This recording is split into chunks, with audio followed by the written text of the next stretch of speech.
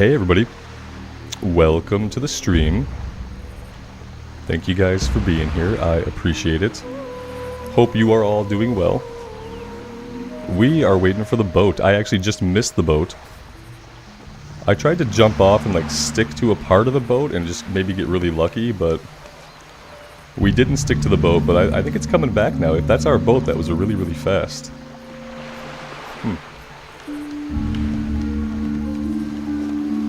Jason, Mark, good morning. Welcome, guys.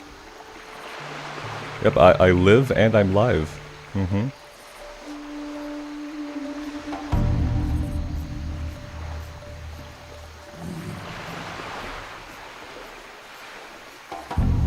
Austin, good morning, man. Welcome.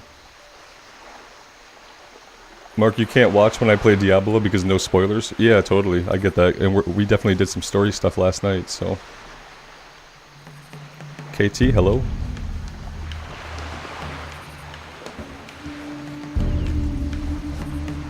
Steven, Jory, good morning.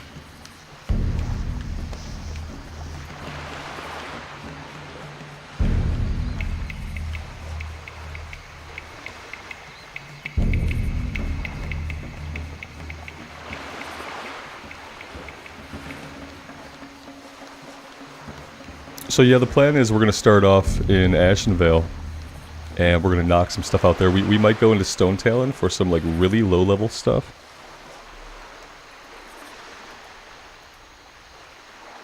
But yeah, I plan to try to have a safe morning and not risk it too much. The Ruins of Stardust looks good, level 23.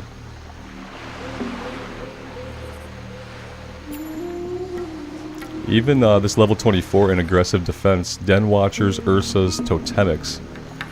Why is it 1, 2, 10, and 12? That's a little bit weird. Kill 1 Den Watcher and 2 Ursas? Those aren't WoW Classic numbers. David, good morning. Thanks for being here, man. We could definitely do the 12 Pridewing Venom Sacks, but I think that takes place down in Stone Talon.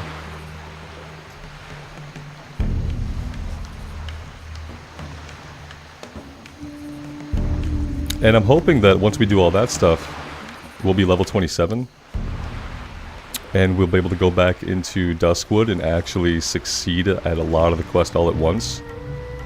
Instead of like almost getting killed by stuff every other pull. That's kind of the hope. I mean, obviously like the level 28 stuff we still kind of have to wait on. Even if we're level 27, but some of this lower level stuff we should be able to do. Even getting to Sven's, the farm, getting there was really hard with all the guys in stealth. They were causing a lot of problems for us. JC, good morning. Thank you for being here. Hope it's been a good one for you.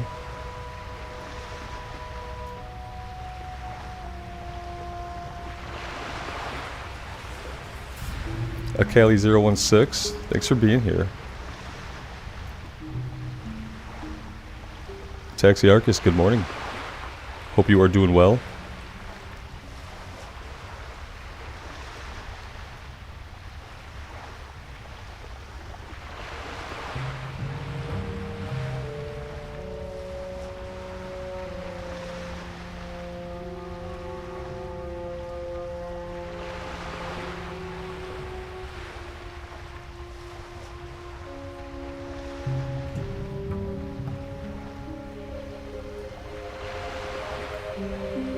Alex, good morning, man. Welcome to the stream. Thanks for being here. Squashy Hat, hello.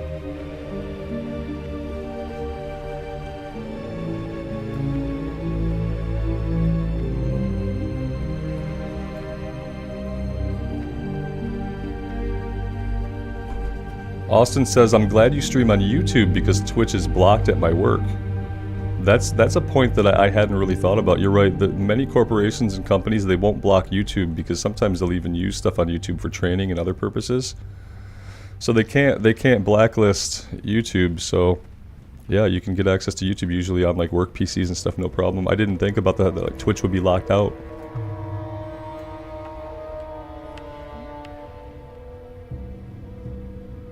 Yeah, Alex, we're going to Ashenvale. I could actually jump on a flight. I don't know what I'm waiting for. I could put us on a flight point. Farewell.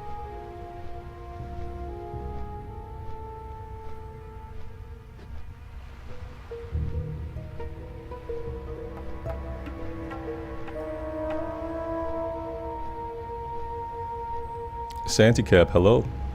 Welcome to the stream. Auntie, you want to know what time it is here?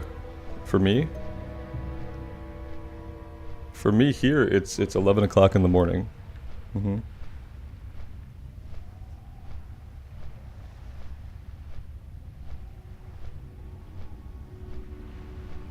Austin, they don't want the kids on Twitch. Do they understand the content that the kids can get at on YouTube? Do any of them like go on YouTube and click around? Get lost in some rabbit holes? I mean,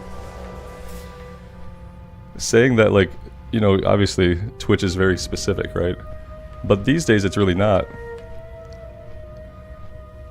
But I think it's funny to, like, you know, you completely block one thing because you can, but like I said, a lot of places they really can't block YouTube because they use it for things internally. So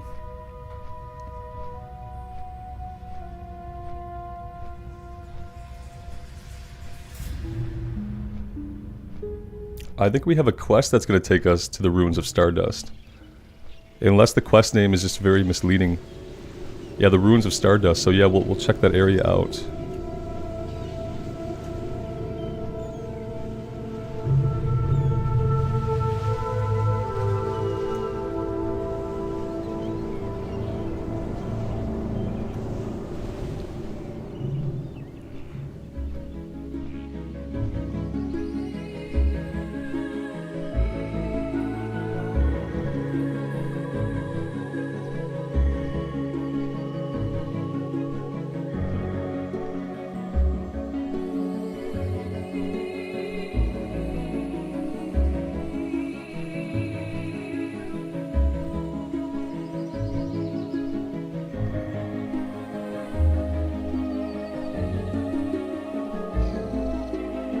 Chris, good evening, man. It's good morning for me, but good evening to you. I'm assuming it's evening time where you're at.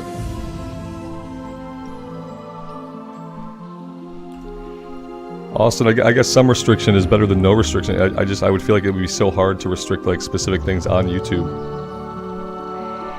within the network like that. My 8-year-old's school PC has no restrictions. He can go on YouTube and look at whatever he wants. It doesn't seem to have anything baked in to stop anything specific. Luckily, we have lots of talk about the kinds of content that's appropriate for an 8-year-old and the kind of content that's not appropriate for an 8-year-old, so he's pretty good at self-governing for right now. I am honored. Do I want to grab everything? Not really. Let's grab the Pride Wings of Stone Talon. Good luck. Level 21.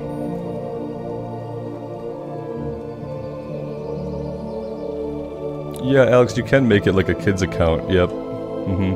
They just, you know, they go on the website on the school computer and they don't have accounts set up or anything. He's just on like the base YouTube site where like I can't even really see the history of what he's watched.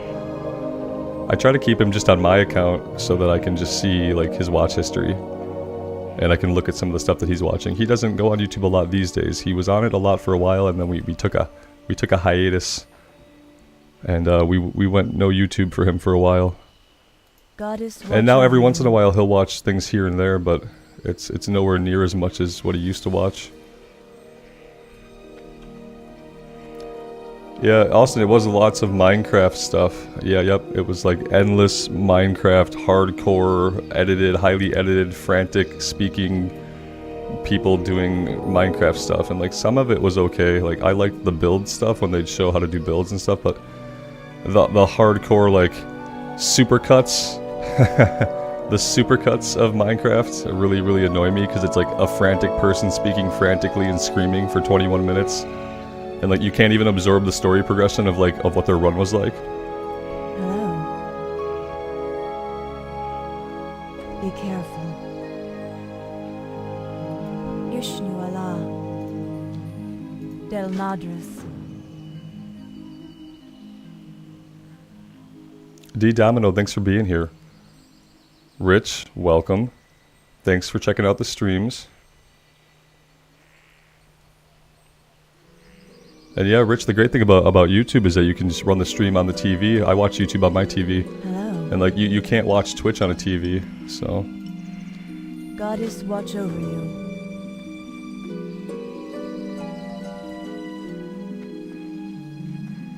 Jason, an NES emulator? Yeah, that would be awesome. I kind of forgot about emulators.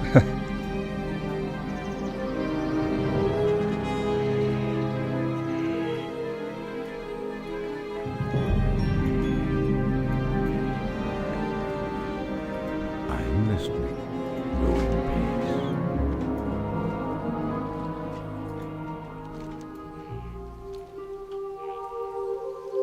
Austin, you think they yell and scream and talk really fast to keep the kids' attention?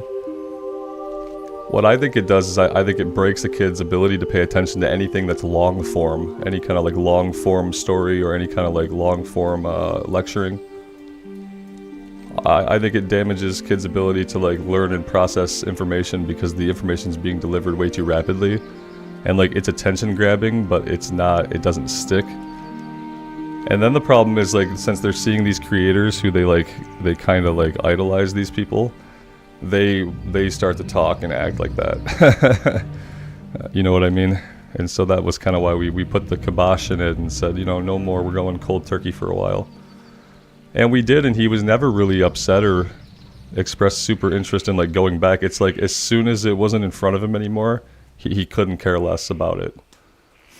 That's how empty the content was. Is like as soon as he was away from it, there were no fits about going back. You know, even now, like months later, he'll only occasionally go on YouTube to watch like more artistic stuff, like how to draw.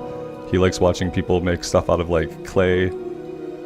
He hasn't really gone back to like the Minecraft content like that. But we had a lot of talks about it. I explained to him what I think it does to his brain and all this stuff. So we have these talks. I don't just arbitrarily make a choice and then, you know, not explain why we're doing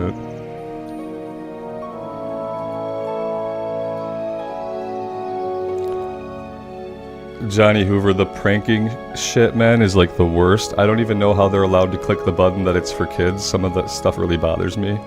I can't talk about it too much because I'm like really passionate about how awful some of these creators are who like they make kid content, but it's not kid content. It's just like, this is gonna sound rude, but a lot of it just seems like 20-somethings being assholes to each other. And that's not good content for kids to watch. I don't think in anybody's opinion. But the way they do it, they kind of market it at kids. And I think that stuff is exploitative. Yep. That was another type of reason why we stepped away from YouTube and for my boy and haven't really gone back.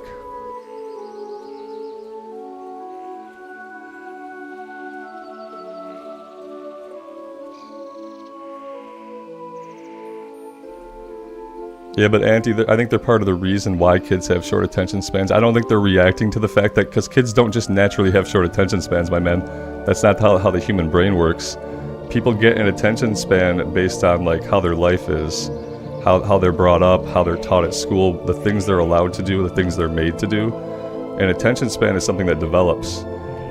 You don't just say, well, kids have just short attention span, they're useless, they can't, you know, so people have to make short form, quick stuff to grab their attention. That's not true. When I was 8, I was watching the Star Wars original trilogy back to back, like all of it. And I'd sit there and watch it all, so it's not true that kids just have a short attention span. Kids might have a short attention span these days because of YouTube and stuff that they're exposed to, but it's not just innate in kids, you know. Dan, thanks for being here, man. I appreciate you. I'm kind of going off on like a YouTube rant right now. Whitney, hello? Hello? Welcome. We got this guy on us. Let's go ahead and get a heal in.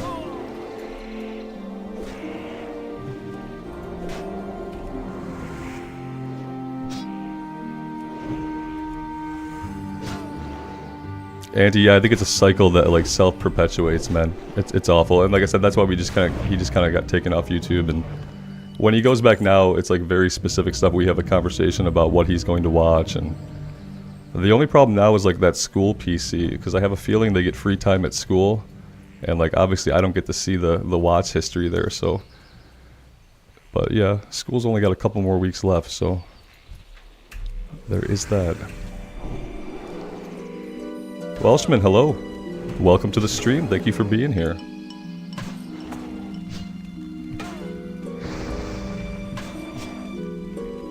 Austin, I understand that sentiment, man. I have feelings about having kids on YouTube, like actually having kids on it. I feel like it's okay to some extent. It depends on what kind of content they're doing, and it's a slippery slope. It's a slippery slope. My kid's now super interested. He wants to come down and say hi to Chad, you know, because he's seen Code Carnage's kids come down and say hi to Chad all the time and hang out with Chad. And like, I don't know. I don't know if kids should like really be on the internet young. It's like something that I vacillate about and I go back and forth in my head about it. But yeah, I definitely have lots of feelings about it.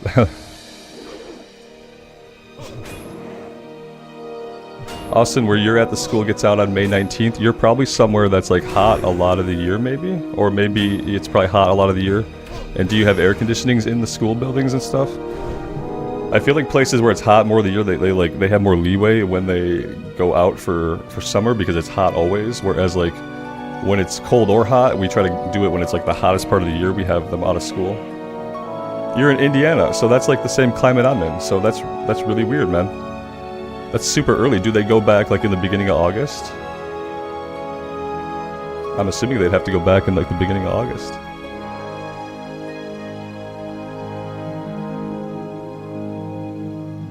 Patrick, man, enjoy the workout. Thanks for stopping by. Weston, hello. Thanks for being here, man.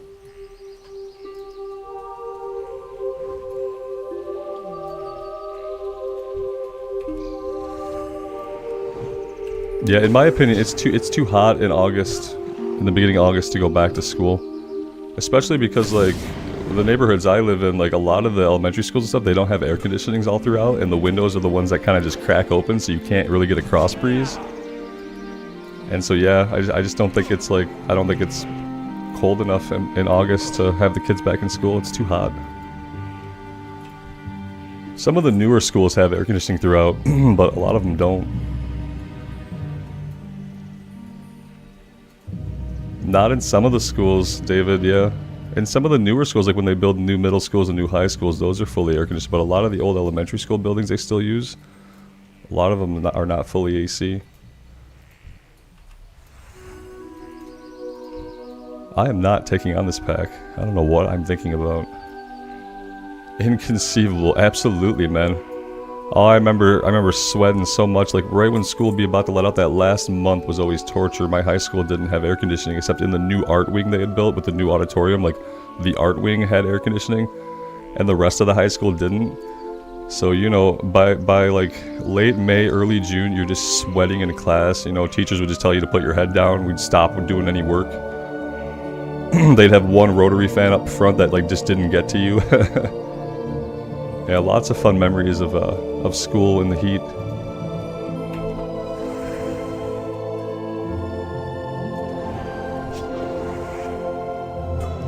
JC, you're getting smoke from the fires in Quebec. Oh my gosh.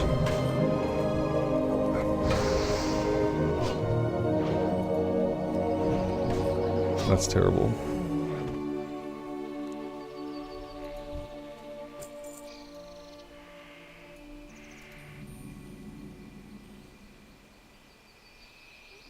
Jason, yeah, they had heat for like the cold months. Yeah, I'm pretty sure it was like radiant heat, like electric radiant heat.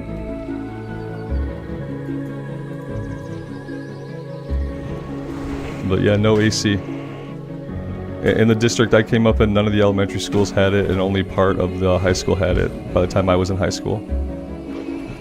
And so, you know, we used to get out of school by like June 8th, and we would go back, and we wouldn't go back usually until after Labor Day, because then, like, you know, it didn't get too hot in June, and then like by the beginning of September in Michigan, like it would start to cool off. So, but some years it didn't.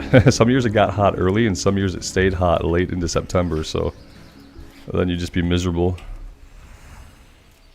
You'd get all your new school clothes, and they're all like autumn clothes and stuff, and then the first day of school is 90 degrees, and you're like, okay, cool, I have a bunch of autumn clothes, and I have no like nice summer clothes to wear to school. So I tore them all up over the summer.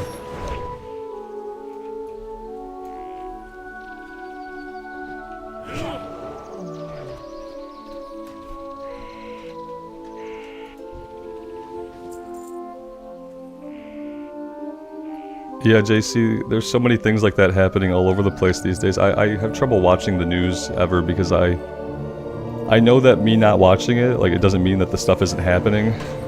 But sometimes I get too wrapped up into stuff when I see all the human suffering and just absolute carnage across the planet. So I actually have to be very careful about how much news I watch. And right now that news intake has been zero. That's probably like a big weakness of mine. I don't have a high tolerance for being subjected to the chaos that happens in the world. Like, I know it's out there, but yeah. And I know that's like, you know, looking away from it doesn't help it and it doesn't make it go away. But staring at it with my eyes peeled open has never helped either. It's just been detrimental to me.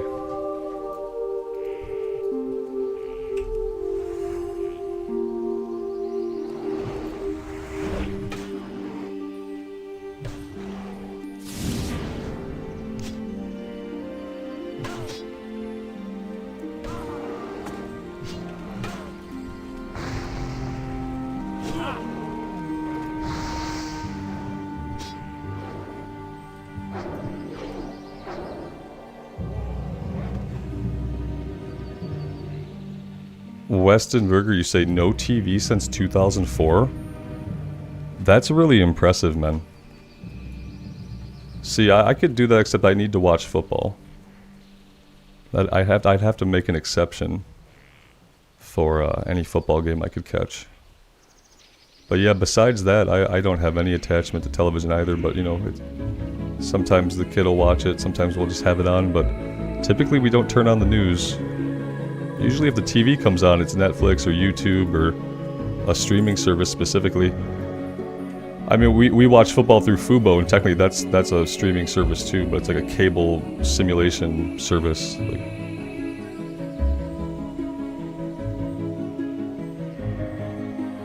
yeah, Austin, pretty much the same here. I don't have anything on like television that I watch. Even if I watch shows that go on to television, I used to watch The Walking Dead, but I would just kind of wait to catch that, stream it later. I would never really just watch it live on television.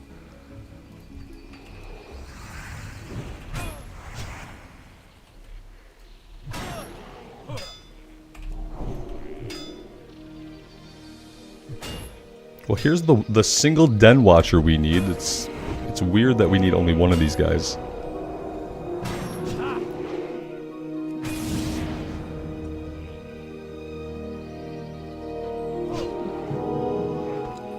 The Vikings, why bother watching? That's brutal.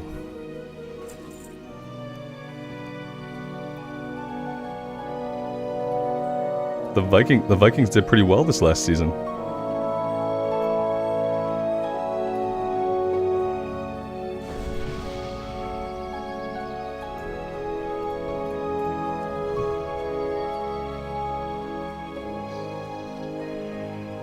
Christy, welcome to the stream. Thank you for watching the VODs and thank you for being here for the stream this morning. I appreciate it.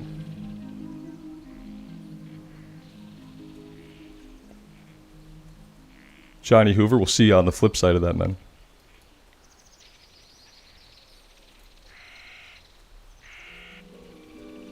Austin, I think the Colts have been rough for a while. Let's be honest, right? I think the Colts have been rough for a couple of years. You know, one of the hardest defeats, I think it was last season that the Chiefs took, was actually to the Colts, and I think like I remember being just in disbelief that was the game that they were going to lose, was to the Colts.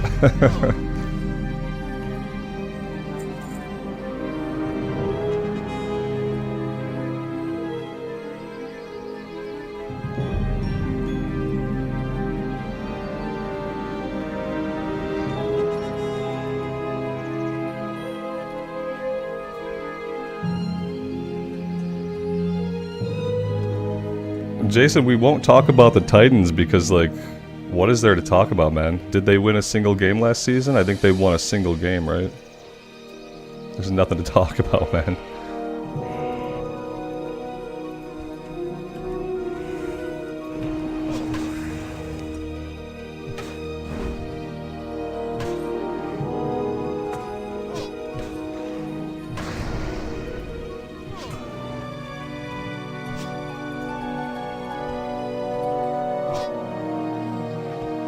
Tactical Warrior, I definitely don't hate the Patriots now that Brady's not there. Their new quarterback, the young guy, he seems pretty solid.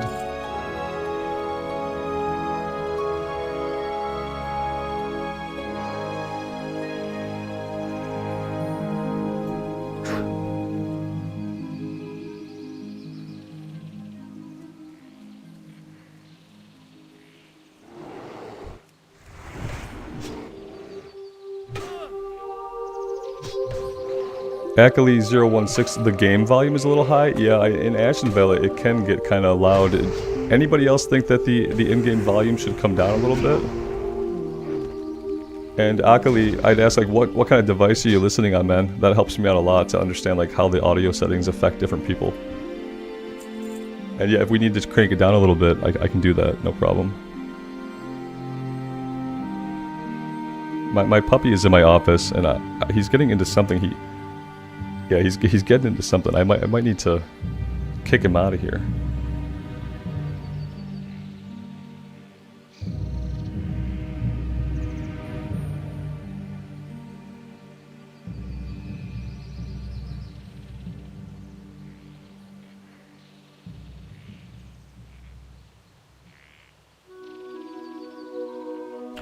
I don't think he wants to be in my lap, but we'll try it. We'll try having him in my lap. Oh, he's acting like he's gonna lay down.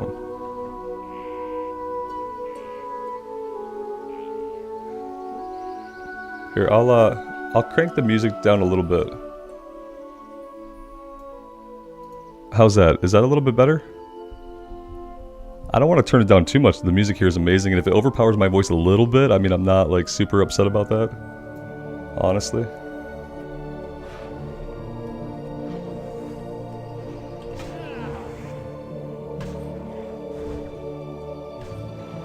Austin, I agree with you. Sorry, Tactical. Brady, you know, I gotta give Brady credit, man. I think Brady is some kind of like mutant, obviously. You know, the guy is like really old, but he doesn't look really old. He looks like he's 32 years old. And he's always kind of looked that way. And for him to be able to do what he has done for as long as he has is absolutely physically amazing. But I don't like his attitude. I think he's a crybaby. I don't know, when I have to watch a grown man who makes millions and millions of dollars playing a game smash a tablet because he's frustrated that his team isn't doing as well as he wants and he's not doing as well as he wants, I can't really like that person very much. You're getting paid a crap ton of money to play a game that you supposedly love. Please do not smash tablets and Microsoft Surfaces. Please do not set that example for younger generations who see you and idolize you, because that shit is super immature. And so that's when I couldn't really stand behind Brady when he started doing stuff like that. I think he has low self-control when he's not totally in control, and like when he's not just kicking ass and taking names, it's like he can't handle it.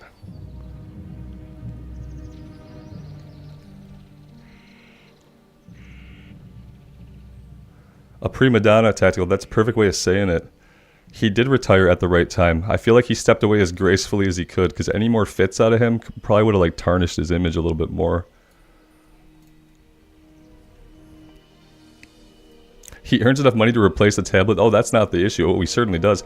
He can smash every tablet he wants in the privacy of his own safe room, out of the public eye.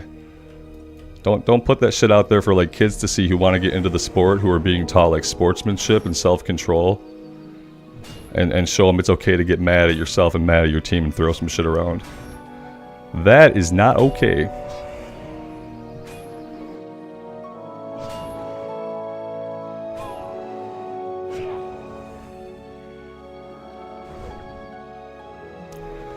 He promoted NFTs, Tactical. I did not even know that. So he promoted NFTs. Oh dear. Oh dear.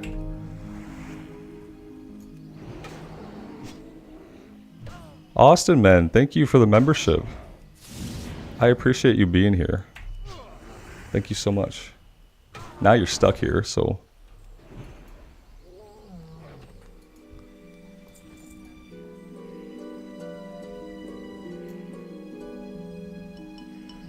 Jory the puppy is really cute. He's absolutely adorable.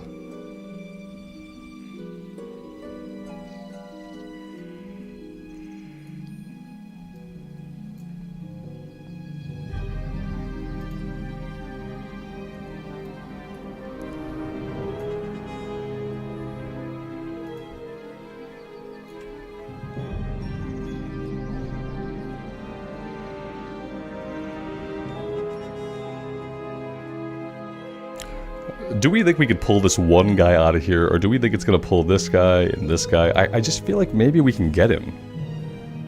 I feel maybe we should be better off trying this one. We only need to get 2 of these guys.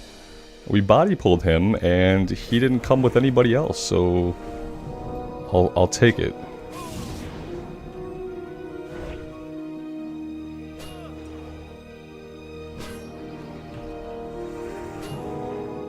Austin, you've been here for a year now. Yeah, I appreciate that, man. That's a long time to be consistently watching anything. So I really appreciate it. As far as when I started, you know, I started WoW Classic when it first came out, but I did some like variety stuff before that actually. Most of which I purged from my channel because it was truly awful.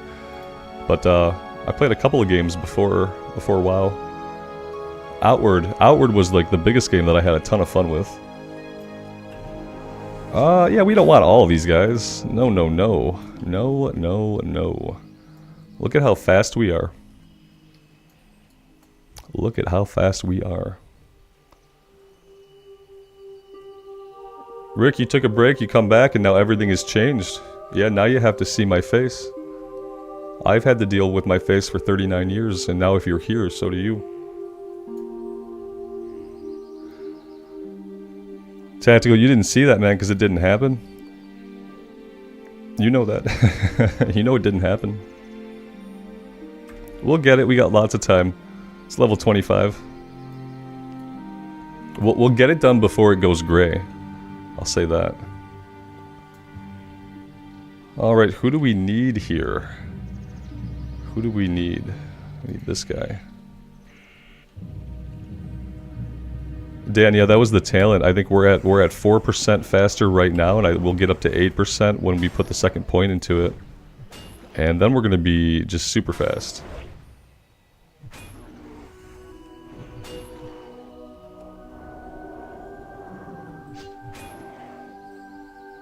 Oh no, Whitney, you're talking about food already. It's like my interval fast period. I'm not eating for like another hour, so I can't think about food yet. Oh, we're gonna talk about food. Here we go. Go ahead, guys. It's okay. I'll just sip some coffee and pretend like that is sustenance.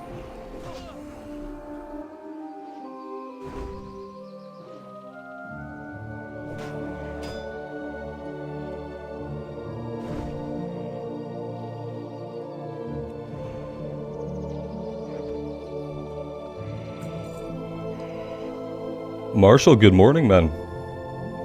Welcome to the stream.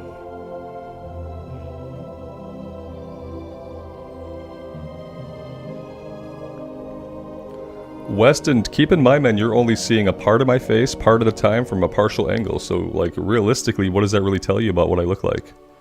Nothing. If you had to be in a room with me for, like, a long period of time and, like, actually see every contour of this face, it would look different to you. You know what I mean? It sounds silly, but it's absolutely true.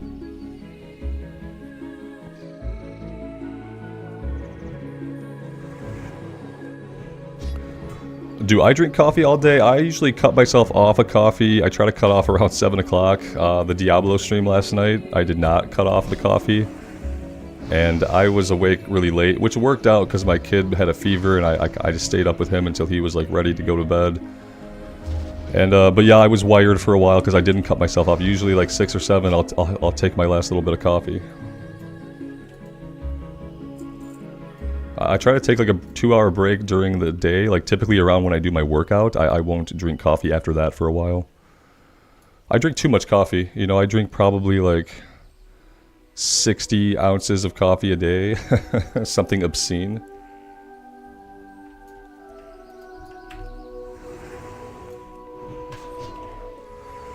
Cigarist asks, what do I think of WoW actually adding hardcore servers to the game? I think it's going to be awesome. I think it was a really smart choice on their end to do that.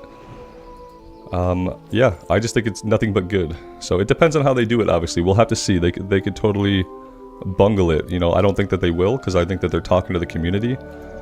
And they're getting the guidance they need from people who are like really big in the hardcore scene. So I think it'll just be really, really good. It's smart of them to see that it's a trend that people like, and for them to jump on it.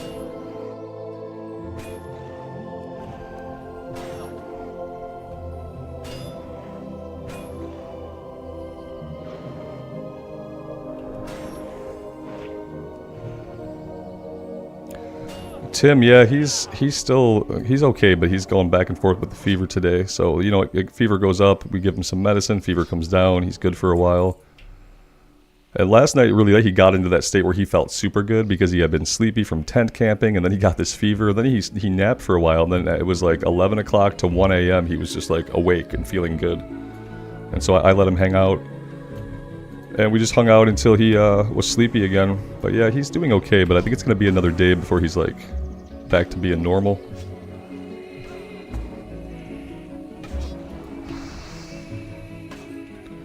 Victus Prime, there's lots of different hardcore rules. Which one don't you like? Would you rather it just be like no rules and just death equals delete? Because some people fall into that camp where they don't really like all the extra rules that the add-on uses. And they'd rather just see death equals delete and no other restrictions. Thanks, JC. He'll get better. He's tough. He gets sick every once in a while. He goes through this. It's part of, you go to a public school, and I don't think the kids are like properly encouraged to wash their hands or anything and stuff. They just kind of let them take care of themselves, and they're only 7 and 8 years old, so they don't do a good job of that, surprisingly, and they get sick. They put their hands in their mouths when they shouldn't, and all that stuff.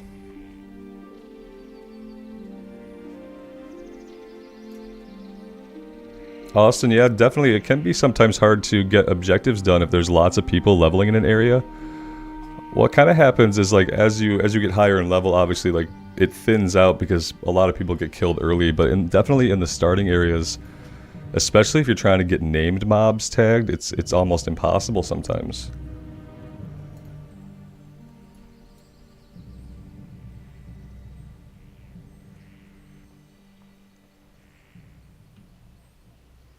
Victus, you do think the one life is the only rule that should matter? I think there are people who feel that way, but there are an equal, at least, number of people that feel like we need other restrictions just kind of to control some things.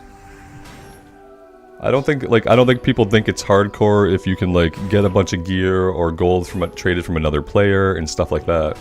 I think that when that kind of stuff happens, when you're given items by other people, or someone gives you a bags, like maybe they've got a 60, you don't have one yet, and they kind of hook you up, I think people feel like that's against the spirit of hardcore. So, yeah.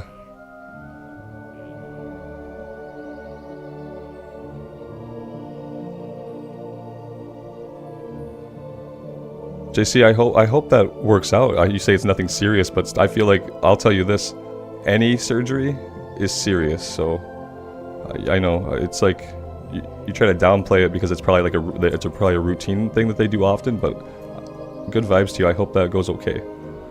And yeah, definitely like hand washing, just wash your hands, all the time. Are you gonna eat? Wash your hands. Did you just eat? Wash your hands. Did you touch something? Wash your hands. And then teaching that to a kid is like really, really hard. And then teaching them to keep their fingers out of their mouth, especially when they're losing teeth, they got loose teeth, they want to wiggle the teeth around. And it's just really hard to keep them totally healthy. Auntie, that's a theory, what you say. It's good for kids to put their hands in their mouth. If they're too protected from germs and bacteria, they'll never become resistant. That last thing you said isn't true. So you kind of like, you compounded an opinion with like a fact, and like that's not really how it works. You're always going to be subjected to germs and bacteria in the world, even if you're not sticking your hands in your mouth. Also, it's not good for them to have a habit of sticking their hands in their mouth, because sometimes you get a bacteria into you that wouldn't get into you normally, and you get that bacteria into you by sticking your hands in your mouth when you shouldn't do that. Also, you know, the concept that you're building up resistances, I could also argue that from a scientific standpoint. But yeah, I sense the spirit of what you mean. It's not good for kids to be too sheltered from the world. I think that's like your overall kind of viewpoint. But saying it's good for them to stick their hands in their mouth is just totally not right. Yeah. And if you have your own kids, you feel free to raise them however you want. But just medically speaking, no scientist or doctor is going to tell you that you should have your kids sticking their hands in their mouth to build up their resistances. That's not really how it works, my man. I wish it was. I wish that what didn't kill us made us stronger, but as cool as that sounds, it's not how the body works. Yeah. It just isn't.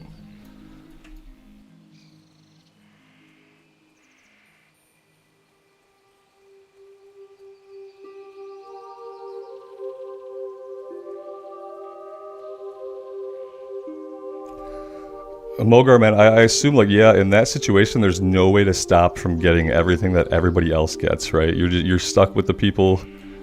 You're gonna get everything they get. Like, there's no help for it.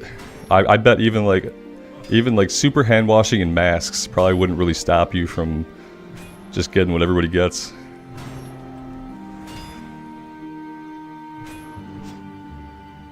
Weston, yes. I have a habit of like cleaning controllers and stuff after my son has used them. Like I clean his tablet every night with like Lysol, just because I know like it needs to be cleaned every day, and obviously the 8-year-old's not going to do it. Mm-hmm.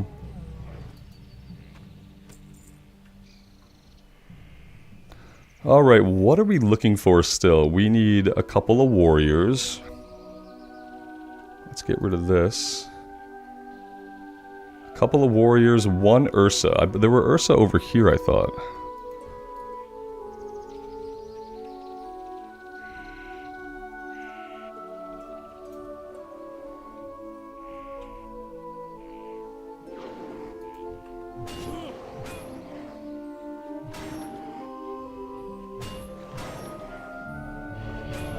Austin, yeah, I had my tonsils taken out for, I kept getting infections and stuff, and ultimately, I think when I was 9, they took out my tonsils.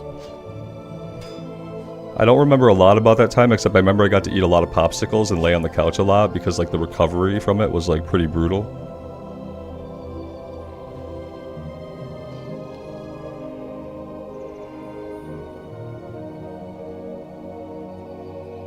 And the way I hear my son snoring in his sleep now, and like the way he sounds kind of sometimes when he's sleeping, I'll go in and have to turn him on his side, and I have a feeling that in a couple of years he's going to have his tonsils taken out.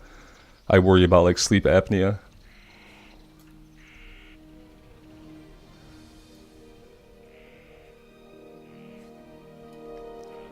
JC, there's so many reasons to feel bad for teachers, especially teachers of our youngest.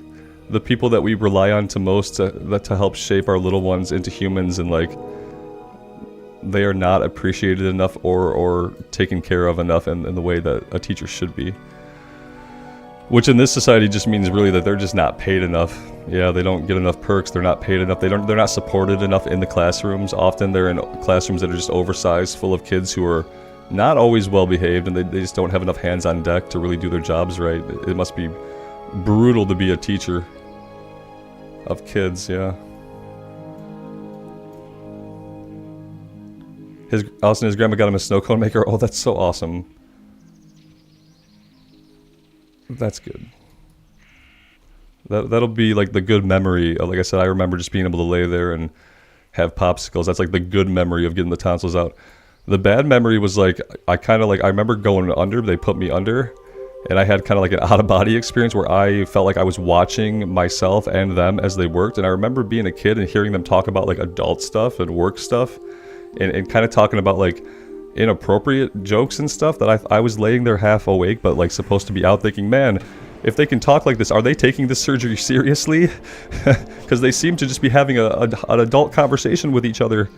And I remember like being unconscious and like having like a moment of terror, and then kind of watching things play out from like a third person perspective. It was obviously like a dream induced state, right? But it was a very weird memory of that surgery. And like I'll never know how much of it was just like dream imagination and how much I was actually hearing them have this conversation that I thought as a kid must be super distracting from a surgery.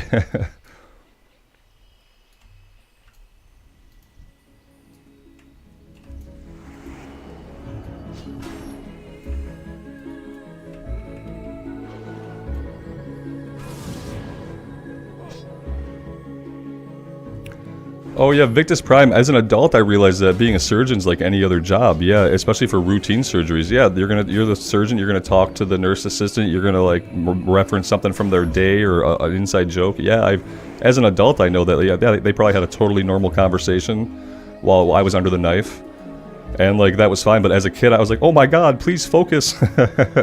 I was like, terrified. And also realized that like I wasn't really supposed to be like conscious. They were like count back from 10 and then I did, and then like I didn't feel anything obviously, but I just remember being like aware.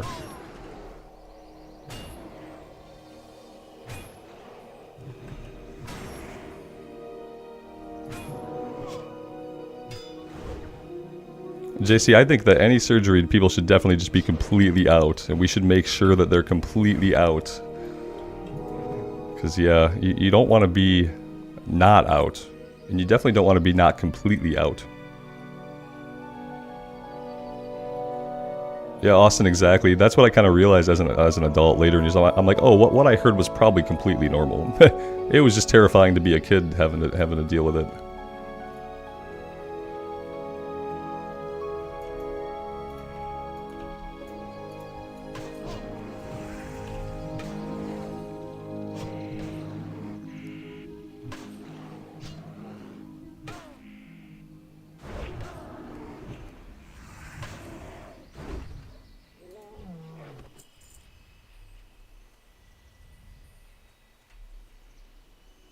I have to be honest, I don't really like being surrounded by these guys.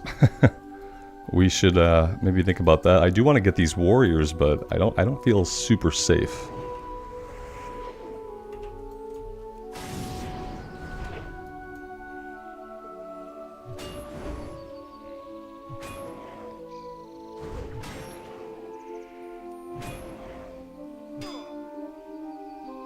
David, they must have did something wrong, man. I've had teeth pulled and just local anesthetic had them like crush it and they pull the bits out, and I haven't.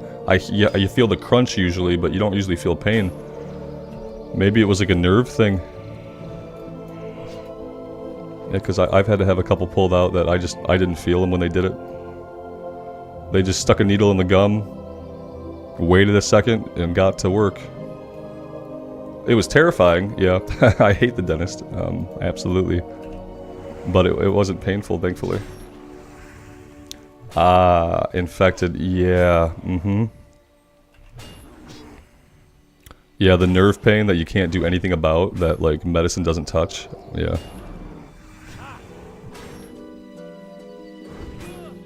Six is the noise of the crunching teeth is horrible, especially when it's your own tooth, yeah, You listen to the sound of a part of yourself that you thought was going to be there forever getting crushed out of existence. Yep.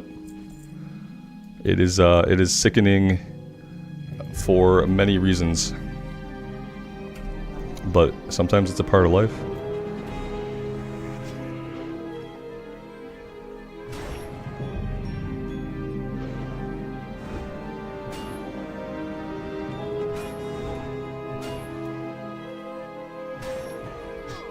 Peace out, I have to say that is gruesome, man. I'm sorry that happened to you, but that is absolutely gruesome. I feel like anesthesiology has come like a long way, and I just hope that like that kind of incident doesn't happen a lot.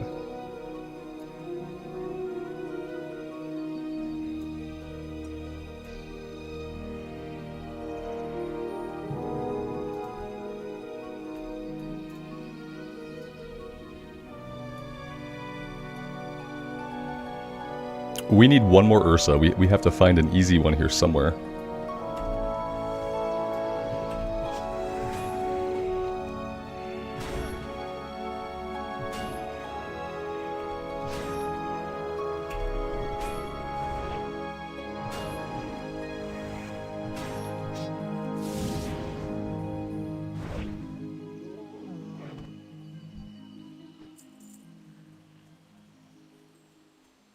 Here we go.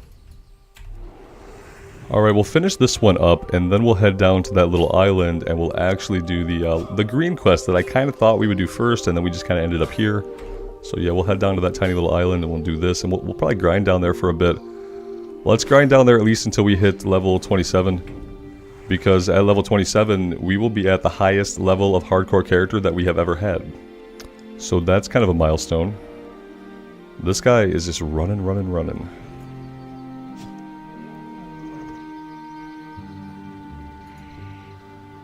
Peace out, they came to visit you a lot because you probably scared the living hell out of them. They probably thought you were done. It might have been a situation where they might have never had anything like that happen to them before either. Trauma will bond people very, very quickly. Even if it's trauma that hits fast and hard and then it's over.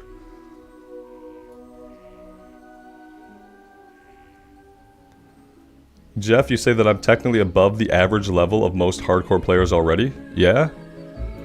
I kind of believe that. Yeah. You see a lot of deaths in the low level 20s.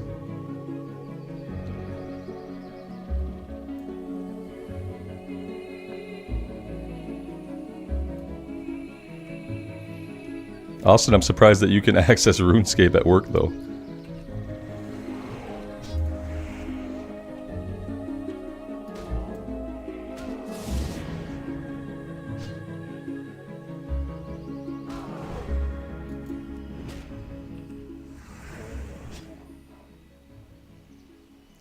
Dorsey, there's the statistics at the add-on. Yeah, there are stats in the add-on. I've never looked at them very closely. Oh god, what is this? Okay, he's friendly. Ooh, average death is level 14, Nugash? That's really low.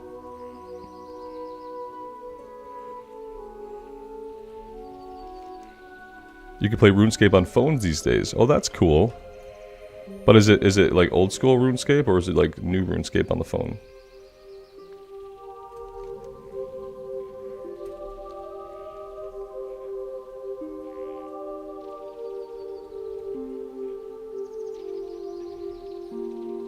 Yeah, Marshall, if I died at level 51, I would have to go take the longest nap. Yeah. That I know it's going to happen to me someday. If I keep at this, and I plan to, then it's going to happen to me someday. And I'm not looking forward to it. Yeah. Matt, you asked if this is my first tune on hardcore. No, absolutely not. We have gotten every single class killed at least once now. And this is the second attempt at a Paladin, so we are circling back around now to classes. The highest level we've gotten to has been level 26. We are about to hit the highest level that we've been at in hardcore. And I've just been told that the average player only lives to level 14. So I feel pretty okay, even though it's taken like 5 months to get to this point. I don't feel bad about it.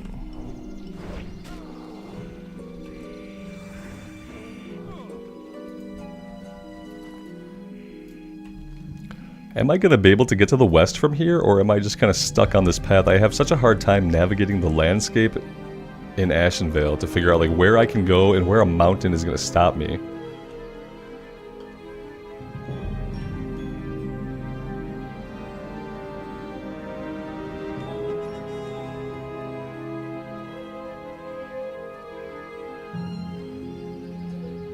Rick, I got our first Pally killed because of overconfidence. Yep, that was exactly what happened. It happened at level 9. It happened really quick. But yeah, definitely overconfidence has gotten a few of my characters killed. Stubbornness got the mage killed. And respawns and bad luck and fireballs have accounted for kind of the rest.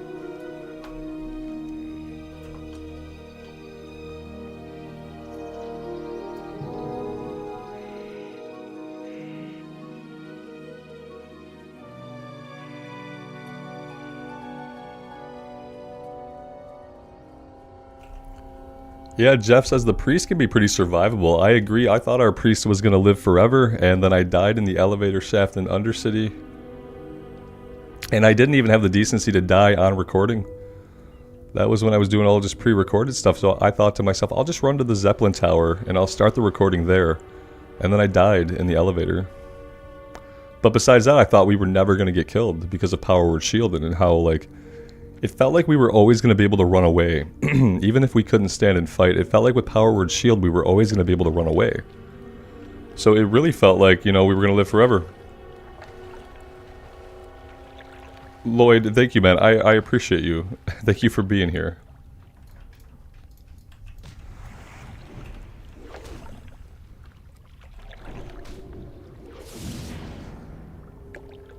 Nugash says there is always a new way to die. Yeah, absolutely. Just when you think you've accounted for everything, something different will kill you.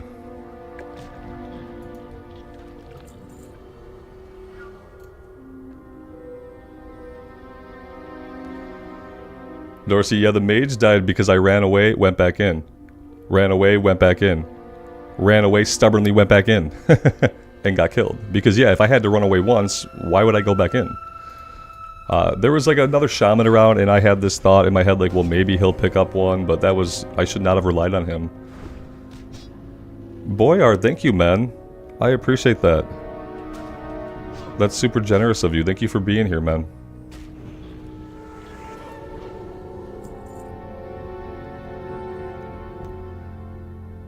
Vicious Virgo, hello. Thank you for being here. Yeah, we're having a good day. I hope you're doing well also.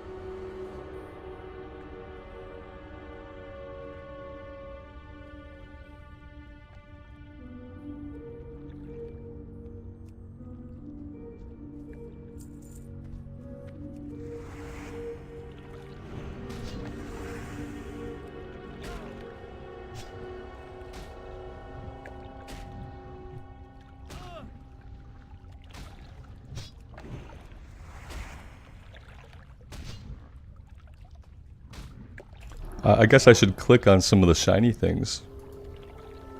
Well, it's too late now. That guy is on it. It's weird, these are sparkling, but they're not sparkling in the way things sparkle in, like, retail. They're sparkling because that's what the plant does. Not just because it's a pickup item, but that's what the plant actually does. Juan, hello man, welcome. Thank you for being in the stream.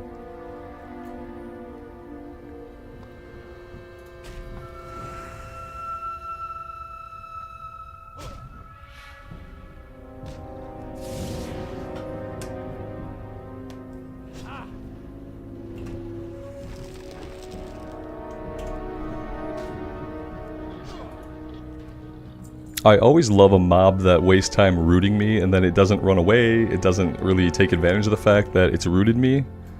And it's like, okay, so it's probably a little bit of damage, but what's the point? Rich, you have to do something productive? Well man, I appreciate you being here. Thanks so much. You should definitely make your wife happy, man. And then, you know, if you come back later, that's cool. But yeah, take care, man.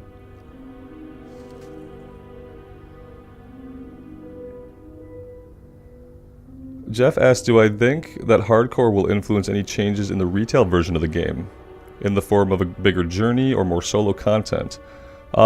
Jeff, no, I don't think so. I think that the success of hardcore and the success of Classic Era will make them look at doing more things like seasonal content for Classic. And maybe eventually we'll be lucky enough to have some Classic Plus stuff. If they can convince the bigwigs at Activision that there's some kind of money to be made off of it. But I don't think that it's going to influence how they design retail, because I think they design retail for people who want to do like instance combat and stuff at endgame. So like dungeons, raids, battlegrounds, arena. I think retail is really focused on just making an endgame. And I think that Classic Era is where the journey is. And yeah, I wish that retail was something I enjoyed, but I just don't think that Activision is going to try to make retail more like Classic when they already have Classic, and then they have retail and they're both different. So when they're different, they're hitting like a bigger audience. Whereas if they kind of made them all the same, then, you know, you have less of an audience. Money-wise, it doesn't make sense for them to for them to make retail more like classic, unfortunately. Yeah, we're running from this. This was folly. Okay, we're good. Marshall, yeah, totally. I'm glad you're having fun in retail, man. Some people really love retail. And it's in a really good state right now. If you do like it, they get a lot of content. There's lots of cool stuff being put into the game. They're acting on player feedback. Marshall, I said Activision. Activision owns Blizzard, man. It's Activision Blizzard. It's the CEO at Activision that like decides the stuff that Blizzard can do. Blizzard sold themselves to Activision eons ago.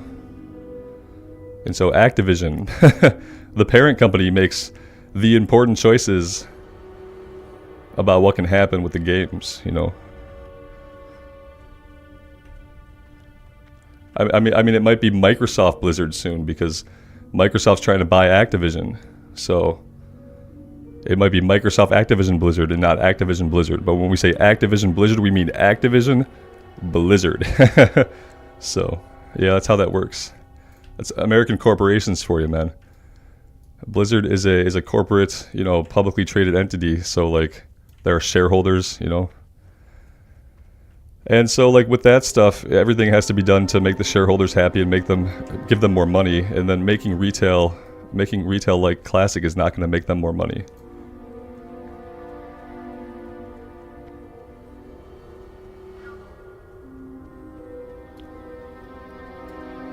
Rick, the regulators aren't going to be able to block it, man, because when you're an entity like Microsoft and you want to own something else, you're going to find a fucking way to do it. Because it's the people that have money that determine what happens in the society. So, like, even if they get stopped once, if they want it, they will find a way to make it work. And that's why it hasn't just been called off yet with all the trouble that it ran into, because they're going to make it work. Because Microsoft wants it. And you're not going to stop an entity as powerful and money rich as Microsoft, you know? Jay, good morning, man. Thanks for being here. Matt says Blizzard now it's only about the money. Man, the point is that, like, with any company or corporation, it's always only been about the money. Sometimes you make money by making an amazing product that's super awesome. Other times you make a lot of money by making an okay product that has a lot of hooks in it to get more money out of people. Like cosmetic shops and stuff like that. So there's lots of ways to make money, but ultimately for a corporation, their one objective is to make their shareholders money. So it's always been about money. It's just that there are different ways to make money, and I think a lot of times companies take the easy ways to make money. So instead of making amazing content and a great product, they just find ways to get more money out of you for less work on their part, you know, because that's how they make more money. They do less work, and then they make it cost more. It's like economics 101.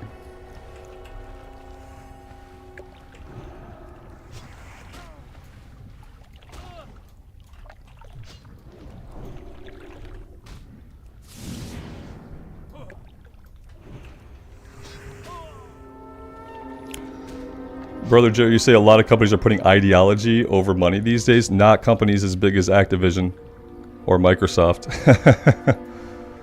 Yeah, a lot of times they say things that indicate that, right? They have like company mottos and company values, okay? And the values of a company will always say that we put our people first, we put our clients first. Every single corporation will have that as part of their mantra. People first. Clients first, ideas first. They all say that. And like to some extent, it's not always totally disingenuous, but it's not what you think. And you can't really take it at face value, because behind all of that is the expectation that those ideals will be what makes more money in some fashion. But yeah, follow their actions, not their public statements. Yeah, that's a good way of looking at it. And then look at how people who work for the company feel. Don't look at what the company says or what it does. Try to look at, like, how do people who do work for the company and have worked for the company, how do they feel about their employment experience? Because I think we can just safely say that if everybody who works for the company hates it and wants out, then it's probably not a good place to work. And that means they're probably not making great products. And it means that people aren't entirely happy, which means that they don't feel like they have a lot of power over the projects they're working on.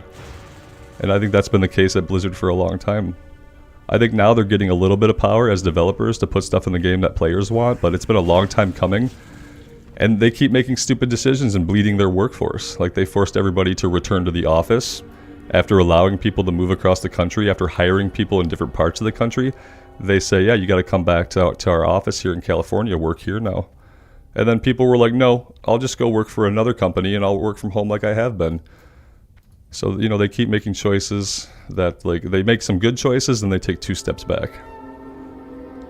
They make a great expansion, lose a third of their workforce by trying to make them come back to the office. Like, that's what they've done, basically. Mothcat says, hey Rambles, do you work out? Yeah, I weightlift probably 4 or 5 times a week. I've been doing it since I was 21. I'm almost 40, so it's just kind of something that I do. I just do it at home. I have free weight dumbbells and a bench. At this point in my life, I don't go to the gym or really, like, push myself too hard with it. It's just about maintenance at this point.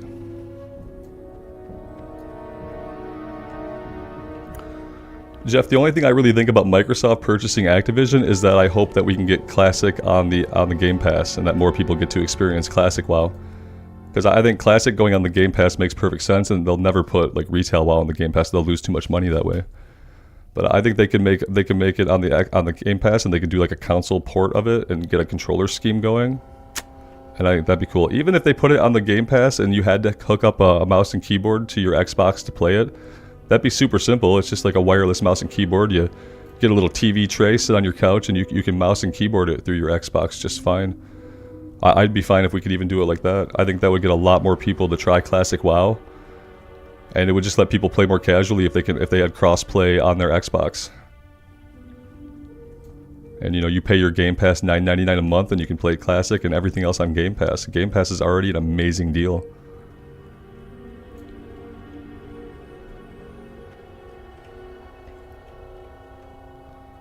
Yeah, Marshall, I'm kind of aware that they have like a controller add-on to like be able to use a controller. I think I saw Bellular show it off one time a long time ago.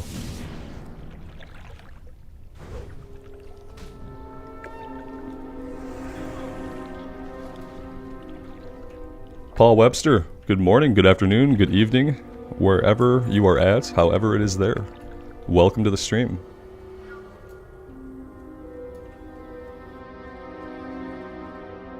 This puppy is getting too long to sleep in my lap, and he's like slowly sliding out of my lap. I have to reposition.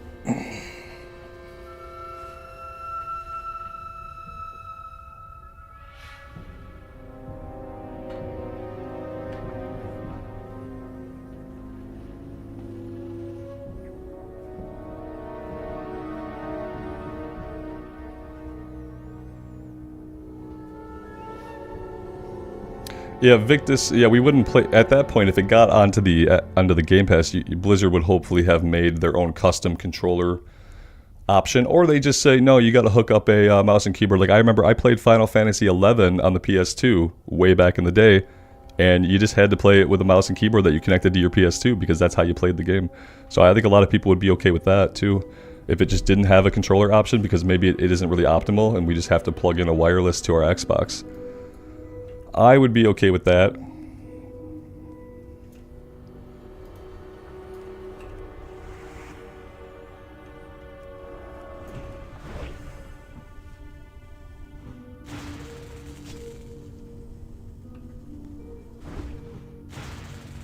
Paul, yeah, I was thinking they'd put it on the Xbox Game Pass.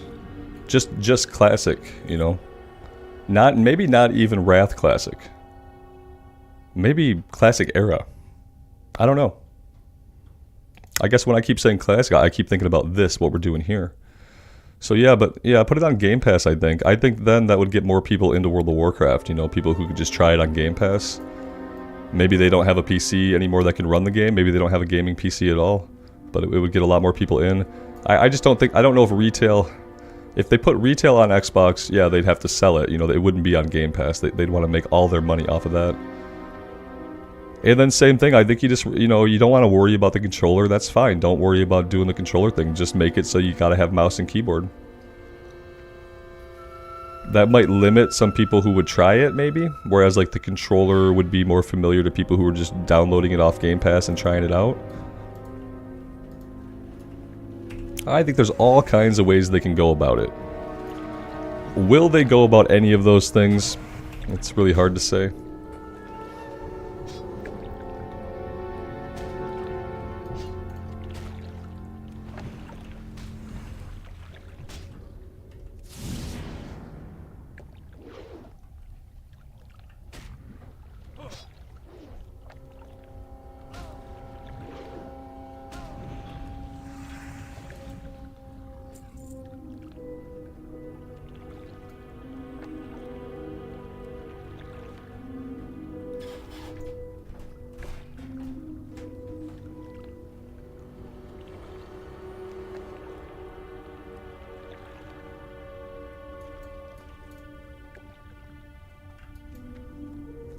Yeah, Paul, I think they do want to reach as many people as they can. I just think like the Microsoft merger is probably it's gonna affect things way too late for that to be like a viable play to stop players from leaving now.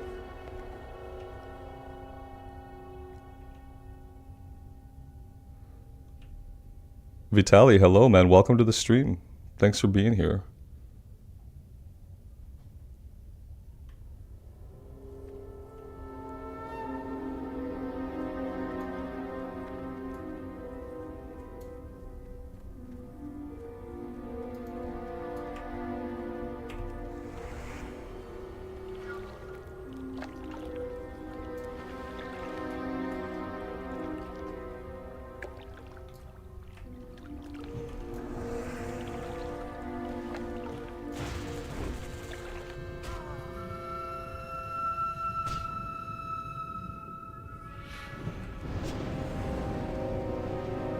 Paul, yeah, I think they tried to stop it in the UK, but I read that they got past that. That's not the case anymore. I'm pretty sure like whatever case there was against stopping it, I'm pretty sure they've moved past all present cases to stop it, and that I think they're on the tenuous road to like continuing the acquisition, which apparently just takes a long ass time even when things are going smoothly. You got to imagine how much paperwork that they must feel they need to do when one like mega company eats up another mega company. I'm sure like they have to make it feel like it's a big process because it's such a big event that they probably add a lot of like process steps to it that, you know, you could probably cut out. But if you cut them out, you'd feel like you were doing this thing way too fast. The EU gave it a thumbs up, yeah. Okay, is that what happened? That overrules what they were deciding in the UK? The EU was like, nah, it's cool. I don't really know how that kind of stuff works over there. I hardly know how things work in my own country. Except that I know that monopoly, the idea of a monopoly has like vastly changed from when it was first conceptualized, because we allow for a lot of stuff that I think back in the day would have definitely been considered a monopoly.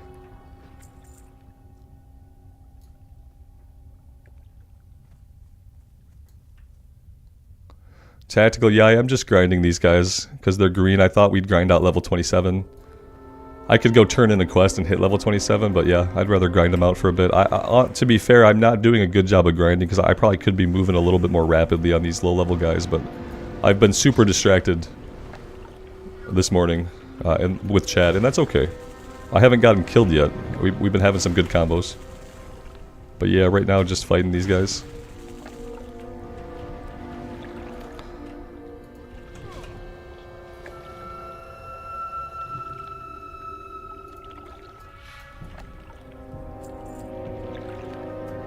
Yeah, I'm happy to be fighting green guys for the most part because everything's been yellow recently, so it's kind of like a little breather.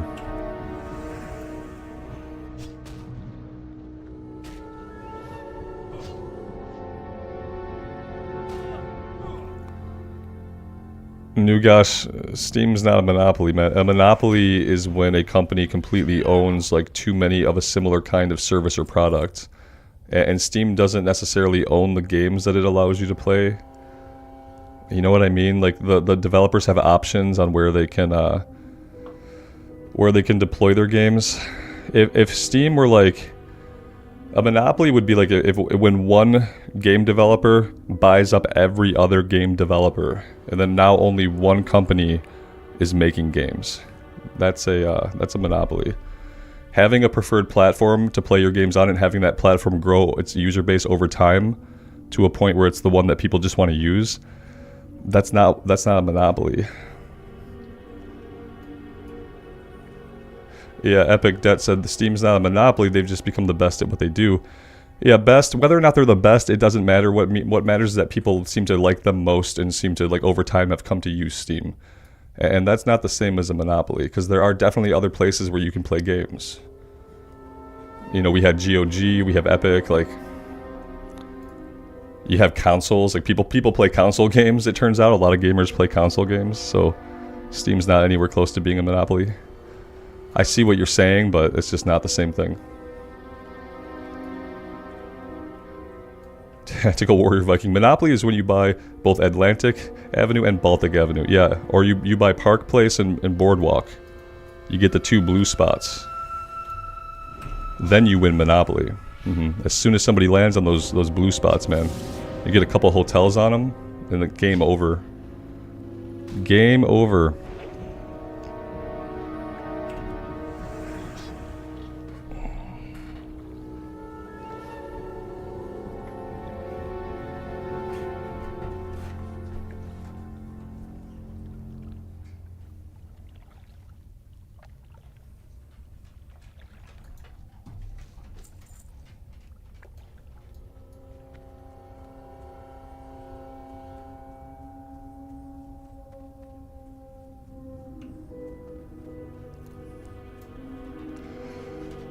David, a monopoly is technically illegal. The problem is so many things aren't seen as a monopoly. Like the fact that where I live, I only have like one choice of internet should be a monopoly. But it's not considered a monopoly. Even though like there aren't a lot of independent like networks and stuff like that for like cable or fiber, it's still not a monopoly. Whereas like back in the day, if we went back like 50, 70 years, the way that cable internet is in America would have been seen as a monopoly. Because even when there are smaller companies, there's only like 3 main internet companies that own all the infrastructure. So it would have been seen as a monopoly, and it's not anymore. So like the definition of the monopoly changes, but like it's still technically not allowed. It's just that we are more accommodating in how we decide what a monopoly is and isn't. Because the society is set up to like to allow people who have a shit ton of money to do whatever they want. So like when somebody wants to become a monopoly, they just have to make it convincing enough for people to think that it's not really a monopoly, even though it is. They just have to convince the right people, and then like they'll turn their blind eye, and then the monopoly is created. That's kind of how it works. It's like the Microsoft thing. Like, should Microsoft own Activision? Like, probably not. Probably not. They own a lot of stuff when it comes to the gaming world now. So like, should they own Activision? No, probably not. It should probably be a monopoly, but it's not. It's not considered a monopoly anymore. Marshall, you like the axe? Yeah, the axe has been doing good for us. It's only level 19 though, so eventually we are gonna have to replace it.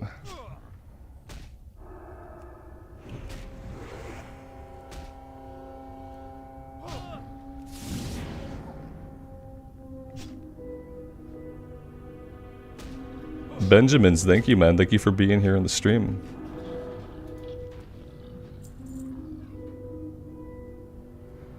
Nugash, you have 5 providers in the EU. They bid under each other, so you win. Yeah, here there's really not a lot of that. Stuff's just expensive because you have like 3 options, basically. And depending on where you live, you could only have 2 or 1 option, and then you just pay whatever they tell you to pay. And then they blatantly will lie to you. They're like, unlimited, but it's not really unlimited. It's actually capped, and then like if you want it to not be capped, you have to get it. It hits the cap, and then you got to call them, and you got to say, hey, I actually need my upload to be uncapped upload. And they're like, oh, you need your upload to be uncapped? You need that and you're like, yeah, it says unlimited. They're like, oh, well, upload's not unlimited though, but you can pay more to have it be. And so I had to do that. You know, I got on an expensive unlimited plan, found out that the upload wasn't unlimited. So as I'm uploading like 20 gig files to YouTube all day, I hit a cap and it stops. Then I got to call them and explain what I do. And explain that, no, I need unlimited to actually mean unlimited. And they say, okay, well, we're going to charge you more for that, though. And I don't have any other options, you know. I can't get a quote from another company out here that's going to offer me less. If anything, they price match. So they don't want to underbid each other. They want to keep the price high. And when there's only 3, they can do that. They can artificially agree to keep the price high. Which shouldn't be legal, which should be monopoly, but isn't anymore. Yeah, Tactical Viking, your bill is $300 for cable and internet. Yeah. Uh-huh. Yep.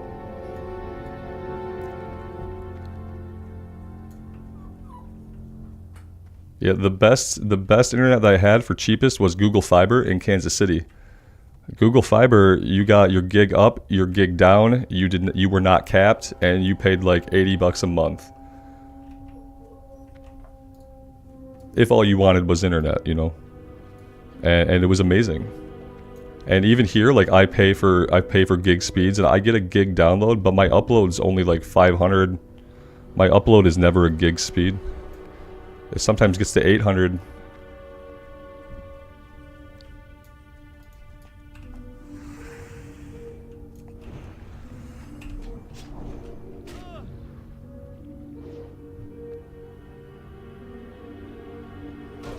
Darcy, yeah, I feel like it's the same, right? But they just cap the upload because they're like, nobody really uploads, and if someone is uploading a lot, they want to know about it. Because what happens is then they can flag your account. It's like, this is an account that uploads a lot. And so, you know, if you're a person that uploads a lot, you're probably just uploading files to YouTube. But you could be like a spy uploading government files to another country. So if you're doing a lot of uploading, like big file sizes, they want to tag that account so that somebody somewhere can either keep track of it or double check back on it if they need to later. That's why you got to call your provider and say, uncap my upload. Because they put a little flag on you.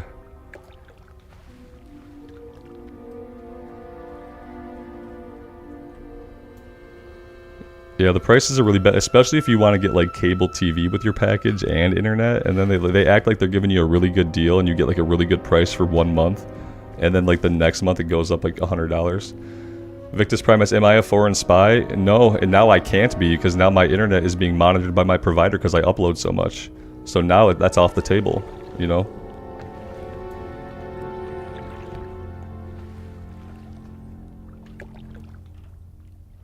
Kota, cable's not worth it. I kind of agree, but then I pay Fubo like $90 a month to watch football games. So I'm like, it's expensive no matter what. If you want any kind of like televised broadcast, you're going to pay a lot for it.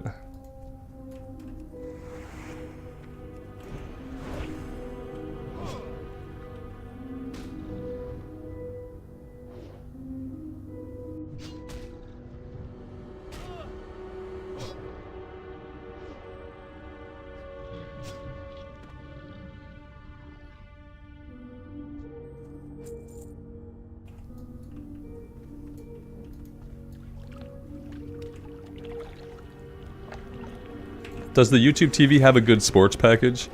Like, when it's football season, I literally want to watch games when they're on. So I watch, like, every football game I can.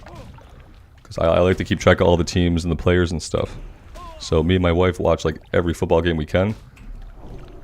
And we use Fubo for that because it's pretty good. And what Fubo allows us to do is, like, my wife can sign into her VPN on her work PC, log into Fubo, and then we can get the local Chiefs broadcast, even when Chiefs are not being played in our market, by getting onto her work VPN, because world headquarters is Kansas City for H&R Block. So that's the cool thing about Fubo, and I don't know if I could do that with, like, maybe YouTube TV would work the same way, but yeah, we get the local schedule when we go through VPN. So yeah, that's why I'm kind of afraid to switch, because we have it really well worked out so that, like, when there's a Lions game and a Chiefs game at the same time, we can VPN in, hook the computer to the TV, and through Fubo we can watch the Chiefs game on the local KC network.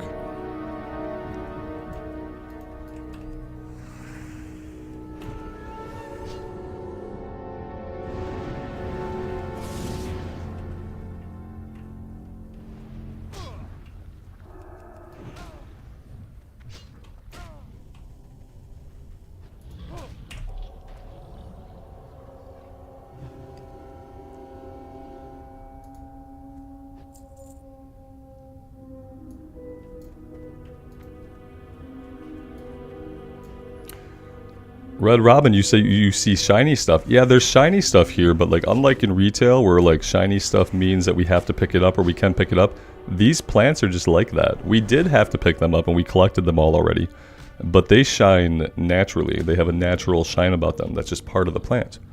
So yeah, my brain was like, oh yeah, click it. And we did click them, but that's not why they're shiny. They're just shiny because they are shiny bushes. Because some bushes shine. So there's that. We are very close to 27. Mm-hmm. Yep, that's going to be the highest level character we've gotten in hardcore. And I'm like super happy that it's happened on stream. I don't think it would feel as big of an achievement to me if I were just doing a pre-recording. So that's pretty cool.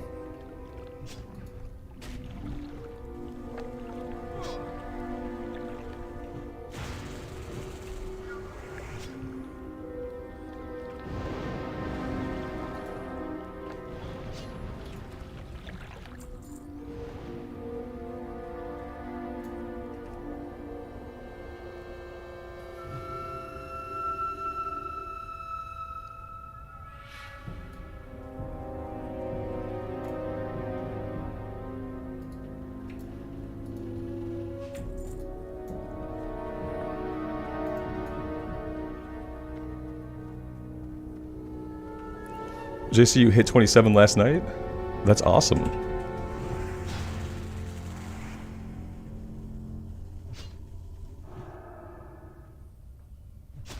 Yeah, apparently we're way outside the average range of the average hardcore character already, so...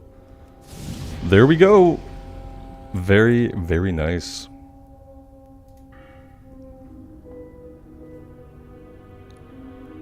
Kachat, hello! Welcome to the stream, my friend. Mogar man, the stream does bless my character. I think so. That's the only way to explain why I haven't gotten us killed yet. Thanks, guys. Yeah, here we go. We're going to go into this Pursuit of Justice for rank 2. We need to move a lot faster. 8% movement speed increase. And I guess we can head back and we can turn some stuff in. We don't have to keep just grinding here. I just wanted to grind out 27. Let's get ourselves back to town. Inventory is doing surprisingly well. These guys are not dropping a lot of junk, so...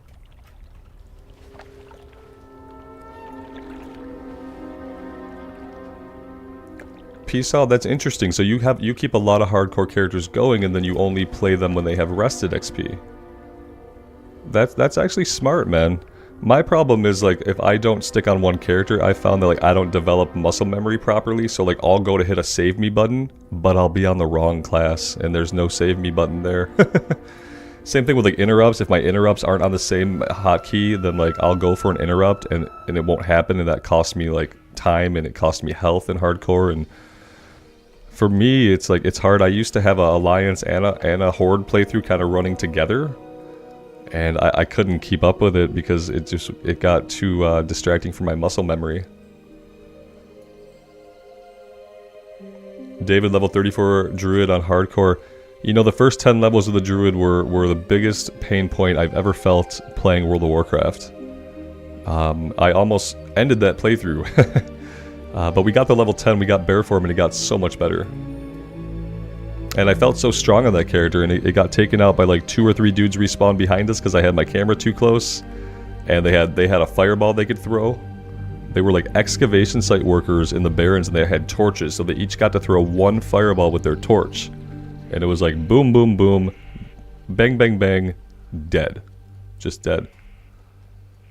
Is this the new, that's the new Succubus model? Is this like a classic era version of it, or are the textures and stuff the same on this in classic era as they are in retail? Because I really can't tell if this looks more retail-esque than it does classic era. Is this just like a retail model put into classic era? Is that what this is? It doesn't look quite as high fidelity as a retail model would be. Huh. Interesting. Yeah, Kota, they made a male version around the time that, like, I think it was around the time that all the BS was happening at Blizzard about, you know, we're finding out how awful people are. And they're like, look, we like things, equality, and yeah, everybody gets what they want. We'll make this for you guys. Yeah. It was made around that time frame, I think. It doesn't look classic, yeah. And I bet now it looks way better than the female succubus just because of the pixel count, you know? Like, how do you not use that one now? In classic, it's just gonna look better.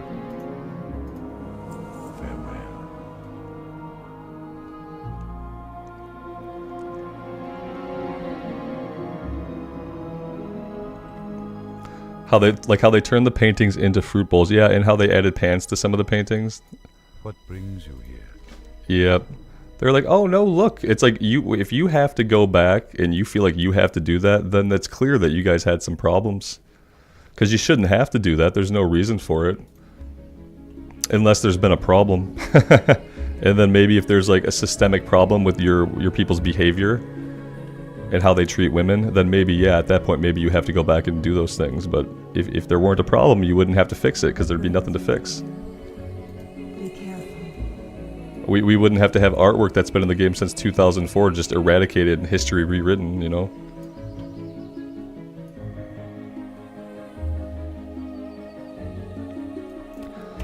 Alright, so, what do we do now? I think maybe we can go into Stone Talon. Level 21. We're gonna lose the XP for it if we ding one more time before getting it done. But I think we can go down there and maybe get it done. We could come over this way.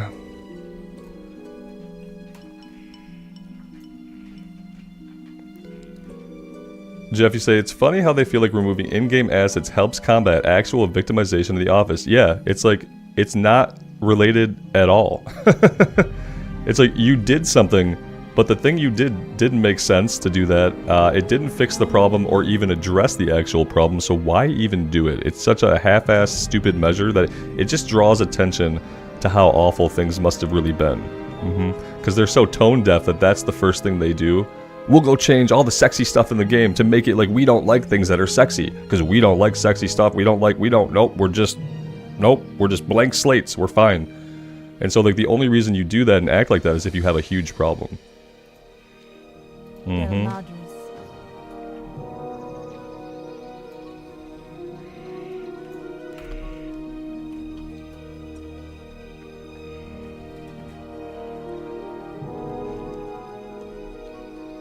And now it's like they're terrified to make any of their characters attractive in any way. They just don't want to make any of their characters attractive in any way, because they're terrified now. So now we have all these like really lame characters that just don't look as cool as they used to because they feel like they can't do certain artistic things that they would have done in the past. That like, yeah, it's kind of messed up. I got the tactical. I put that talent point into the speed. Yeah, we're going 8% faster now. We're actually headed the wrong way though, so 8% faster doesn't matter when you head the wrong way. Maybe not. Maybe we head up to the north here. Let's go check this quest out. I don't know what it is. I've never done it before. It doesn't say it's an elite quest. We gotta get somebody's skull, so let's go see. If something bad happens, we now know we can run away really fast, so... I'm assuming we're just taking the road up here. I'm gonna avoid these guys as best I can for a minute here. Maybe we'll fight this one to clear the way.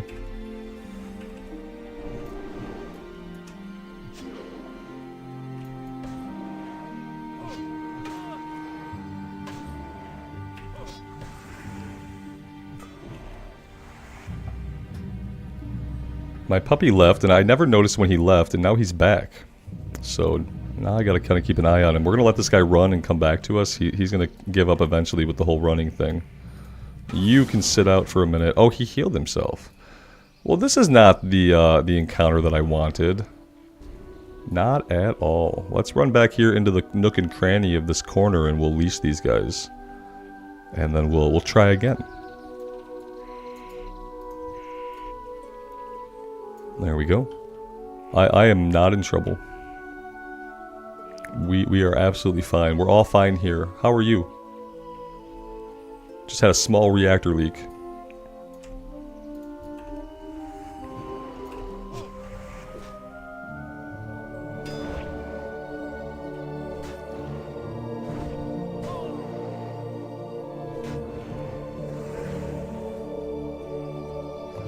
Goomba, what are you doing back there, lad? You better not be getting into any trouble.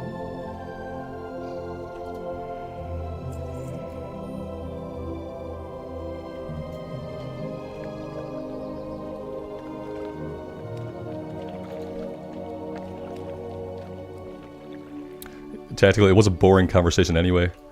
And we're gonna have company.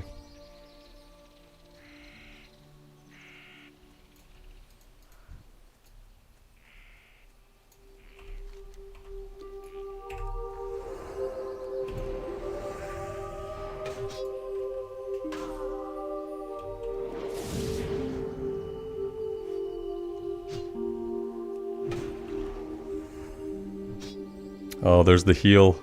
Ugh.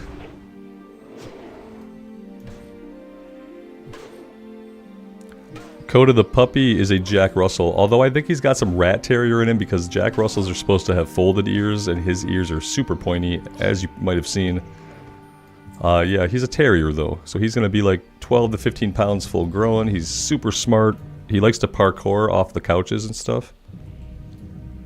And off your face if you happen to be like, if you're sitting on the couch when he parkours, like he'll go off your face too. Besides that, he's super sweet. He spends half his time sleepy and sweet and half his time like a complete spaz, so it's actually a lot of fun.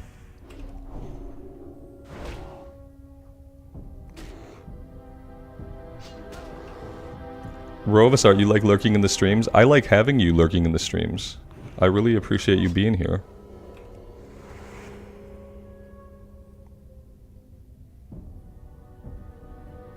JC, enjoy lunch. We'll catch you later. We'll be here for a while and we'll probably be back on in the evening. Thanks for hanging out. Jeff, yeah, all terrier breeds are super smart. Definitely agree with that.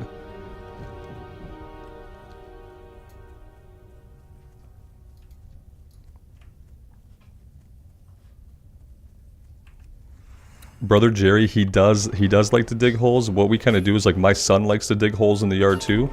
So like my son will dig a hole for himself to find bugs and he'll dig a little hole next to it for Goomba to dig in so that Goomba's not trying to dig in his hole. But yeah, he's got like a spot way back in the yard where he can dig.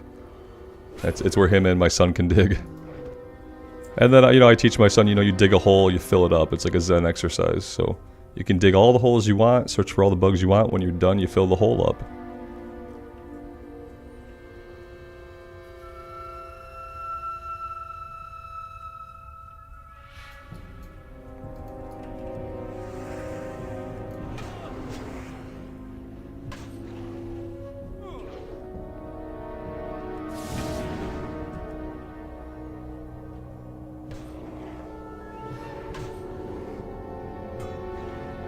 Sounds like a whole lot of fun. Dorsey, that was a good one. I like that one.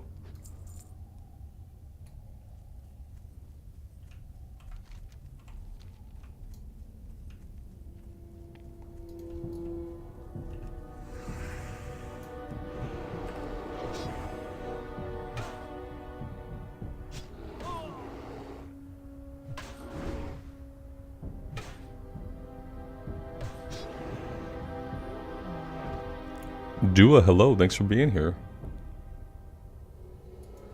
Victus Prime says you reached Nirvana digging a hole one time. That's super cool. How'd that go? You came back, so... from a state of Nirvana. Maybe you just found like an old Nirvana CD buried in a hole?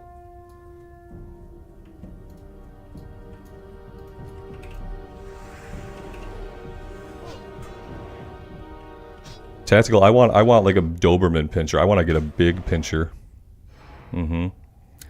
I've met a few and they look so intimidating, but often they're so sweet, and I kind of like that juxtaposition of like of their looks to like their temperament.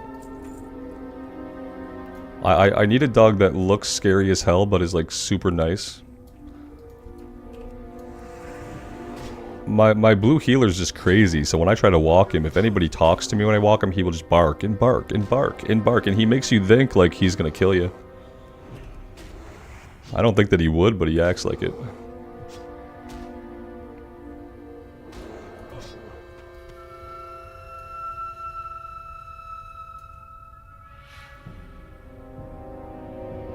David, you say the traditional hole. Yeah, I'm assuming like you dig a hole in the beach and it fills with water or something, and then you kind of like hang out in it. Or are you searching for like buried treasure? Because I feel like it could go either way. Down in a hole would be Alice in Chains. Yep, fair.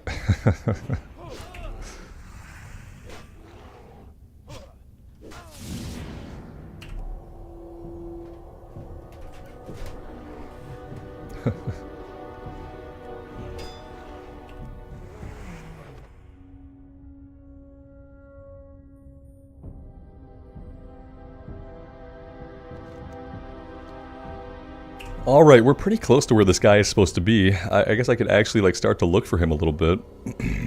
Let's see.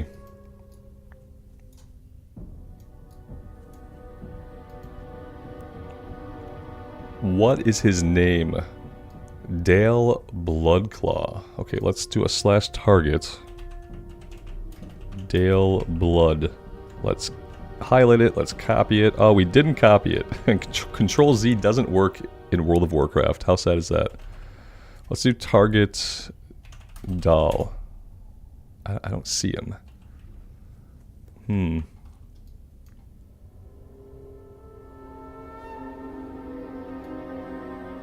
Jason, you think that the stream chat's turning into Baron's chat? I don't think it could possibly get that bad, my man. Not until someone asks where to find Mankirk's wife. Well, I mean, you just did it, didn't you? You had to go there. Slovenly. Yeah, I don't see this guy, but this is not exactly where it says that he is, so maybe I'm just not in the right spot.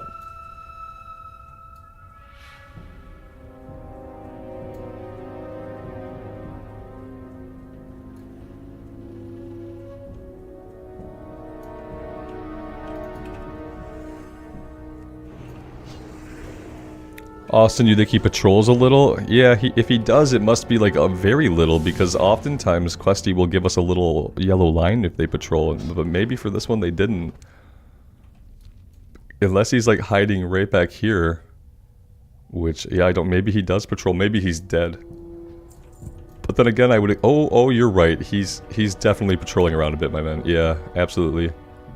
It was a Questy fail on that part. They should have drawn like a little yellow circle on the map. So let's like slowly clear our way to him. Oh, we got two of these guys. That was not slow or what I wanted, but I think we can take them. As long as we don't pull anything else.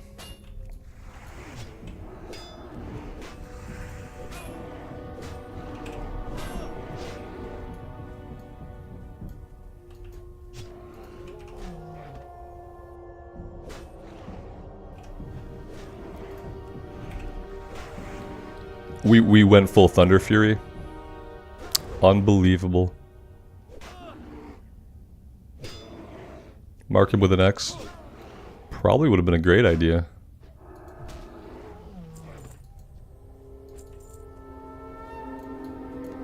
Because I lost him, chat. I should have marked him with the X because I lost him. Where in the heck did he go?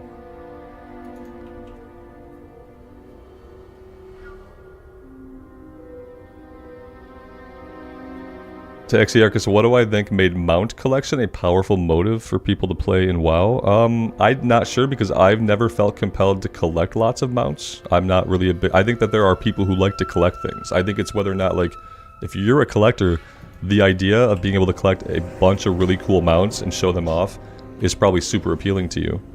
Same thing with, like, people who like to collect pets, especially ones that are kind of challenging to get. So I think part of it is, like, the prestige. I think that's what like drew people initially to collecting mounts and pets was like some of them are really hard to get, some of them are very rare drops, you gotta farm over and over to get them. And I think it was like prestige that drove people to want to get mounts. And then yeah, obviously when you can buy like even cooler mounts from the store, that kind of diminishes the prestige a little bit. Did any of you guys see where this guy went? Because I honestly lost him. I'm not even trolling you guys. I got super focused on the one we were fighting and he was gone. I feel like maybe another player swooped in. Did I get swooped? No, he came all the way back here. Okay, here we go. Now we gotta wait for him. I can't pull him there, so we'll just fight here for a second against more of the healing guys. Yeah, more shaman.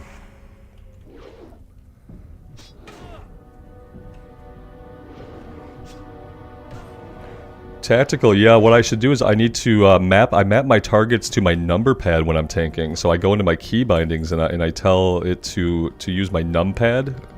Like 1 through 6 on the numpad for the markers. I should do that. That's and then I could just tap 1 or 2 on my numpad and mark anything I want. Yep, we'll do that after this pull, so that's ready for next time. I don't like how close they are. I don't like how they're kind of hanging out. Oh, we're about to back into stuff. Oh no, we're not losing this.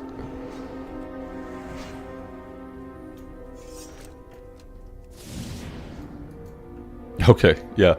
It was a little bit of a panic pull, but I didn't really want to have to wait. We'd scoped him out for too long to let somebody come in and take him.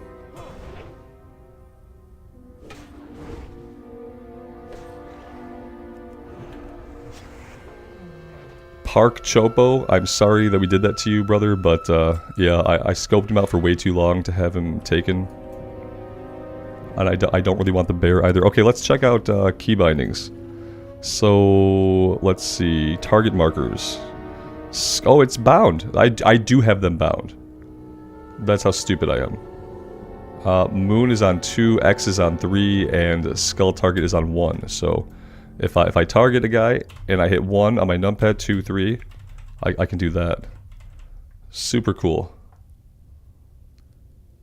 Tactical War says, the face that other player is making in real life. You know, the cool thing is I have my say bubbles turned off. So, like, if people type in /say, not only are we not going to see it in the immersive tab, we're not going to see it in the world either. So the great thing is, people probably say all kinds of stuff to me. Because I've kind of been hashtag no lines with this character also. So we grabbed Goldtooth right out of a pack of people in the mine. And I have all the bubbles off. So if people say stuff, they're going to just have to live with it themselves. Because I am never going to know. And I am okay with that. Alright, a safe way out of here. Can we maybe just come down this way and then jump over a mountain into the water? Or are we going to be completely precluded by doing that by like some kind of ridge line? Let's try it and see if we can carve a way through the mountains.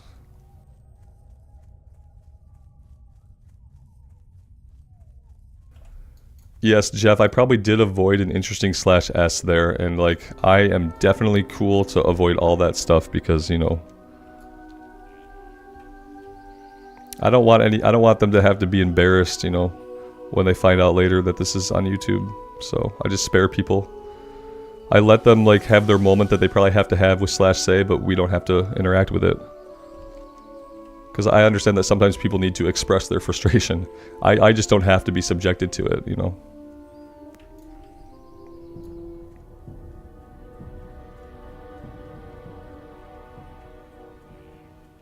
Raphael, yeah, the only mob line that I like the line in Elwyn Forest to get the guy at the outhouse. If there's a line in the Northshire Abbey to get the guy at the outhouse, I will stand in that line, because it's like the first bottleneck, you know? It's like everybody wants to get that guy, so you can come out of there at a proper level. So like, I either stand in line or I don't do the quest, right? I'm not going to try to grab that guy. I'm going to respect that line, but after the starting area, I kind of feel like all bets are off. Brother Jerry, you ask if anybody's griefed me yet.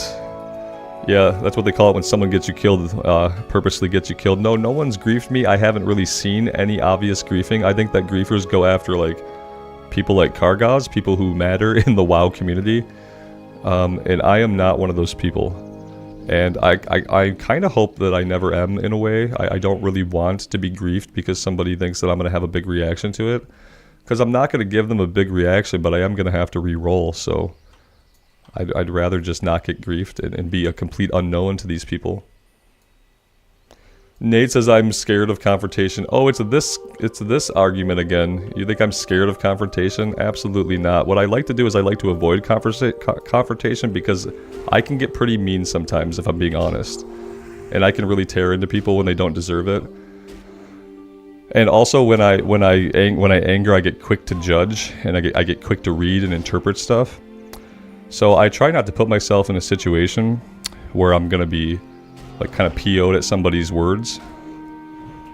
Because yeah, it's more to spare them what I might say. And I just don't feel like people should have to be subjected to negativity. It's not I don't want confrontation, you're right. But it's not a fear thing, man. It's like a quality of life thing.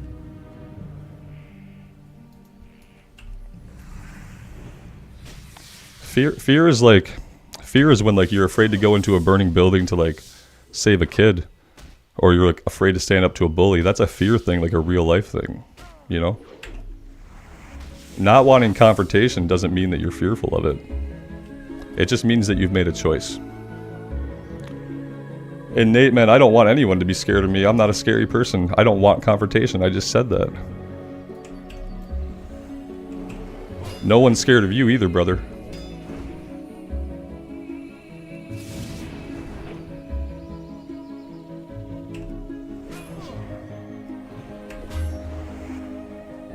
I think it's funny how like people project how like they act, because obviously you probably act like that. You probably avoid things out of fear or like worry about how you'll do in that situation.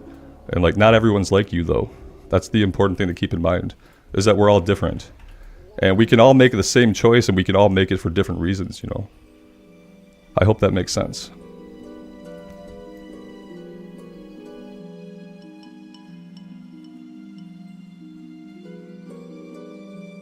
Dan Cosman, yeah, it was a spineless guy. I'm almost suspect to think that maybe Nate is the same person.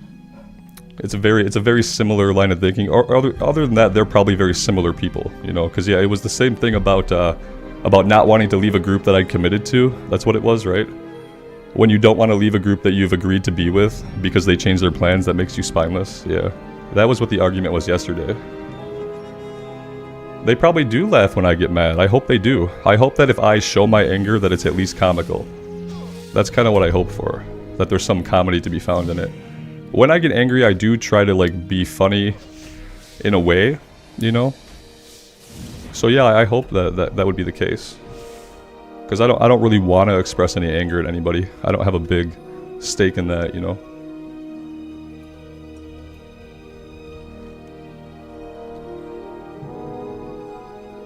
It takes a lot to make me genuinely angry. What I really like is when people keep trying to make me angry and I just keep talking at them. That really gets me going. So, I really enjoy that. I really enjoy letting someone push and push and push me to no effect. That's my favorite thing. Because I think a lot of people who do that, you're really used to getting like a quick reaction out of somebody. You think you know like the triggers you can hit. But yeah, good luck, man.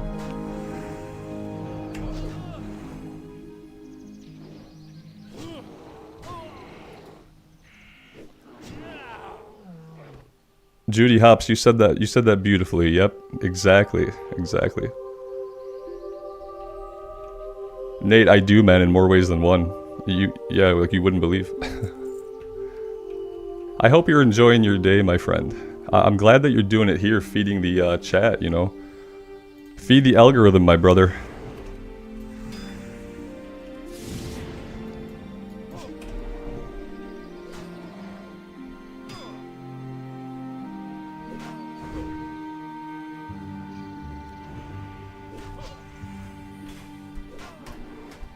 I do find it very funny that like some people like to spend their time trying to upset other people. Like that's what they like to do.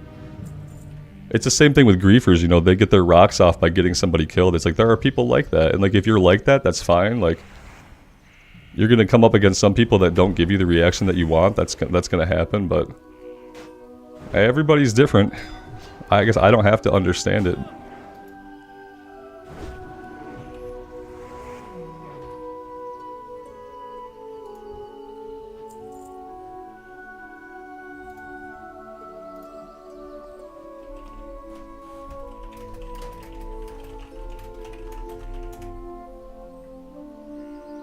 One second, guys. All right.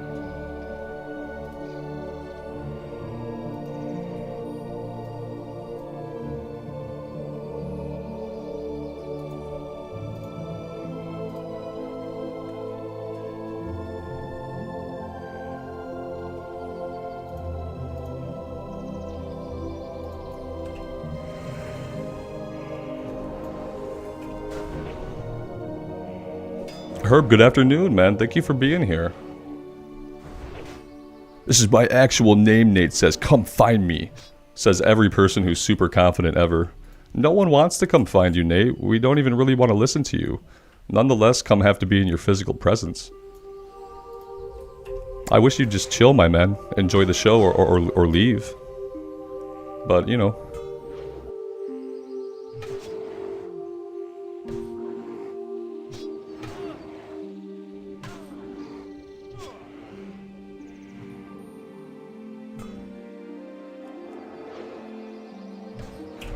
I got some pizza delivered to me by my wonderful wife, so I might be face cam-less for a little bit here in a second. And yes, it's a lot of pizza. Yeah, I do eat a lot of pizza. That turns out to be true. Unequivocally true.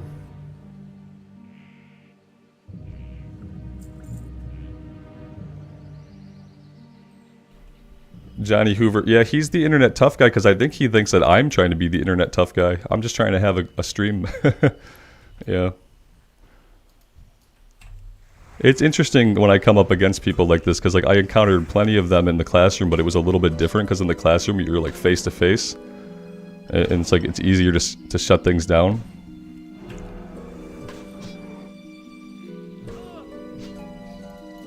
But I definitely have a lot of practice just dealing with people who are just trying to be a low-key nuisance, so it doesn't really bother me that much.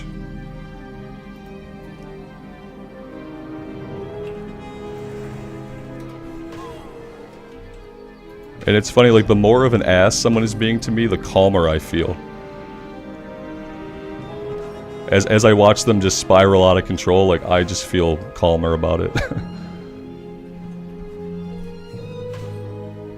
Blood Moon, I'm gonna let him do his thing for a bit. I'd like to not block anybody. What I think about these people is when they don't get the reaction they want, eventually they give up. I'd rather not block him because, you know, he could go take a nap and wake up and feel like in a completely different mood. And like maybe, you know, maybe regret some of the BS, but...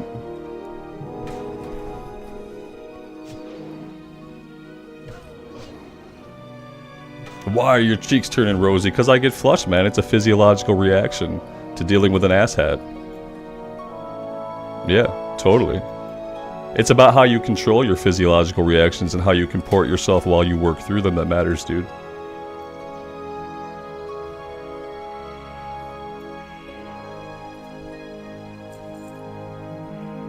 You're just giving me content, brother. I know you think you're getting something out of it. I hope you're getting something out of it. But you're just giving me content and conversation. Eventually, I will probably have to block you if you persist, but... It's all up to you, my friend. You're clearly not here for the show. You're clearly not here for me, and you'd probably do better just to take your shit somewhere else. You guys don't have to be mean to him. He obviously has a lot of his own problems. He probably needs some serious help.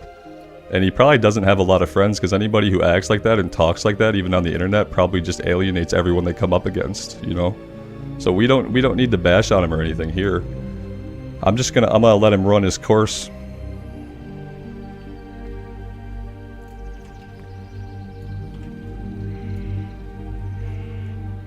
Sometimes it's good to have practice dealing with assholes. You know, you can't avoid them, so you might as well practice dealing with them.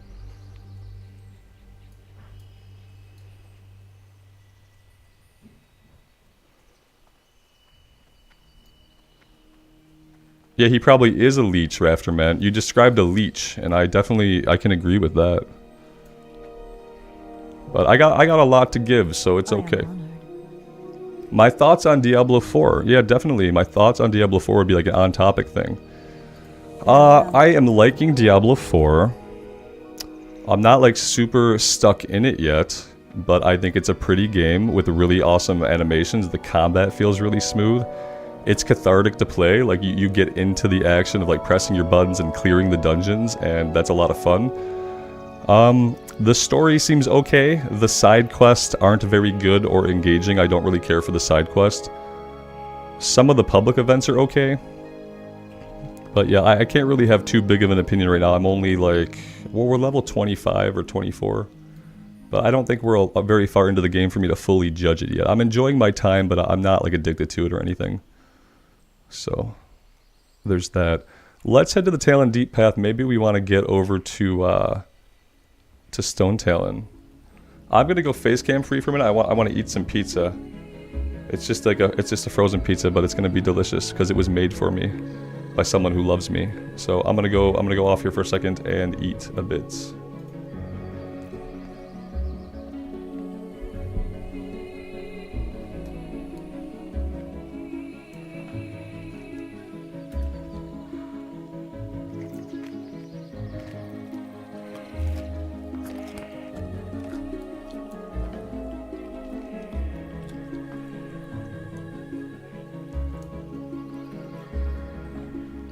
I guess I'll mute too. I realized I didn't mute, and I doubt you guys want to hear me chew.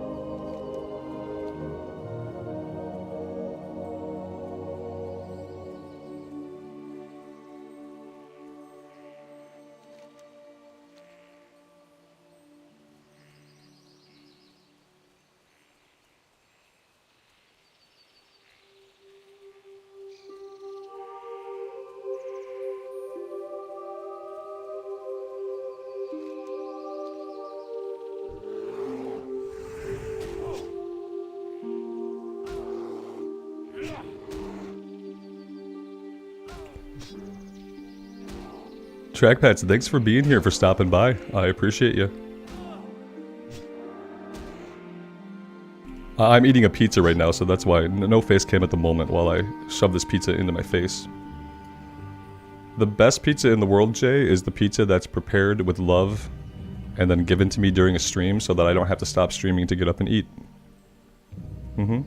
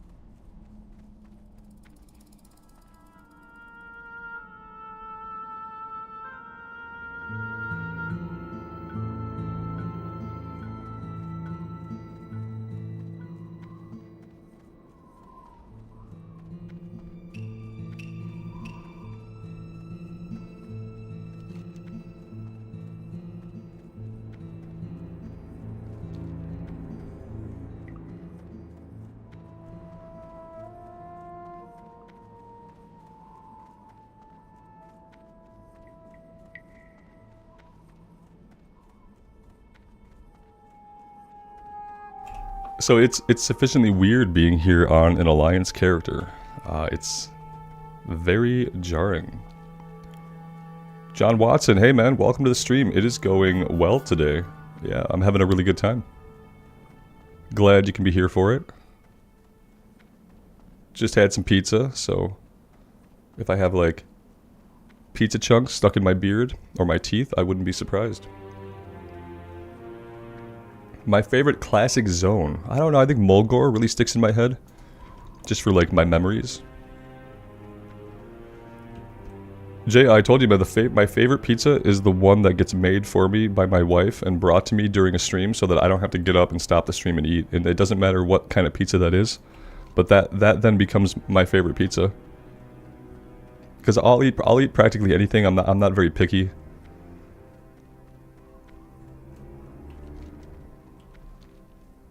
And if I had to think like taste-wise, what's my favorite? I don't know. I've had a lot of good pizza and a lot of mediocre pizza, so.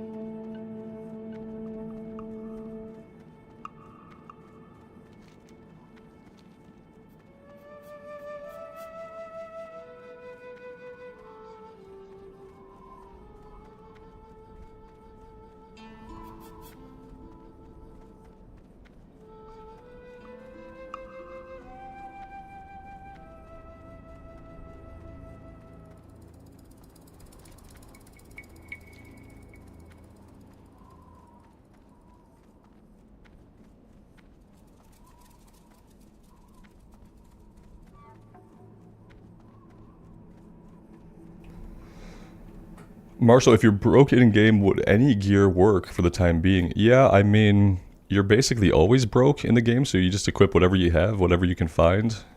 I don't think we've bought any gear off a vendor or anything, and you can't use the auction house, so you just kind of equip whatever you get. And if you do a dungeon, then maybe you get a drop, but maybe not. But yeah. And like if you're totally broke and you need money, you can just grind on enemies for a while and sell stuff, and like eventually you'll have some money. If you feel like you need to buy like a vendor item or something.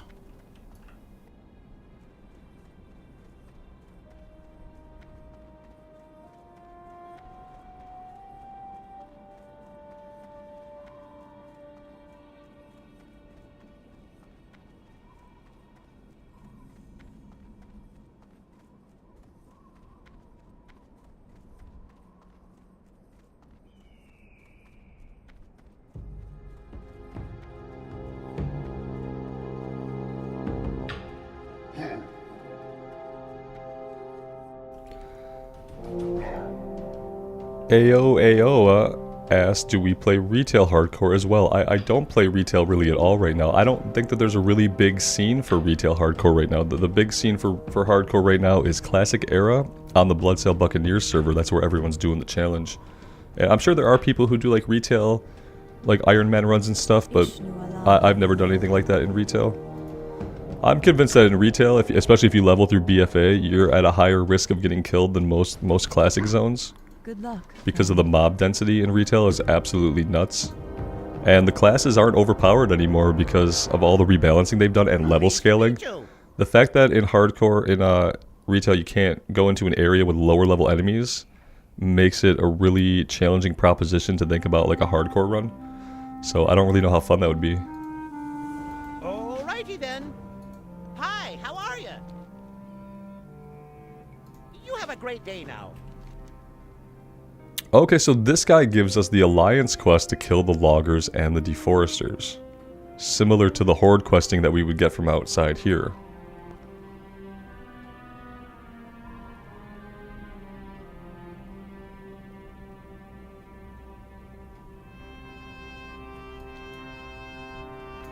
And then this is Ziz, Super Reaper 6000. Okay. We should be able to do this really, really quickly. We're kind of over level for it.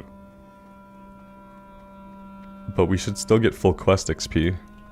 All the enemies are going to be gray, and that's probably better because the deforesters are going to hurl fireballs at us.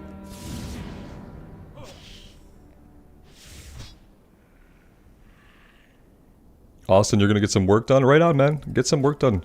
Feel productive in your day, brother. And come back whenever you want, whenever you can. We'll be here for a little bit this afternoon, and then I'll probably come back this evening. Maybe we'll play some D4, maybe we'll do some more Classic. Haven't really decided yet. No, you can't trade in hardcore, so you can't open trade with other players, you can't use the mailbox, and there's no auction house. So basically there's no way for somebody to give you stuff that you didn't. It's solo self-found, so you can't be given anything by another player, you can't trade yourself stuff. Let's see. Let's go ahead and drop this level 30 for now. Yo, have a good one. And so yeah, it hurts some professions because there are some professions like enchanting that need something from blacksmithing, and since you can't trade or use the auction house, things like enchanting become impossible. Or practically impossible. And yeah, you can trade within a duo. That's a good point, Dorsey. So if you run a duo or a trio where you're playing with 2 or 3 other people every time you play, you're a team, you always have to play at the same time, you can trade amongst that group, so you can all take different professions that complement each other, and then you can trade amongst yourselves. And that's really the only way to do it.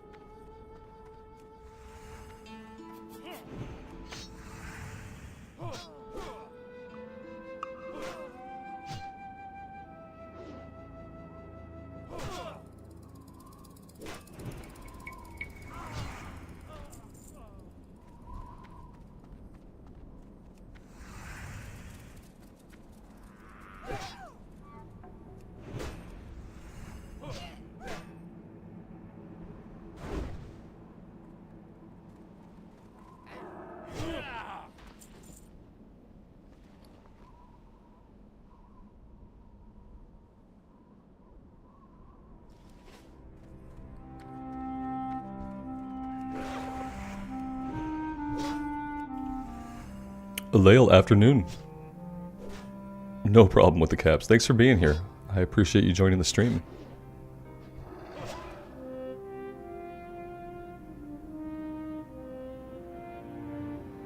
Sunpike, I'm glad that you're enjoying the content, man. Thanks for being here.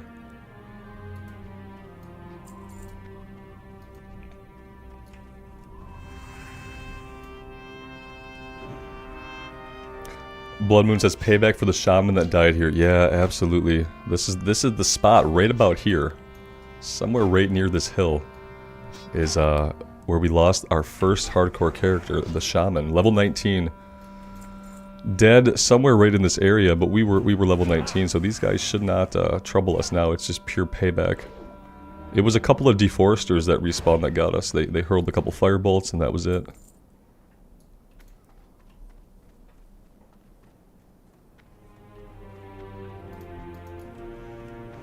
Yeah, and I made that shaman playthrough so much harder on myself than I had to. We were doing only gear that we made with leatherworking were we allowed to equip. We were doing only food that we had cooked were we allowed to eat. And I think I had turned like the floating health bars off and maybe even had the nameplates off.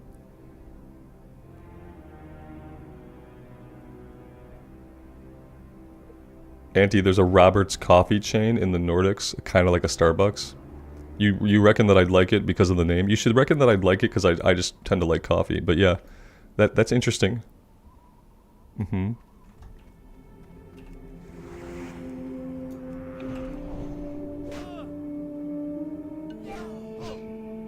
Jay, I'll catch you later, man. Thanks for being here. Yeah, we'll be on later tonight, I think. I appreciate you showing up, man.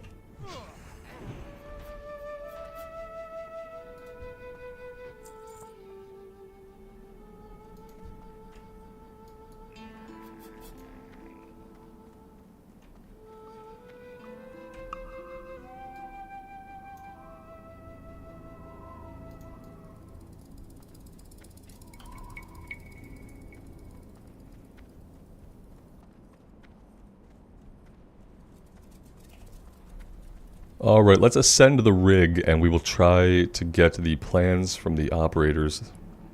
This kind of showed up as a Gray quest. When we went to Ziz, he didn't have an exclamation above his head, so this might actually be Gray. We might not get full experience from this one. The cool thing is we didn't aggro everybody by stepping up here like we would do on like an at-level character. Even this guy wasn't sure if he wanted to aggro.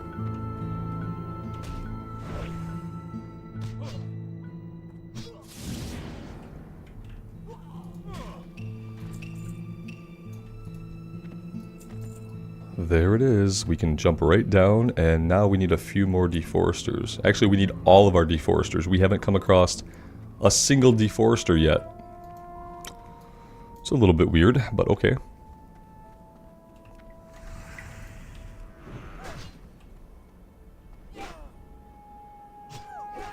Ron Ross, thank you for being here, man. Thank you for joining the stream.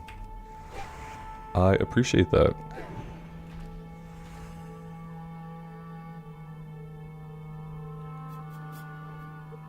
Tim, that's a good point. If a cafe, bar, or restaurant has your name in its title, you should probably just go in and check it out. And probably find a way to introduce yourself to somebody, you know?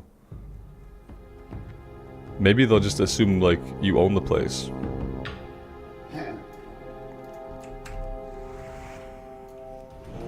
You went into a lot of Tim Hortons in Canada. Right on. That being fair, Tim Hortons is delicious. We have Tim Hortons here in Michigan because we're so close to Canada. And Tim Hortons has like some of the best coffee. I almost feel like it's like how Coca-Cola used to put a little bit more into Coca-Cola than soda.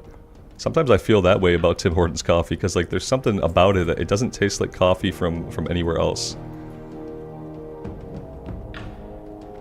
But it's really good.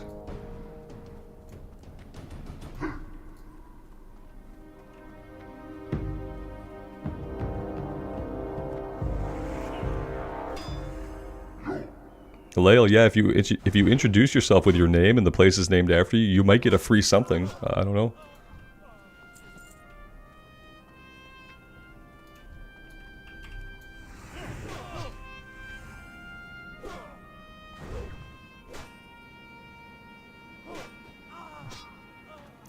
Yeah, Tim. They should have Tim Hortons in Ann Arbor. That's a little bit far flung, but I'm a little bit far flung from the metro area, and we have Tim Hortons out here still. But yeah, in Ann Arbor, I would guess that, well, you know, Ann Arbor is a college town, so there's probably just like a lot of Starbucks. Maybe you'd have to like leave the immediate Ann Arbor area to get to a Tim Hortons. But if you opened like your Google Maps and you did a Tim Hortons search for the Ann Arbor area, I have to feel like you'd find them. John Watson, thank you for that, man. Thank you so much, and welcome to the 5 new people. You are now stuck here. That's awesome, man. Super generous of you. Briss says you have Tim Hortons in New Jersey. Yeah, sure, because like I guess you're still kind of close to Canada-ish, so it makes sense that maybe that like bleeds over a little bit. For sure. Yeah, Tim Hortons is awesome.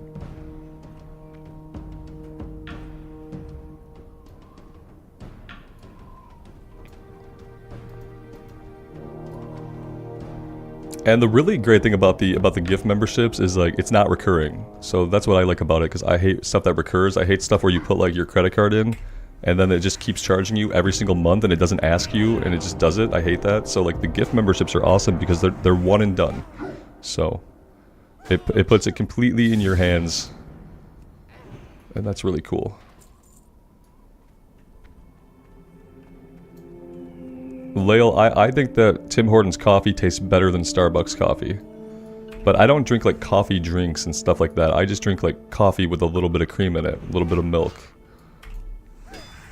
So I guess I haven't sampled the array of what Starbucks offers to really say that like Tim Hortons is better, but I like their coffee better than Starbucks.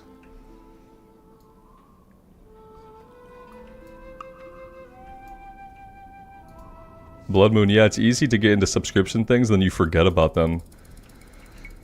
Recently we did an accounting of like all the subs that we're on, and like the total money of all the subs that we are actively sub to was an incredible amount. And so like we try to like unsub from some of them, and it's like it's still so many. You realize if you look at your bank statement, you realize you're subbed to things that you don't even know what they are.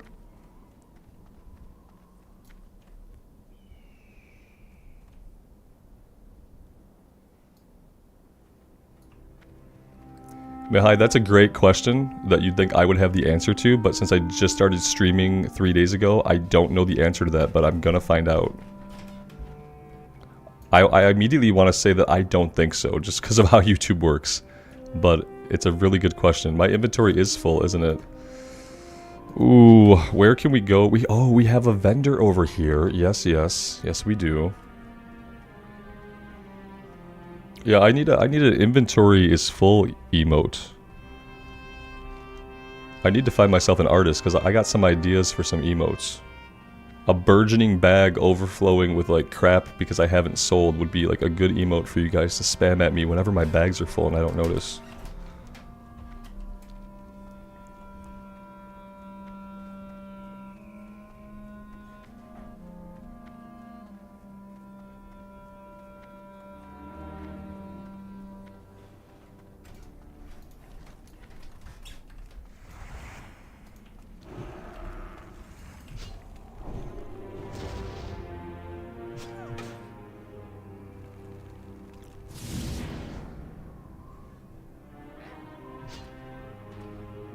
Yeah, Patrick, it's like a Twitch sub, but mine's a little bit cheaper than a Twitch sub. Yeah, but basically the same concept, you know. It's a subscription. If you sign up for it manually, I believe it's a sub. And then, you know, it charges you that much each month to support me. And I appreciate those that do, and it's absolutely not necessary. Don't feel in any way obligated to do anything but just hang out and have a good time.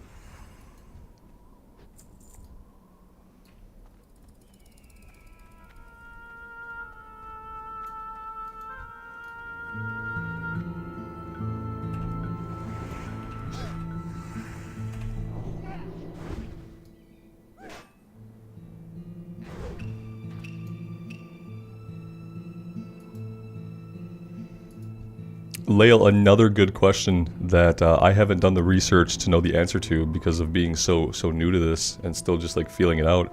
Eventually I'm gonna have to do a boatload of research on how to actually do things professionally. Time is money, friend. Professionally, you know? Ooh. Oh. Well. I mean, it's not going to be better, I don't think. Oh, well, it's a little slower. It's a little slower. What do you guys think about this sword?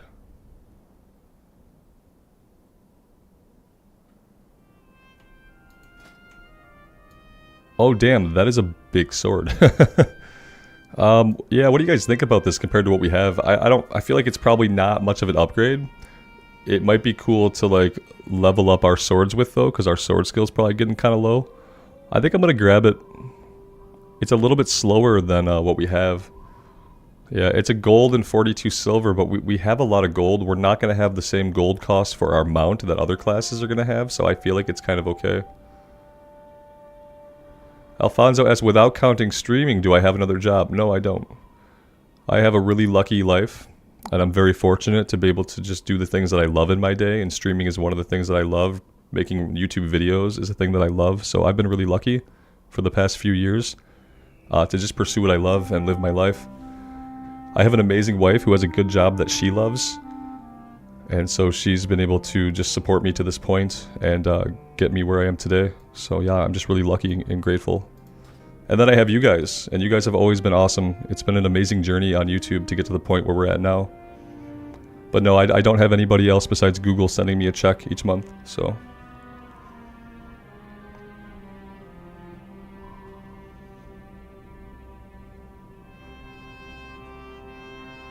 The sword's going to be better because I'm a human. Yeah, I have sword and mace skill, and I don't have axe proficiency, so let's grab it, and let's sell other stuff.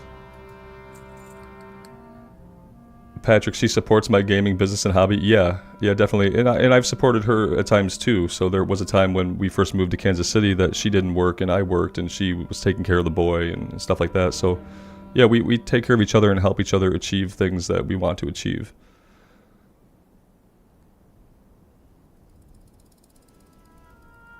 David Poole, exactly. Doing not necessarily a job that you love, and people use the word job a lot because it's just kind of how we are trained. But doing something that you love is important, and if it can pay the bills too, that's going to make you feel even more fulfilled. Weston Berger, thank you, man. Thank you for the membership. I appreciate that. Welcome. Patrick, yeah, you say it's so rare, and that's kind of sad because if you're in a relationship and you don't feel like the shit that you love to do is supported, that's bad. I mean, I hope that's not, like, common.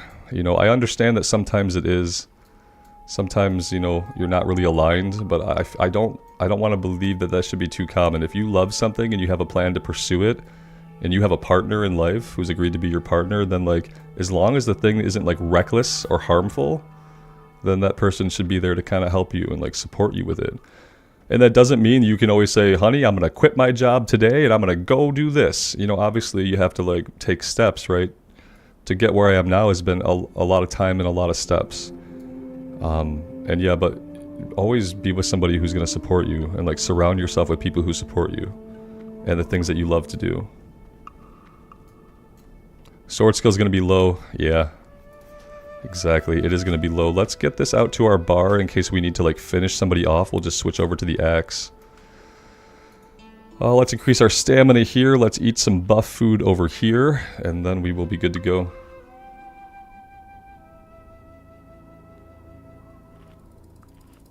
Yeah, Patrick, I'm glad you say ex-fiance, and that sounds perfect, man. I'm glad you got out of that situation. If you're doing stuff you love, like going to the gym or playing games, and you are with somebody who does not like that you do those things, they are not going to change. And you should not have to change. So, Brisk, thank you for the membership. Welcome. I really appreciate that, man.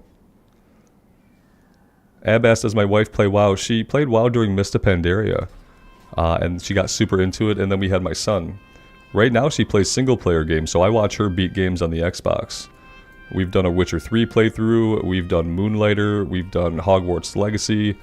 We have done lots of things. We did Immortals Phoenix Rising. My son beat Cult of the Lamb, but my wife also beat Cult of the Lamb, and I kind of watched both their playthroughs. Yeah, she beats a lot of first-person, single-player games that, like, I don't have time to play, because I'd rather just watch her. If it's nighttime, I'd rather watch her play or watch Carnage play or watch Chris. Yeah, she plays Xbox now. Dorsey, I'm trying to get her to maybe do a hardcore duo with me at some point. But she'll probably want to like brush up her skills. And she's never played Classic Era, so like I said, she played during Mist, and I don't think she remembers much. So maybe someday. That's the hope. Leo, Witcher 3 is an amazing game. Hogwarts Legacy was pretty good. Yeah, it wasn't amazing. It was really amazing for what it was. And what it was a Hogwarts game that wasn't a Harry Potter game. And yeah, I liked it for what it was. I feel like if they do another one, there are a lot of things I'd like to see change.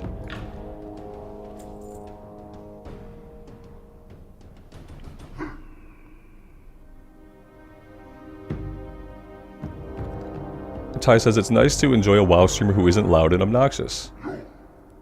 I appreciate that, man. I can get loud sometimes. I try not to be too obnoxious. I'm sure I still get on some people's nerves with some of the ways I play the game, because I'm not like a super efficient player, so I'm sure that like grates on some people. But thank you for being here. I appreciate the words, man. We could try Ret Aura. Yeah, how much are we benefiting tactical from like the 275 armor? I'm never really sure stuff like that.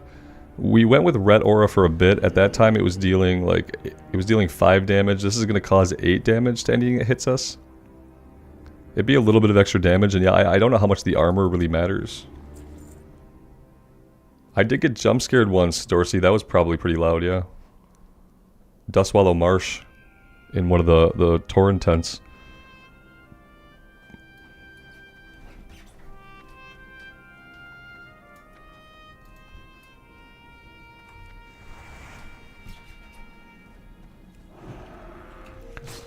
There has to be a place over here with like a higher concentration of the deforesters. That's what I think. We've been coming across mainly loggers.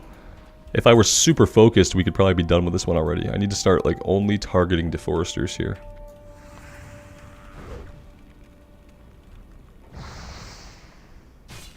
Yeah, Mahai, I didn't think that it would, yeah.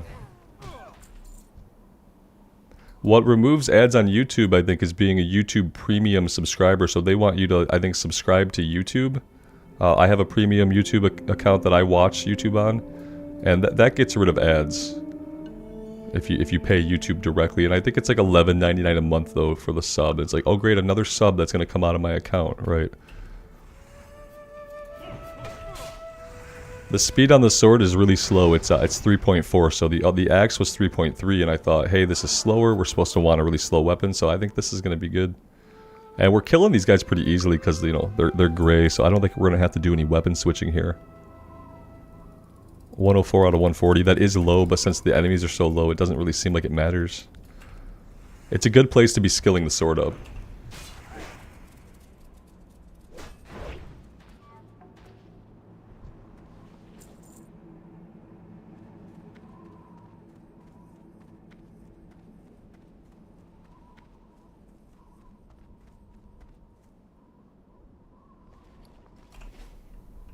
Yeah, Alex, definitely we should get on some sharpening stones. I don't have any in my bags right now, I don't think. We haven't made any in a long time.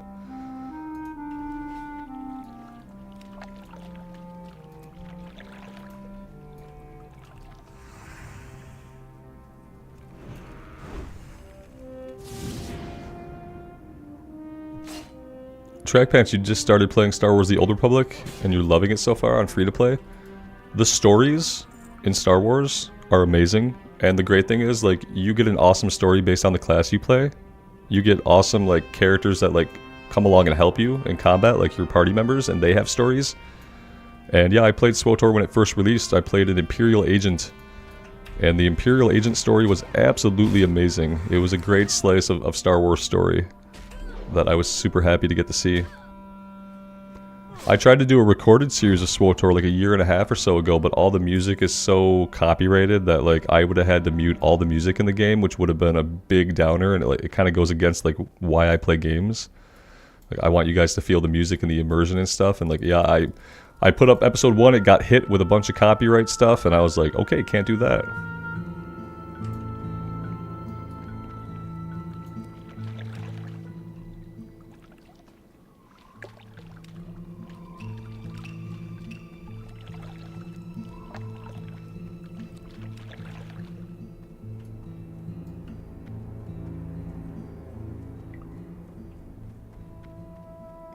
Yeah, all the stories in SWTOR seemed like they were really great.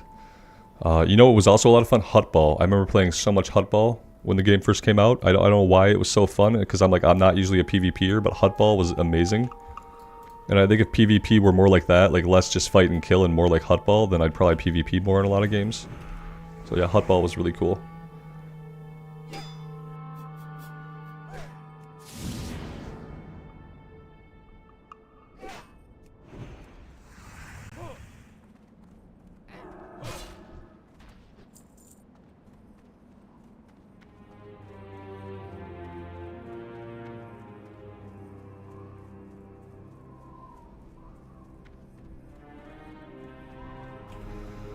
Yeah, Jason, I always hear that, and I missed out on Knights of the Old Republic. You know, I tried to play it years later, and it was hard.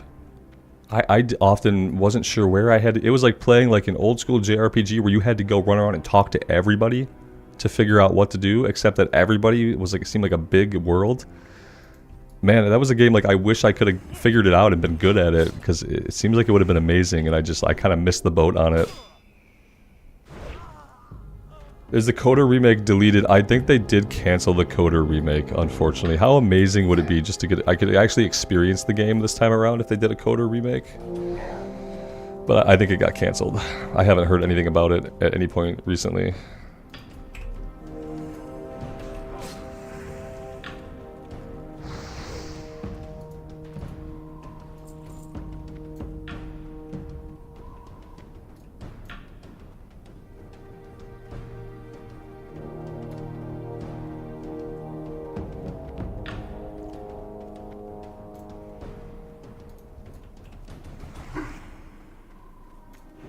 Tactical, you say fish the wreckage? I don't think I've ever fished in wreckage, so I'd be willing to see what happens. I think I have a fishing pole.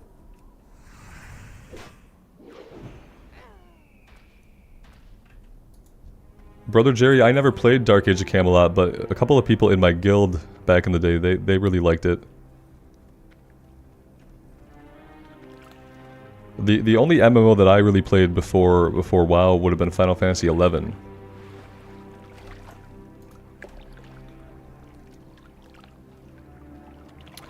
Somewhere I thought I had a fishing rod. Did I sell the fishing rod? Oh, here it is. Oh, he got the wreckage! Son of a biscuit. Oh, man. Okay, well, I'll keep an eye out for that kind of stuff. I've never done that before.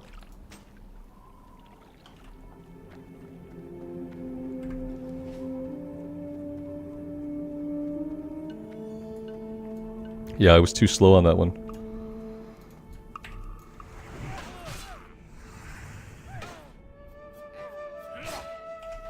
Now that I know what I'm looking for tactical, I'll keep my eyes open for floating stuff like that. I've never leveled fishing very far, and especially in Classic era, I don't know like the ins and outs of it. We need one more Deforester. It'd be super cool not to have to fight any more gray level loggers to get to one. Here we go.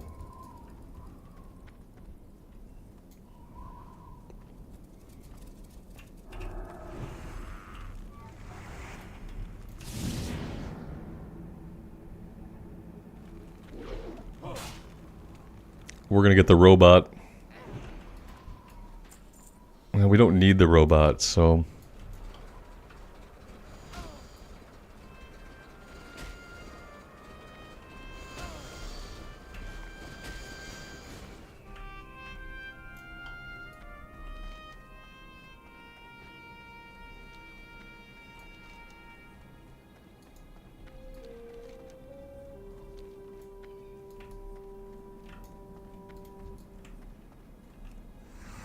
That's right, we need the Pride Wings, and we can find some of them right around here, although most of them are around the lake up here.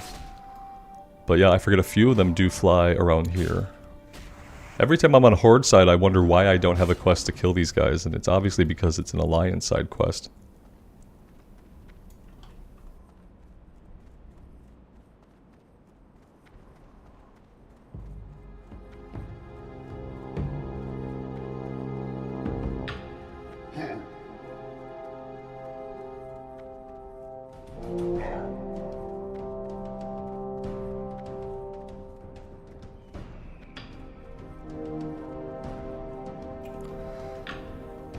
Yeah, Wix, all the music was copyrighted. I thought about layering some like ambient music under it, you know, and just play in the game, but I feel like the music, especially when we're talking about Star Wars and the way that they kind of carve the music to highlight things happening in the story, it'd be missing so much ambience and immersion without being able to hear the legitimate actual in-game music. So yeah, it really sucked. I was not happy with it. I got it all installed. I remembered my original login credentials. My original level 60 agent was still there, standing in the space station where I left him all those years ago. Like, I had logged out after a raid. Dude was still there. And I had, like, all this nostalgia, and I was, like, so happy to start playing the game again. And then copyright strike. Man. Hey, how you doing? Yeah. Be good. I don't feel like it would be the same if I just layered some, like, some ambient stuff under it.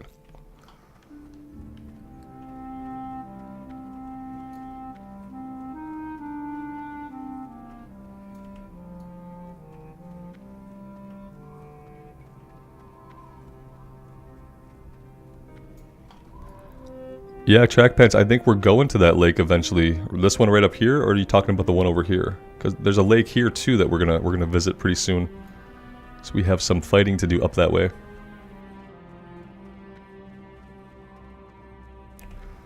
Sixes, are you a big Star Wars fan, like outside of that? Because I think like mainly like I loved it because it was a game that was in the Star Wars universe and a part in a timeline that I wasn't familiar with, and it felt like Star Wars. It felt so right.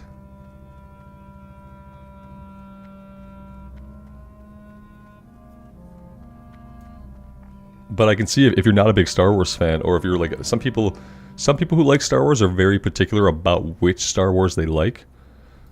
Like for me, I appreciate the original trilogy and the Clone Wars animated series. I think the Clone Wars animated series has some of the best Star Wars storytelling that exists. And I can't speak to the other animated series because I've only watched Clone Wars, but... My, you're a tall And like the storytelling in SWTOR reminded me of like the quality of storytelling in the Clone Wars. And like the graphics weren't the same, but it was kind of a little bit of a cartoony look almost, and that kind of fit well. Yeah, if you like your fantasy stuff over sci-fi, like if you're not a Star Wars person who likes Star Wars fantasy for what it is, then I can see how you just bounce off of it as like an MMO player who's wanting something like World of Warcraft. Yeah, it'd probably be really easy to bounce off of it. Marshall, yes, Star Wars Rebels looks cool, and it's kind of like adds to continuity. I know they bring back characters from the Clone Wars that they show up in Rebels because it's like the continuity, the timeline continues on in Rebels. Eventually I'll have time to go back and watch all those animated series. Off and away. Need assistance? Our quest log is full. That's cool. Oh boy, we have stuff everywhere. It's all yellow. None of it's orange. What am I giving up? I'm not doing Nomergon. Let's give up on that. Hey! Be seeing you. Can I help you? You have a great day now. Now which one do we give up? Stockade. Pleased to meet you.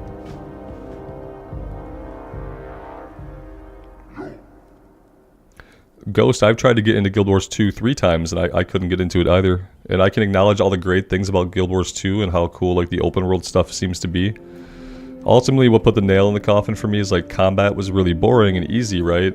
And you didn't have a lot of buttons to push, and you didn't have to really think about fights too much. But then people kept telling me like, oh, it's all gonna change. Just wait. Everything you know is gonna change. And they said it as if it's a good thing, because I bet they acknowledge that leveling kind of sucks in the game, and it's kind of boring. But I don't really like it how you build muscle memory for a game's combat, but then at some arbitrary point, the game gets really hard or totally changes the stuff you have to do. So yeah, I just couldn't get interested in get... It seems like just an MMO that's had like too much time to grow, and if you haven't been growing alongside it, it's probably really hard to get into it. And that's what happens to a lot of MMOs that are around. It's WoW's problem, just compounding content, and like new players don't really know how to approach it properly in order to actually get immersed in it.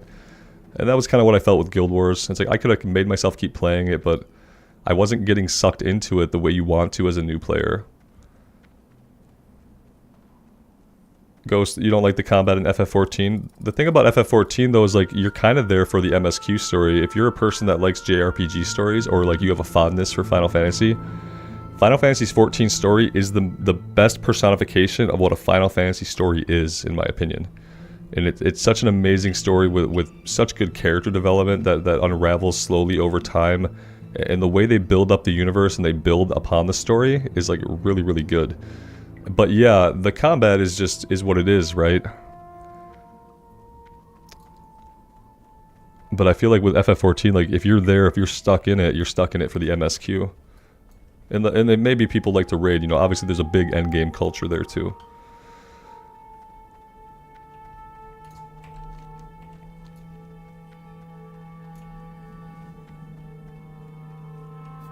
Yeah, Ghost, I played through Shadowbringers and I haven't played Endwalker yet. So I still have to see like that part of the story. Eventually I'll go back, you know, to see the story. But yeah, as far as like gameplay, some of the classes are really fun. Red Mage was really fun. I played mainly a Dragoon, which had like a really easy like combo that you're just basically doing this combo. You have a few other buttons to push, and it was pretty easy and pretty cathartic, so I didn't mind it. Is the combat while you're leveling up super engaging? No, and I feel like you don't do too much combat while you're leveling up. It's not really like WoW where you're gonna go grind a lot and stuff like that.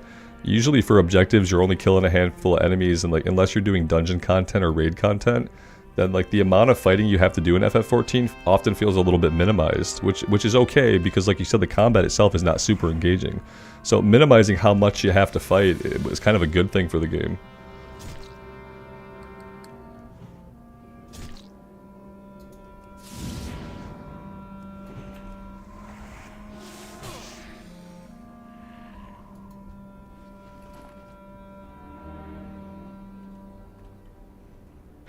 Yeah, Tim, the combat for me in Guild Wars 2, it felt kind of hollow.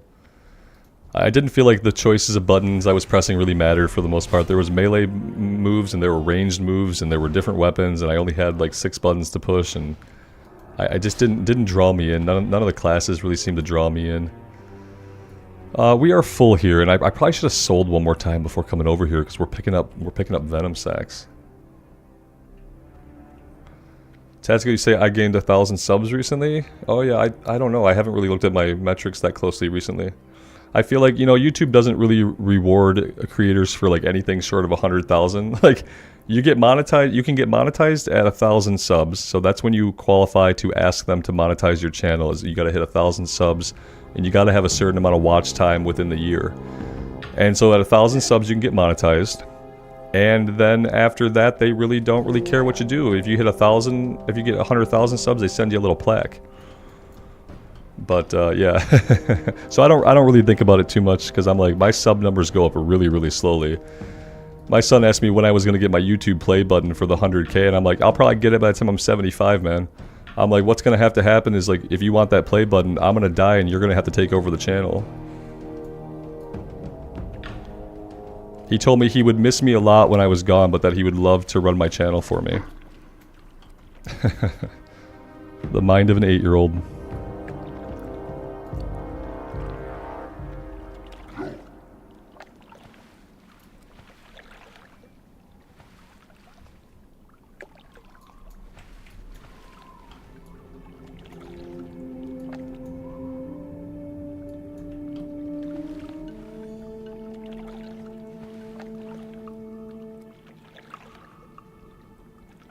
Ghost says, wait, you have a son, stream hardcore, and have that voice? What a Chad. No, I'm not at all a Chad, I don't think. I appreciate that, though.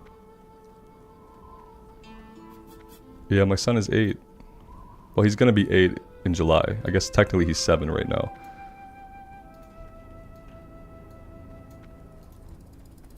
I just round up with him because he already comes up to like my sternum. He's like 4.5 feet tall and he's 7. So he's like a little person basically. In 2 years he's gonna be like 9 or 10 looking my wife in the eye. His kindergarten teacher was like super short and he already looks her in the eye. And that must be really weird for her because she was his kindergarten teacher. Oh, guys, I'm gonna have to drop some stuff. Yeah, I don't want to, but I have to.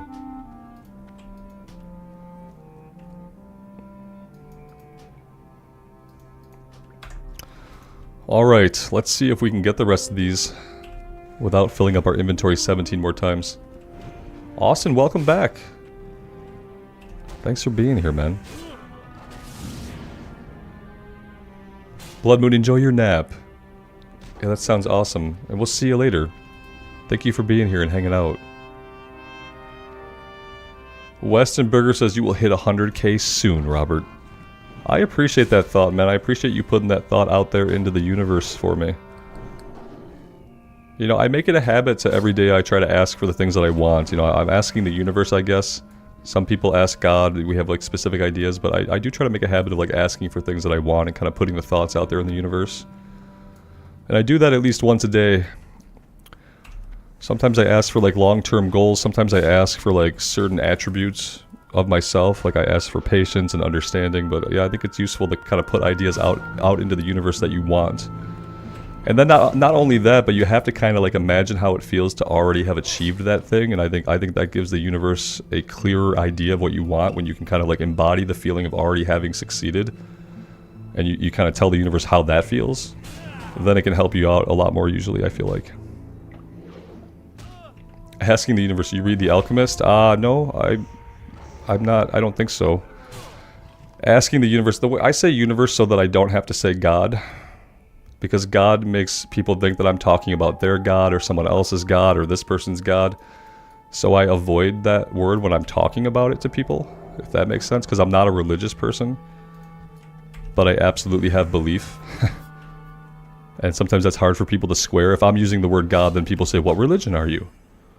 And then I say I'm not. And that either agitates them or confuses them. So I say universe. Do I believe in a multiverse? I don't know what to believe.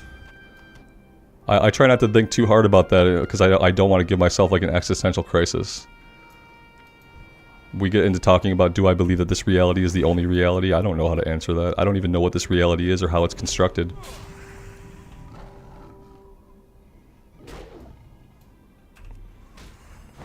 When I don't even understand why I can suck in air and keep living, I can't speculate on the multiverse.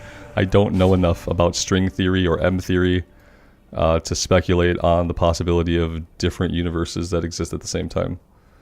Veshoran, you believe in science, and that's fine, because if there is a God, he made science, so you should believe in science. You should believe in everything that is within existence, because we live in reality. So absolutely.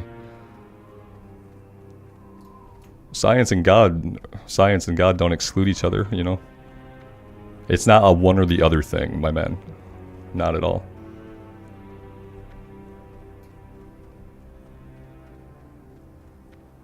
Science is just the rules that govern the universe, you know? At some point, those rules came into being, however they did so.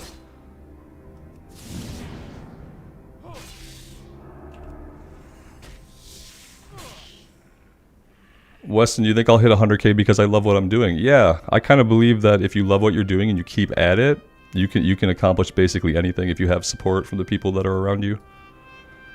But what it takes is it takes the daily effort, and it takes asking for it and like keeping your mind focused on your goals.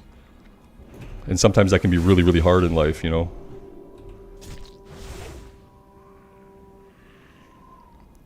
Austin says we're all just NPCs in each other's life.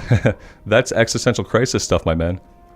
I don't believe that's true, but when you think about stuff like that, yeah, you can work yourself up into an existential crisis. Think about it this way, you are the main character in your own universe, okay? But everyone else around you matters too. So you can't treat people like NPCs, even if you suspect that maybe they are.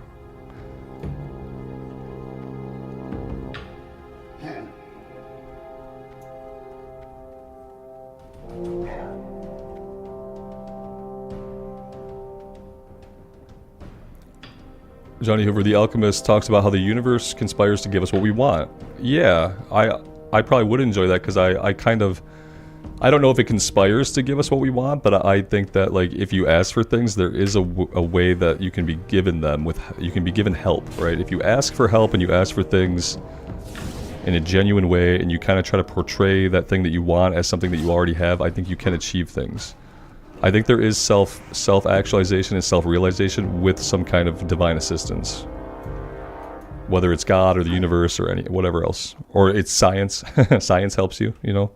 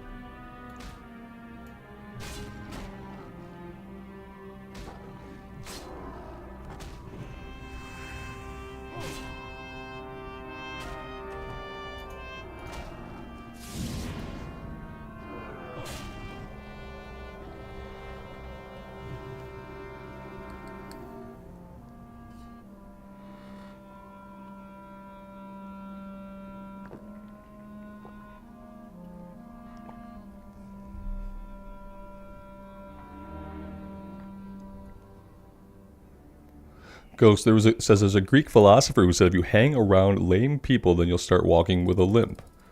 It's all about projecting your ambitions and surrounding yourself with that energy. Yeah, it's mainly, yeah, I think it's mainly about your own energy, right? Your environment definitely matters. Like if you surround yourself with negativity, then you're going to be a negative person. But at some point also, you kind of have to like imbue qualities into yourself that you want to exhibit to others. And that can be really hard. It's really hard just to, as a human, be kind of reactionary to our feelings and just let them like do what they're gonna do. It's harder to like actualize your emotions and have control over them.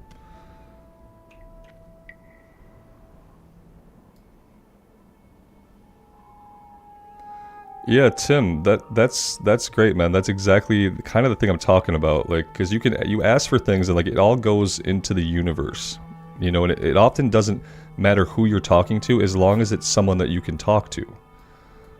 And I think people find that under different names and in different ways, but it is important to have a way to kind of communicate with the universe. And yeah, if it's reaching out to like lost loved ones, I think that is definitely a good way to go. And it probably is a way to really help you. And it's like it's hard to say sometimes. Like you think like if you're asking for these things and asking and you get them, or were you given them, or did you create that yourself? Was it self-actualization, or was it some kind of intervention? And I don't think the answer to that one matters. If you're asking for what you want and you end up getting it, it's probably a combination of a lot of things. But the important part is like acknowledging what you want and asking for it.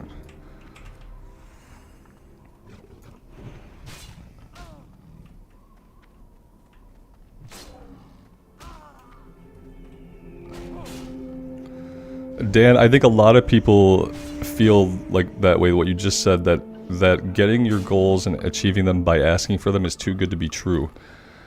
And yeah, what the point of it is, like, you can't just ask for something, right? You can't be like, I want $1 million. You sit there and you ask for $1 million every single day, you're never going to get it. You have to ask differently. And it helps to be very specific in what you ask for. And like the more specific you can be, the better. But then you also obviously have to be like taking physical steps towards that thing. So yeah, it has to be, you're asking for something that's something you can work towards. And I think that's where people make a mistake. Like they ask for things that are impossible. You can't ask for things that are impossible. It's like, oh, I asked to end world hunger every day and world hunger is still a thing. Well, whatever is out there, it probably doesn't have the power to end world hunger. But it might have the power to help some people find your YouTube channel who really will enjoy your content and who will have a good time hanging out with you. The universe might be able to help with that. But it's probably not going to be able to cure world hunger no matter how much you ask. That's not like the best example, but that's kind of the example that popped into my head.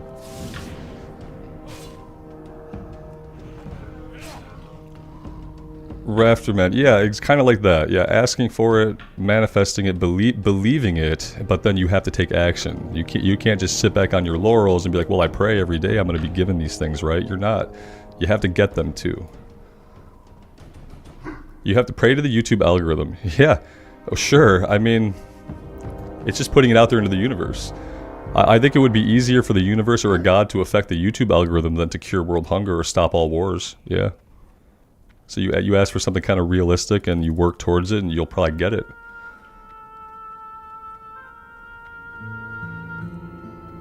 But I think the thought of like, you know, it's too good to be true, I think that's what stops people from asking.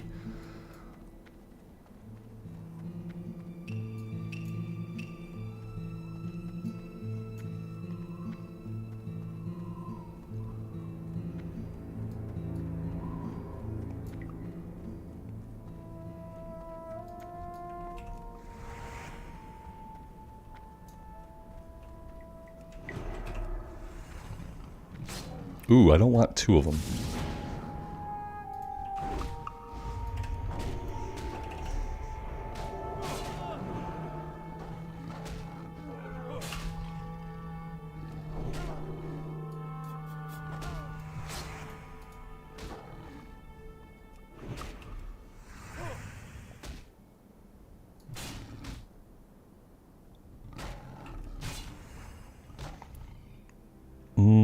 I don't want to use a potion, but maybe I just should. Yeah, I'll just use the potion and we'll just be safe.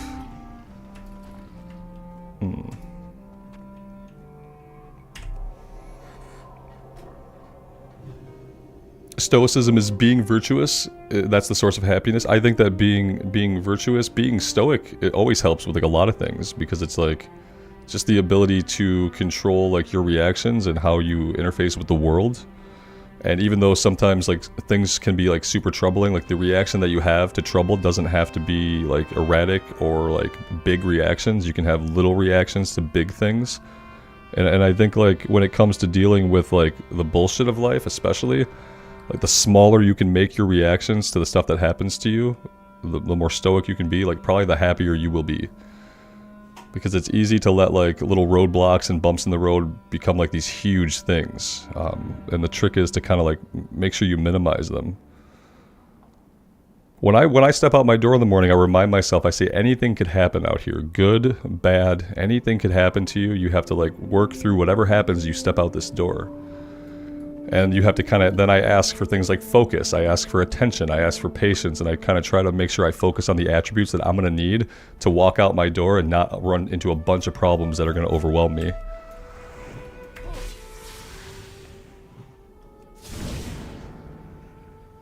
Which classic server are we on? Right now, Lev, we are on the Bloodsail Buccaneers server doing the hardcore challenge. And that's just that's the server where everybody seems to do the hardcore challenge right now, so that is where we are at.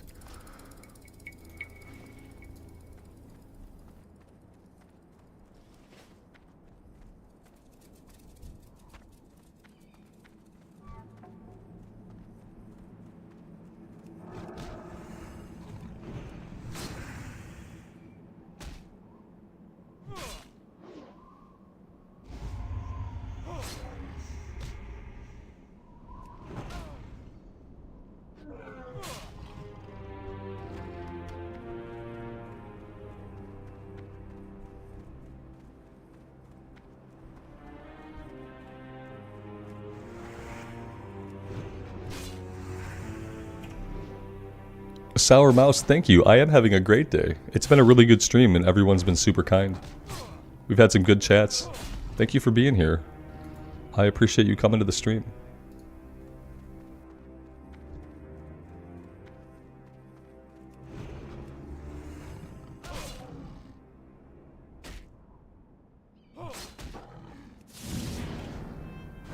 Jordan asks, how has this playthrough been compared to your other characters? This playthrough has been a blast. We're still alive, so compared to other characters, we've actually lived a lot longer. Our highest character level before this was 26, so hitting 27 was a big milestone. The Paladin has a lot of survivability. We have bubbles, we have lay on hands. So it's been really easy to get ourselves out of deep trouble. And yeah, it's been super fun because I have been streaming this character exclusively recently, so hanging out with you guys has been really fun, and it's kept me alive, and it's helped me make better choices some of the times when I listen. And yeah, it's been really good.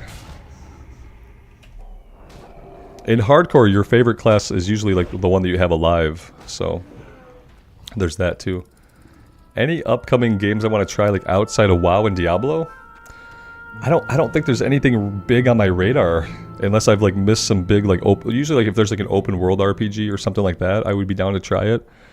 To be fair, I skipped Hogwarts Legacy because I didn't really want to deal with like some people's politics or thoughts on that one, so I just didn't even try it on the channel, and I watched my wife play it instead on the Xbox. But I don't really have any other games on my radar right now. There's no big MMOs coming out this year that are actually legitimate MMOs. I can't think of any open world stuff coming out. I keep waiting for Cyberpunk to get like the real final update to make it the game that everybody thought it was going to be. That hasn't happened yet, so I might never get to do a Cyberpunk run, which is kind of sad. Austin, yeah, the Mines of Moria. We've seen so little about that, I think it's hard to say at this point. What studio is doing that game?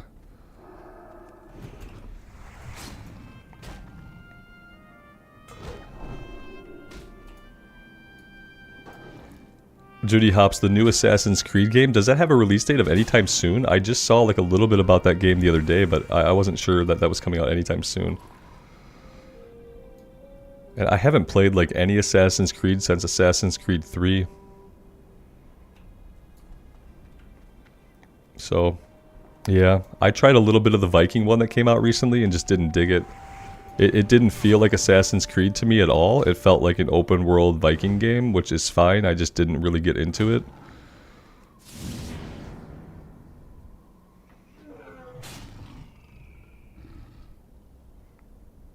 October 12th is the date for Assassin's Creed. That's a little ways off still. I'd have to see a lot more about it to make me even want to try it out, because Ubisoft being who they are, you know, the game's gonna have pay to skip, pay to gain XP, pay to win, basically. I'm not really into all that stuff. Lael, Ashes of Creation is never gonna come out, man. Don't wait for that game. When you're talking about a game that's been in development that long, and then like last year they switched everything over to the Unreal 5 engine, it's not gonna come out, man. And it's like, they're not scamming people, but they're gonna end up collecting a bunch of money, sinking a ton of money into this game. Eventually the devs that are working there are gonna get pulled into other companies, other projects, leadership is gonna change hands, and the game is gonna get shit-canned eventually. So, and it sucks, but that's just the fate of games that get stuck in development hell, because what happens in development hell is like, especially when you're self-owned and self-started, you have this idea you want to make the perfect game. Everything has to be perfect, and you're willing to sink all this time into it, and then years and years later you realize we haven't put the game out. And eventually no one's going to care, and the devs who are working on the game are going to want to go make games that are going to get released. So, you hope Starfield doesn't disappoint. Then you should check yourself. Another thing, another game that's been stuck in development hell. Development hell doesn't help games be good. It's like, sometimes you wish a game could have stayed in development longer, but when games get stuck there and they're iterated upon and iterated upon, there's a problem. Because it means there's a problem with the core design that just isn't good enough, that they keep trying to make it better. So that's how I feel about games that stay in development for so long and go through so many iterations, that if they ever do come out, they're not going to be great. And Cyberpunk was kind of that story too, if you think about Cyberpunk and all the things they said were going to be in Cyberpunk and how all the systems were going to work.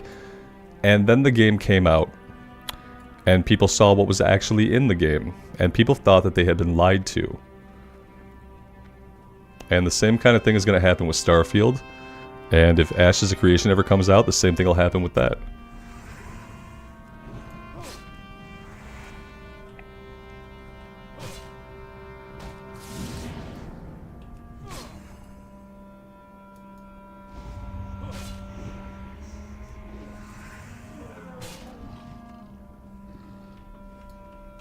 Yeah, I'm not looking forward to any of the MMOs that are slated right now, because they're all startups that have been stuck in development for so long, and none of them are ever going to come out. And when they do come out, people aren't going to care, and they're not going to be very good. I wish I felt differently, and I'm not just trying to be negative about it. I'm just trying to be honest about what I've experienced in my life with other MMOs that have come out, because I've been through all of them. I was there for Aeon, I was there for WildStar, I was there for Lord of the Rings Online, I was there for Warhammer Online, I was there for all these games that were going to be like the next really awesome MMO.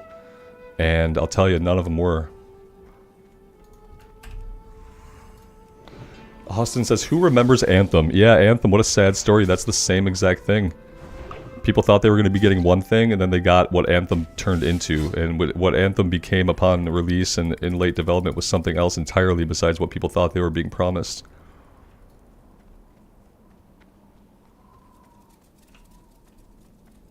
Bogdan, I'm glad you're enjoying the stream, man. That's awesome. Thanks for being here and hanging out. Sour Mouse Rift? Yeah, the thing about Rift is, like, I feel like Rift eventually got its own player base. Like a small player base, but yeah, Rift, same kind of thing. I actually liked Rift a little bit when it came out. I liked Rift more than Aeon or some of the other games that came out around the same time. Star Citizen? Yeah. No, I think the next actual MMO that we get that will be like actually good will probably, unfortunately, be Riot's MMO, which probably isn't going to come out for about 6 years.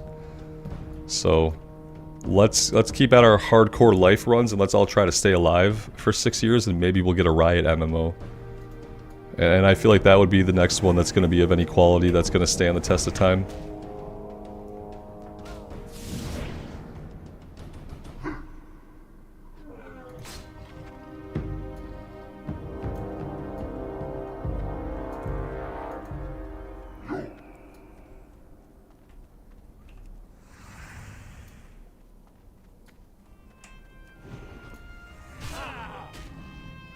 I think that Pantheon Rise of the Fallen will come out eventually, because I think Co-Carnage basically funds that entire project himself now. So I think he'll make sure that it comes out. But that's basically an EverQuest clone, so I don't know how many people that's going to appeal to when it comes to pulling in new folks.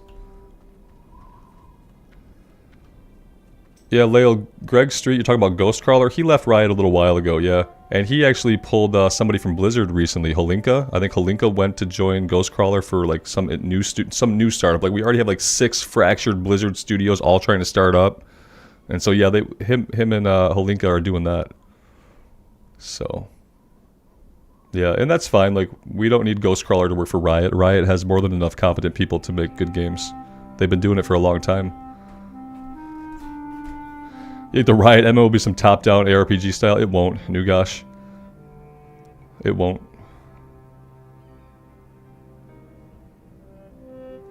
That's a good thought, though, but no.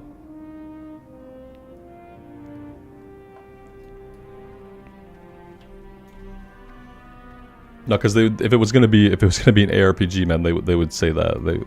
They're not gonna make an MMO and have it actually be an ARPG. I think that they're a little bit too smart to pull that kind of switcheroo. That would piss people off.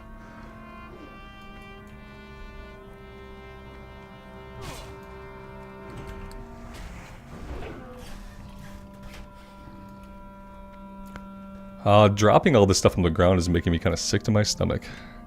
Kind of wish we could go back here in Vendor, but we had to go all the way around the mountain. We could go up here. And that might not be a bad idea. I kind of thought we can get these items really quickly, but that has not happened. So I think we're going to run up here. We're going to run all the way up to the north. I'm going to grab the flight point up there. We are going to vendor stuff.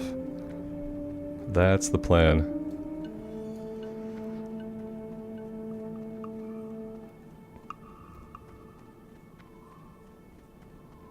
Well, Lael, it's going to be in the League of Legends universe. So if you don't like those characters or that universe, and if you watch like the Arcane show on Netflix and you didn't dig that, you might not dig the vibe, because yeah, the MMO is going to be in the League of Legends universe. So obviously, like, gameplay wise, it's going to be nothing like League of Legends, but it's going to be in that universe, and we'll probably meet some of those characters, depending on the time period that it's set in. Tim, have a good dinner, man, and have a good evening. I appreciate you hanging out. We'll see you next time. Nugash, they advertised Lost Ark as an MMO too. Yeah, sure, but like, you could see what kind of game Lost Ark was, because there was gameplay and stuff, because it had been out in other places for a long time. I don't think they ever like pushed that as a game that was just going to be a traditional MMO. I think it was always apparent that it was going to be an ARPG MMO. I don't think anyone who heard about Lost Ark saw anything about it and thought it was going to be like World of Warcraft style camera and stuff. That's all I mean.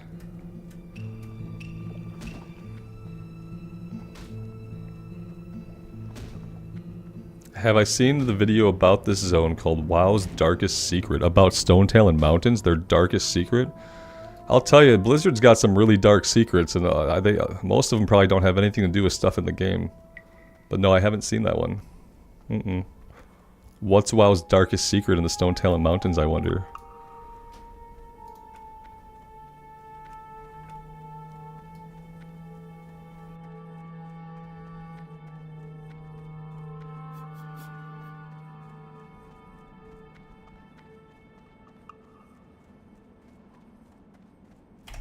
I'm not going to watch it on stream, guys, because, like, Asmongold's already got that stuff on lock. We don't need another reaction channel. I know, you guys want me to watch the thing. I can't start, if I start doing that stuff, it's gonna, like, it's gonna detract from the quality of the stream, I promise. We're not gonna be in World of Warcraft anymore, we're gonna be stuck in these rabbit holes. I don't mind going down the rabbit holes verbally, but I don't want to start watching a bunch of YouTube videos. You know what I mean? Maybe I'll check it out in my downtime. If I search WoW's darkest secret, I'll find it. Because yeah, especially not knowing the content of it, I'm not gonna play it live.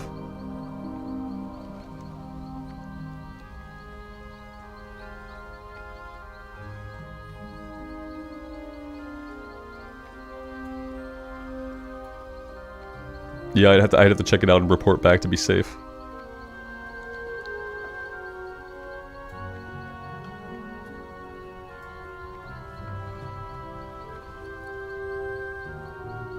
Yeah, Brother Jerry, we don't need a reaction from me on stuff. There's no way that people want that. I don't even think I want it. I don't think I'm smart enough, clever enough, or witty enough to have, like, hot takes on things. My reaction to stuff is like, oh, okay, that's a thing, okay. Like, I don't have, like, big reactions to stuff typically. Okay, this is a kill quest. We could probably do this. Our quest log is full because, of course, it is. A cap of 20 quests. I'd like to see the quest cap, like, not removed, but maybe up to 25 or 30 would be a sweet quality of life change for us classic era people. So what am I dropping? I thought I dropped Nomergon already. Okay. Yeah, Ghost, that's what Asmon does, and he does it so freaking well, like, I would hate to step into that arena. 'Cause I don't belong there.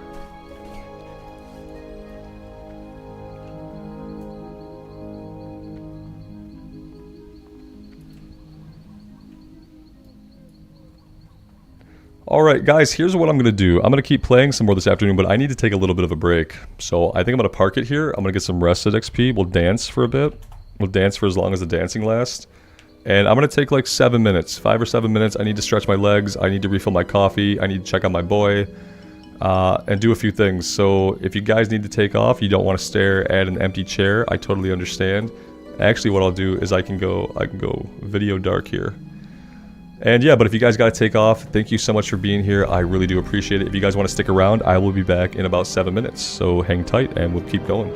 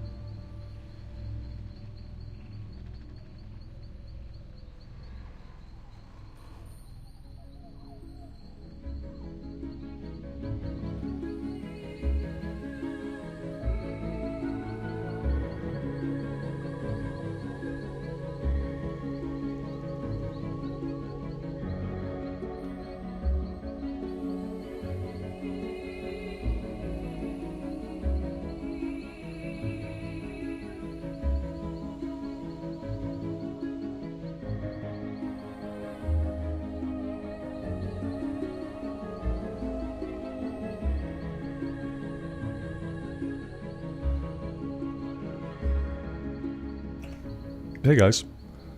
Thank you for being patient with me. I appreciate it.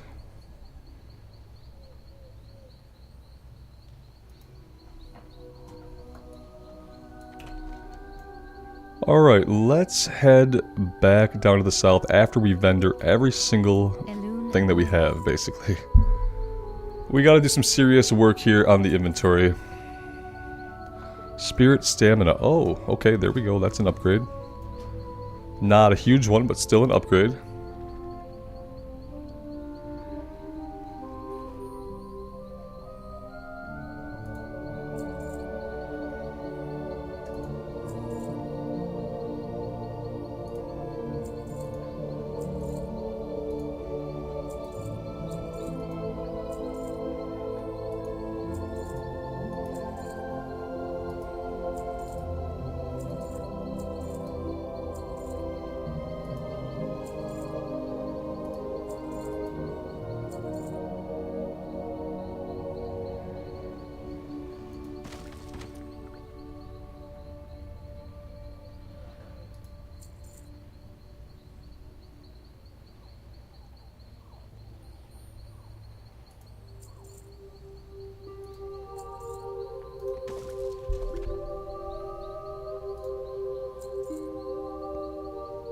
Alright, I feel like that's okay. I'm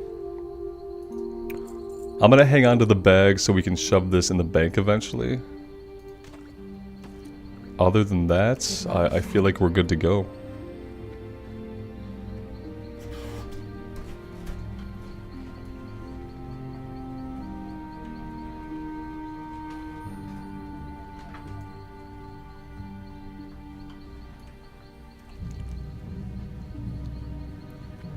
I think for a guild name, when we do the official hardcore, I think I'm gonna go with the Rambling Ramblers, just because it's empty of intent, except to ramble. It doesn't promise anything. It's not edgy. The Rambling Ramblers, or just Rambling Ramblers. It doesn't need the word "the" at the beginning of it. Rambling Ramblers. I don't want the name to have ownership implied either. Ramblin' Rambos makes it sound like we're tough tactical warrior. Then we get more guys like the guy who was in here earlier trying to tell me that I'm a coward because I'm in a video game and I have certain things that I do or don't do in it. They'll be like, dude, I thought you were going to be bigger. It's the Rambling Rambos. I thought you were going to be like Sylvester Stallone size of like chunkiness.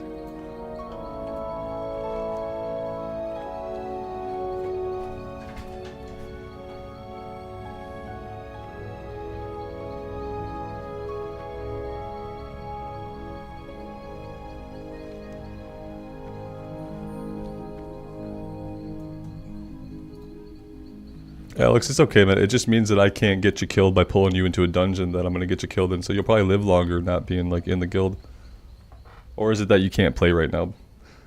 I also might be eating more food in a second, so I might go dark again. I just got some mac and cheese delivered to me. So, it's been a good morning. Luca, I appreciate that, man.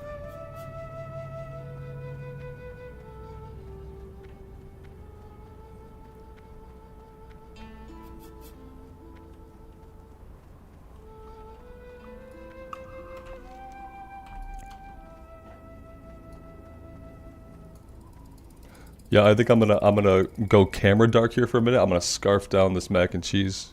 It's not a lot of it. I should be able to polish it off pretty quick.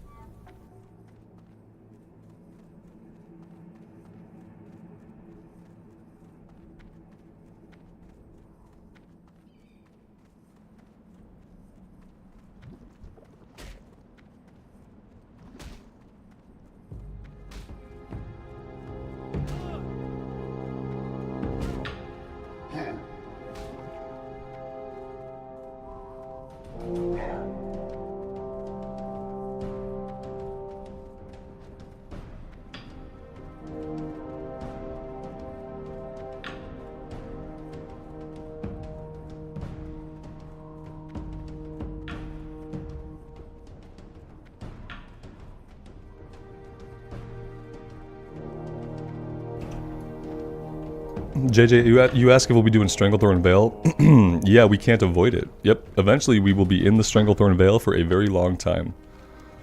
It is going to be an unavoidable part of our journey, and we will be spending a lot of time there.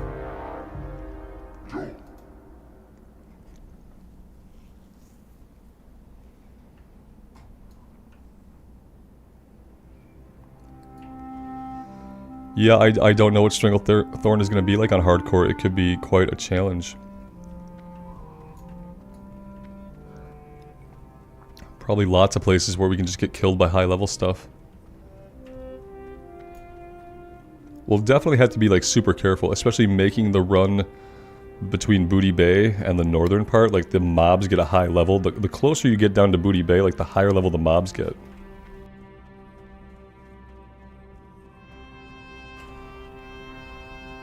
Oh, that's a good point, Tactical Warrior. With Ret, that means they're going to hit us longer, right? Because they're taking damage, so they're going to chase us more.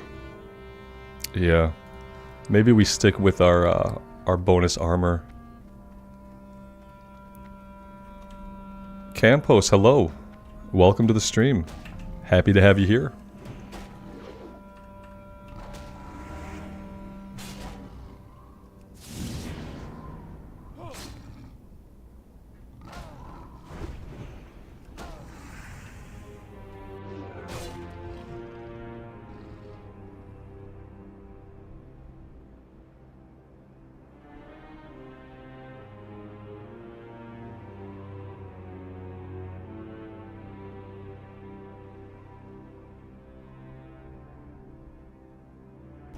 Yeah, I could keybind them. If I wanted to switch between them, I'd have to keybind them. But I'm kind of running out of, like, easy keybinds, if you can believe that. I don't need Exorcism all the time. That could go.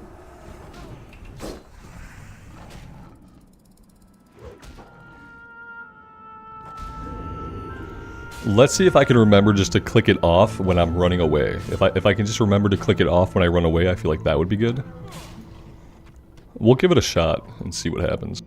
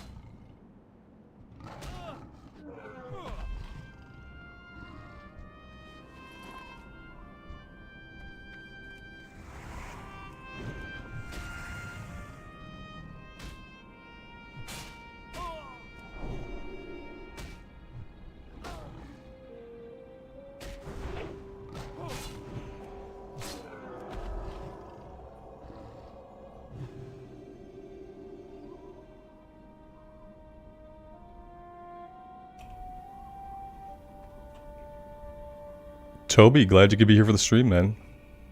Thanks for coming. Mac and cheese pizza, Tactical Warrior? I see, I'm not sure about that. I think I could eat it, but I don't know if it would be something that I'd seek out. I'd like it separately. I'd like pizza and mac and cheese. If I have pizza, mac and cheese, then I only get the one thing, you know?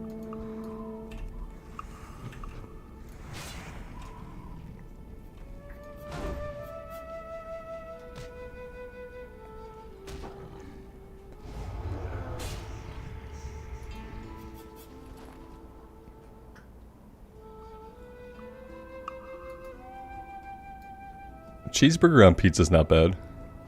I feel like that's okay. For me, anything could be pizza, but like primarily I need my pizza to have like pizza sauce, and some people like other sauce on their pizza. And I feel like that is a type of pie, but if it doesn't have like pizza sauce, then it's not technically a pizza, it's a type of like pie.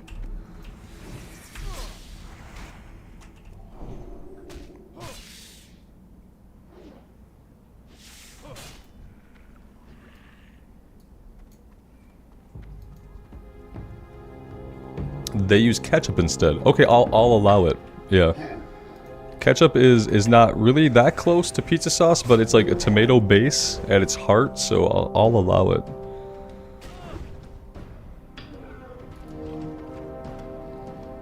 Loyal, I've never had a Philly cheesesteak pizza. I like Philly cheesesteaks. But I feel like if I had a Philly cheesesteak pizza, it would make me just wishing that I had a good Philly cheesesteak sub.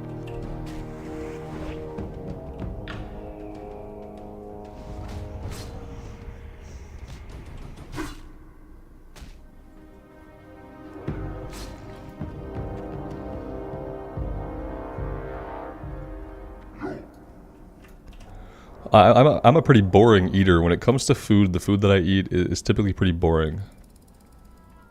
I don't take a lot of risks with my food. I had a big part of my life where I had to eat like 2,000 to 3,000 calories a day to like eat enough to do my workouts and maintain my weight. So I got used to just like shoveling food in my mouth and not really caring about what it tastes like or adding lots of different flavors to it. And when you live like that for a while, you kind of like, you stop caring about food and how it tastes. You just need a certain amount of calories, and it needs to be a certain type of food to kind of balance your diet and get you through the day. So I've always been kind of a boring eater because my main objective is just to get calories into me any way that I can.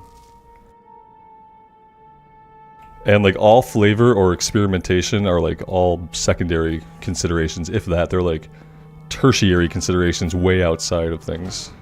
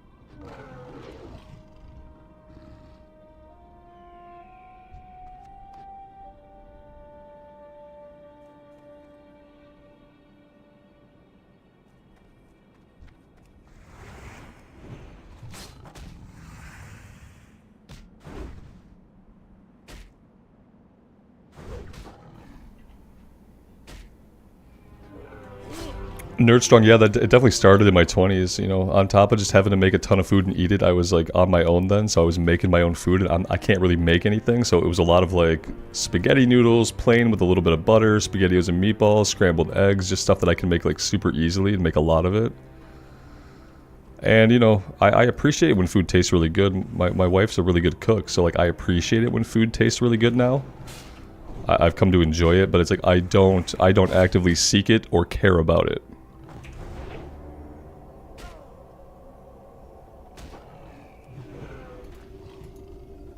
And therefore, I probably don't appreciate it enough, you know? There's probably like food that's really delicious that I eat and I have no proper appreciation for it. That's the trouble.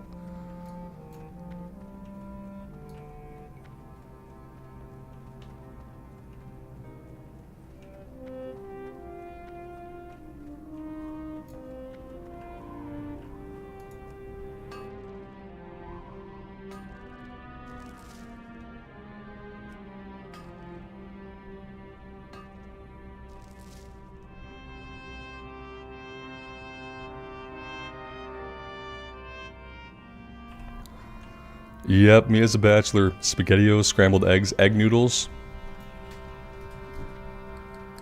Mm-hmm.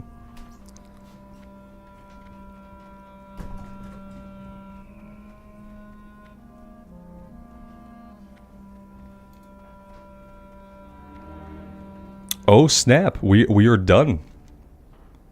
We actually completed this one, and now this turns in back in Ashenvale, which if I was super smart I would have my Hearthstone set, but I don't. Blood Fury Harpies and stuff, this is level 27. I really don't want to do that at level with it. That seems like it's asking for trouble. Let's head back up to the north. We'll catch a flight point back over to Astronar. We'll get this turned in and we'll kind of see where that leaves us.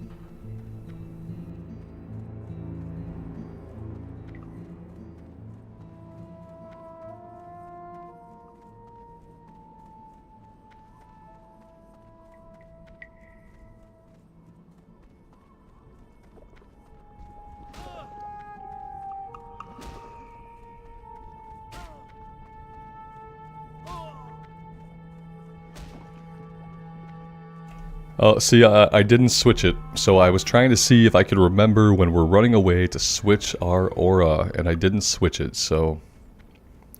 Maybe that means I need to leave Devotion aura up. If I'm not going to remember to switch it when we're running away, then I shouldn't have Ret aura on. It's just going to keep the enemy angry with us for a little bit longer, and we don't need that.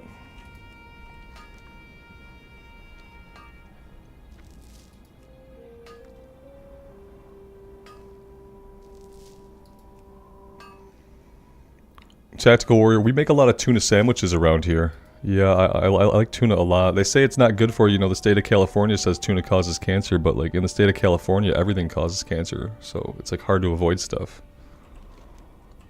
But yeah, I love a good tuna sandwich.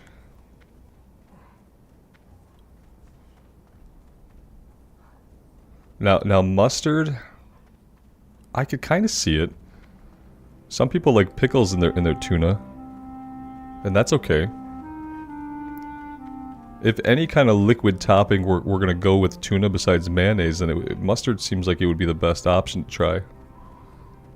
If you said ketchup, that would be thoroughly disgusting. Yeah, mayo always in the tuna. Yeah, mayo in the tuna. I imagine you mean like tuna with mustard on it, Tactical, and not like you make your tuna by like squirting like the mayo equivalent of mustard into it and then mixing it. That would be disgusting, but if you just mean like a squirt of mustard on the tuna sub, then that would be okay. But if you're like making the tuna with the mustard, that's gross, and you should stop.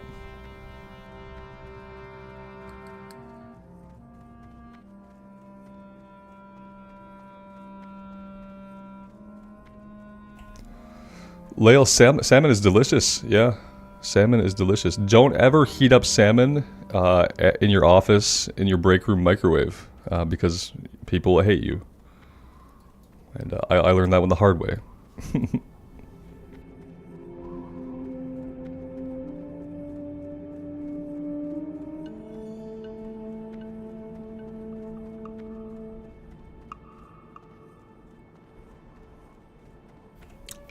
Yeah, and like, I don't have a good sense of smell, so I really can't smell things unless I focus really hard. So like, I heat up some fish in the microwave and I go back to my desk and I'm eating, and like one of my coworkers was like, "Hey Robert, did you just heat up some fish?" And I was like, "Yeah." He's like, "Yeah man, you can't ever do that again, okay?" I'm like, "Yeah, okay, fair."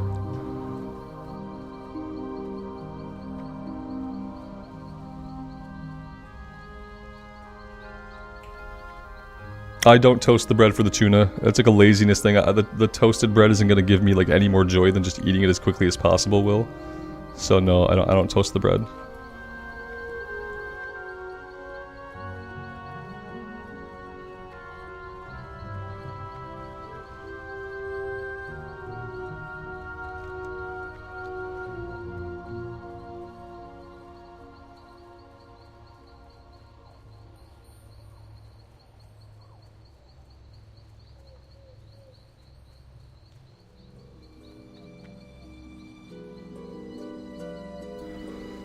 After playing so much Horde in Stonetown, walking through these guys, like back this way, guys we used to fight, feels really, really unnatural. And I keep worrying that they're going to be like, "Hey, wait a minute, you're a human and we're Night Elves and we really don't like you either." And I'm waiting for them to like turn on me, but it's not going to happen, but I do feel uneasy. Let's go ahead and we will head back to Astronar and kind of see what else is going on that we can do.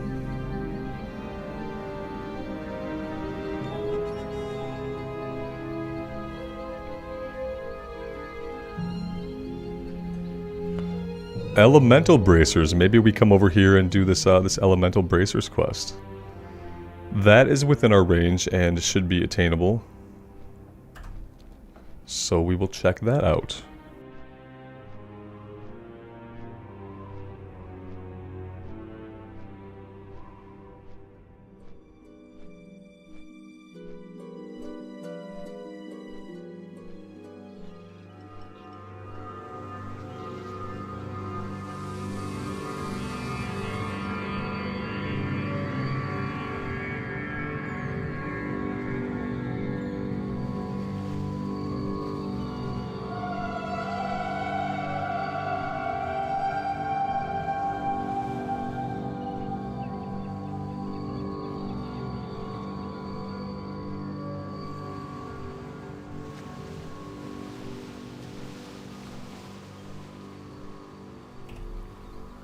Oscar asked, am I excited for the hardcore servers? Yeah, I am excited.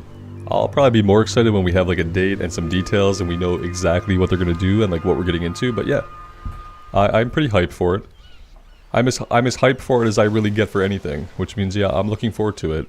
It's going to be a good time if they do it right. But we'll need to know some info. We'll need to know the start date would be good. That'd be a good place to start.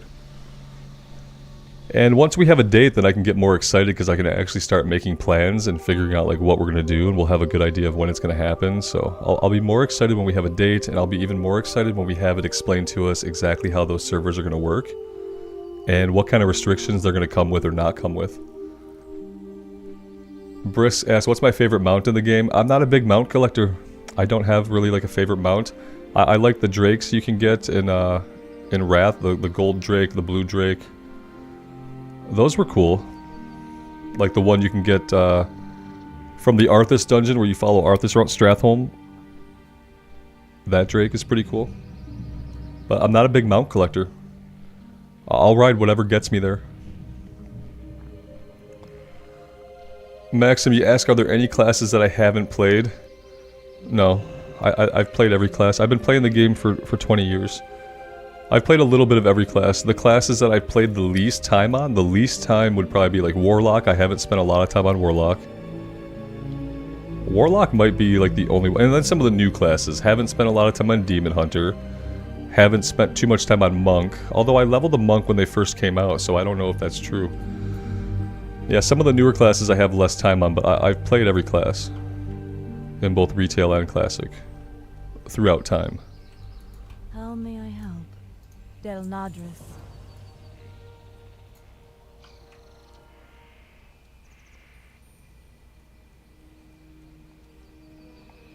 Oscar, yeah, if Blizz messes things up, we could always fall back to Bloodsail Buccaneers, I hope. I would hope that would be like an option for the community to like decide on as a whole if they don't get the servers right. But I think like if they're talking to people in the community like we know that they are, then I feel like it's going to be fine. I feel like they'll try to do something that gives us a similar experience, and we might see a couple of restrictions removed, but it might be much the same.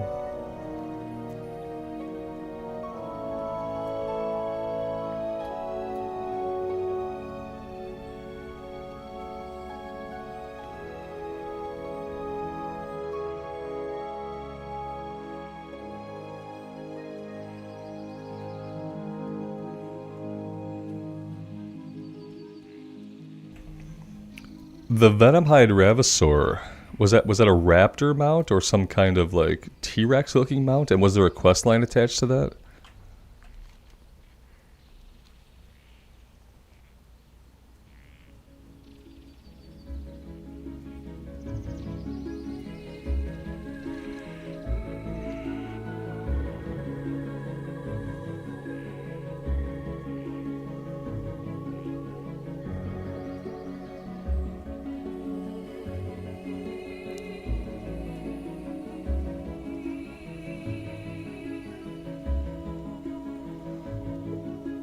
Yeah, but Dave, right now we don't have nothing. Right now we have Bloodsail Buccaneers and the hardcore add-on. So yeah, I mean, new servers are going to be good, but right now we have a server we can play on just fine. So the hope is that if Blizzard starts a fresh start hardcore server that's not Bloodsail Buccaneers, we just hope that it'll at least feel as good to play there. Because a lot of people just enjoy playing here, so it's kind of saying, hey, you guys have been doing this your own way for so long, now we're going to take it in-house and we're going to tell you where to play hardcore. So we hope that by them doing that it will be good, because right now what we have already is good. So many people are enjoying the hardcore challenge here in Bloodsail Buccaneers that there is that little bit of a worry that if Blizz takes it over completely that they could mess it up. Because sometimes they have messed stuff up. It's the big worry.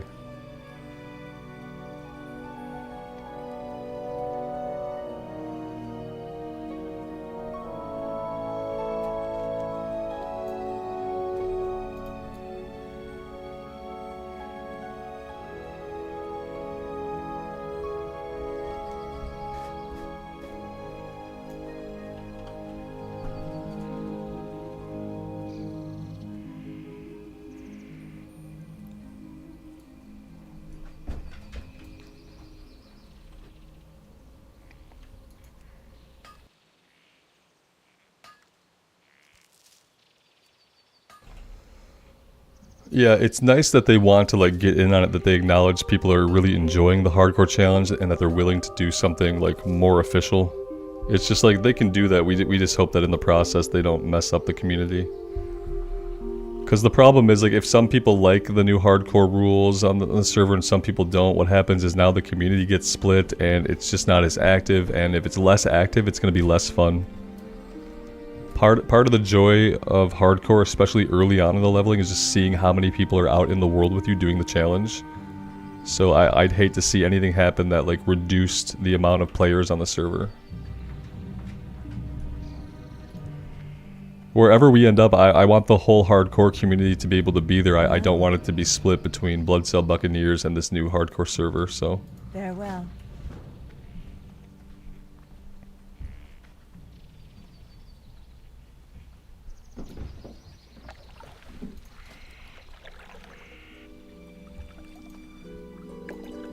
I can make sharpening stones. Really, really crappy ones. But still.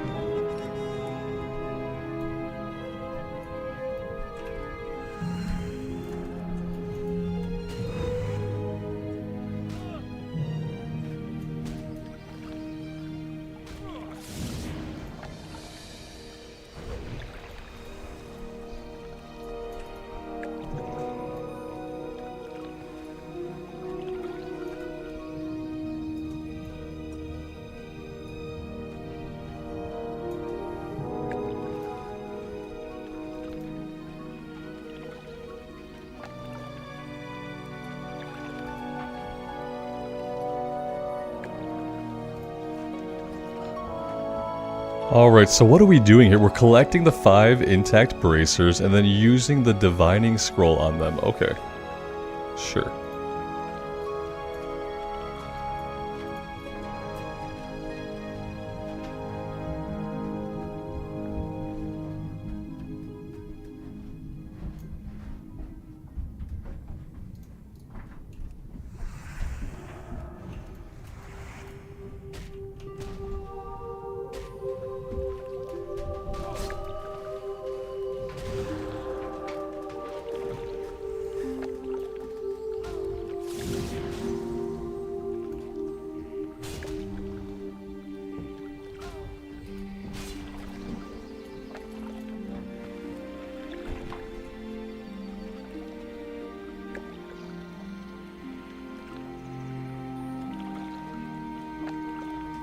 Austin, thanks for being here and hanging out for so long, man. Have a good rest of your day, and yeah, I'll probably be on sometime this evening for a little bit, maybe to play some D4, so... If you're around then, we'll see you then. If not, we'll see you next time, man. Take care.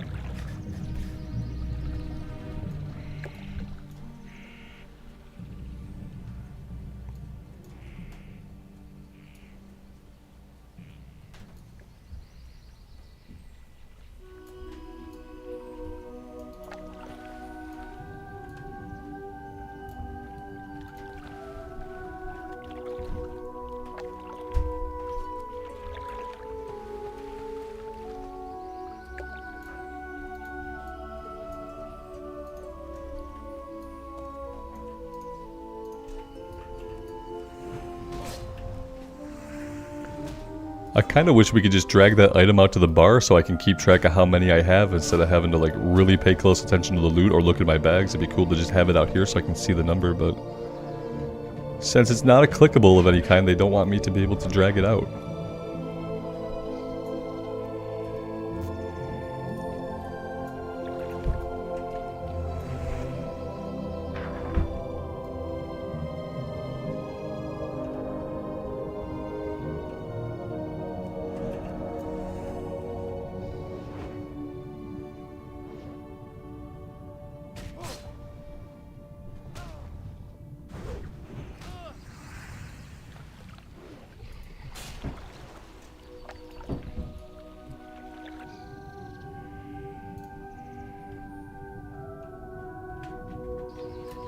Waleed Zaid, thank you, man. I appreciate that. Thanks for being here and checking out the stream. I hope you're doing well.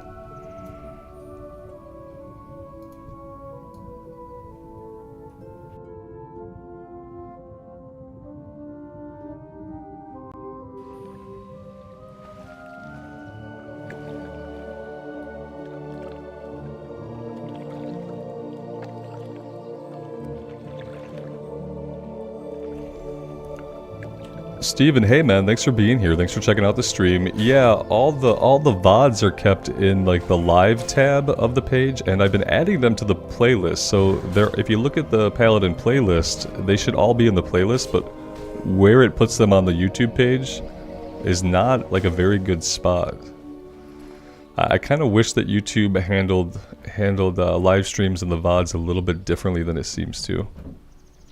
I haven't really, I don't have enough analytics to say like how streaming has affected my analytics yet, but it does, YouTube does some weird stuff with VODs. If you're used to just doing pre-recorded videos and posting them, the way it tracks live streams is a little bit strange.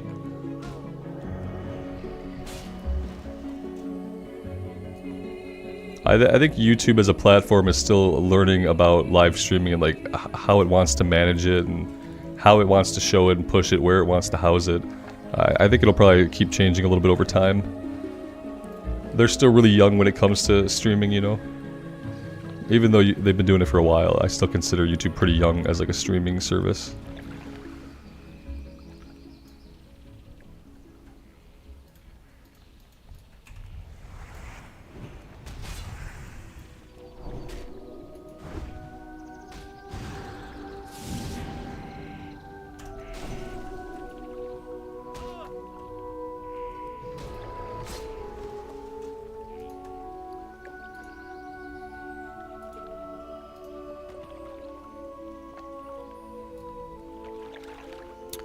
Alright, I guess we're done with that one. That was actually pretty simple.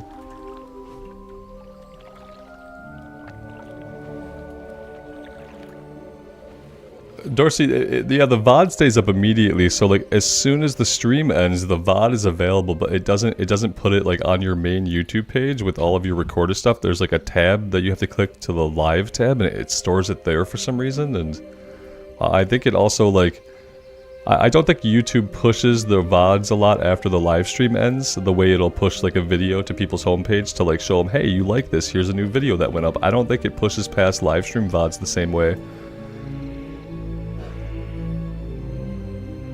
Yeah, Steven, the Pally is going really well. We are now level 27, which is the highest level character we've had in the Hardcore Challenge, so that's super exciting. Marshall, the hardest boss I faced in WoW was the elevator boss in Undercity that killed our 25 priest. But no, really, if I had to think about hard bosses, like Ulduar 10-man hard modes back in the day upon like actual Ulduar release of original Wrath, those were probably some of the funnest bosses. They were also super challenging, but they were still like fun to do. It wasn't challenging like there's a wall you're gonna beat your head against forever. It was challenging like it's really hard, but you're making progress and getting better. And yeah, hard mode Ulduar 10-man. It's like that small, tight-knit group doing really challenging content and pushing those hard mode buttons. Yeah, that was some challenging stuff that was also just really, really fun. Goddess, watch over you.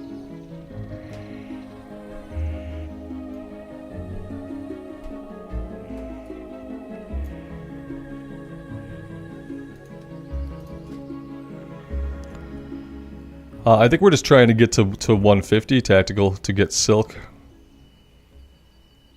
Which we can do now. It should just be able to ding it up. And then we can learn the next rank of First Aid, although I don't know if that gets us Silk. It'll get us the next rank of First Aid. But now that I think about it, we might have to grind some more Heavy Wool Bandage. Let's not do them when we can't get skill ups.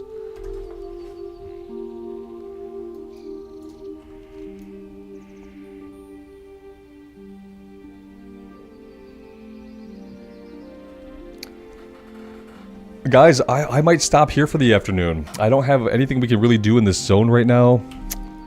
And I'd love to play a little bit more, but my boy has still been feverish today, so I think I'm going to go spend some time with him. He wants to watch the Angry Birds movie with me. So I think we're going to hang out and do that. And I think tonight I'll come back on. I might play some Diablo, but I might get back on Classic. I'll try to put up a I'll put up a schedule when I know exactly if I'll be able to get on later and what I might be playing. But yeah, I'm gonna stop here for now, guys. Sorry, I wish I could go longer, but I do have to spend some time with the lad and take care of some things around the house. I appreciate you guys all being here. It's been a really fun day. You know, we hit a big milestone today, which is awesome. And yeah, next time I'll have to do some thinking about where we go. Maybe we can go back into Duskwood now. A lot of things are level 25. We're level 27. So, you know, I think we can do it. But yeah, have a good day, guys. Thank you so much for being here for the stream. I really do appreciate you guys.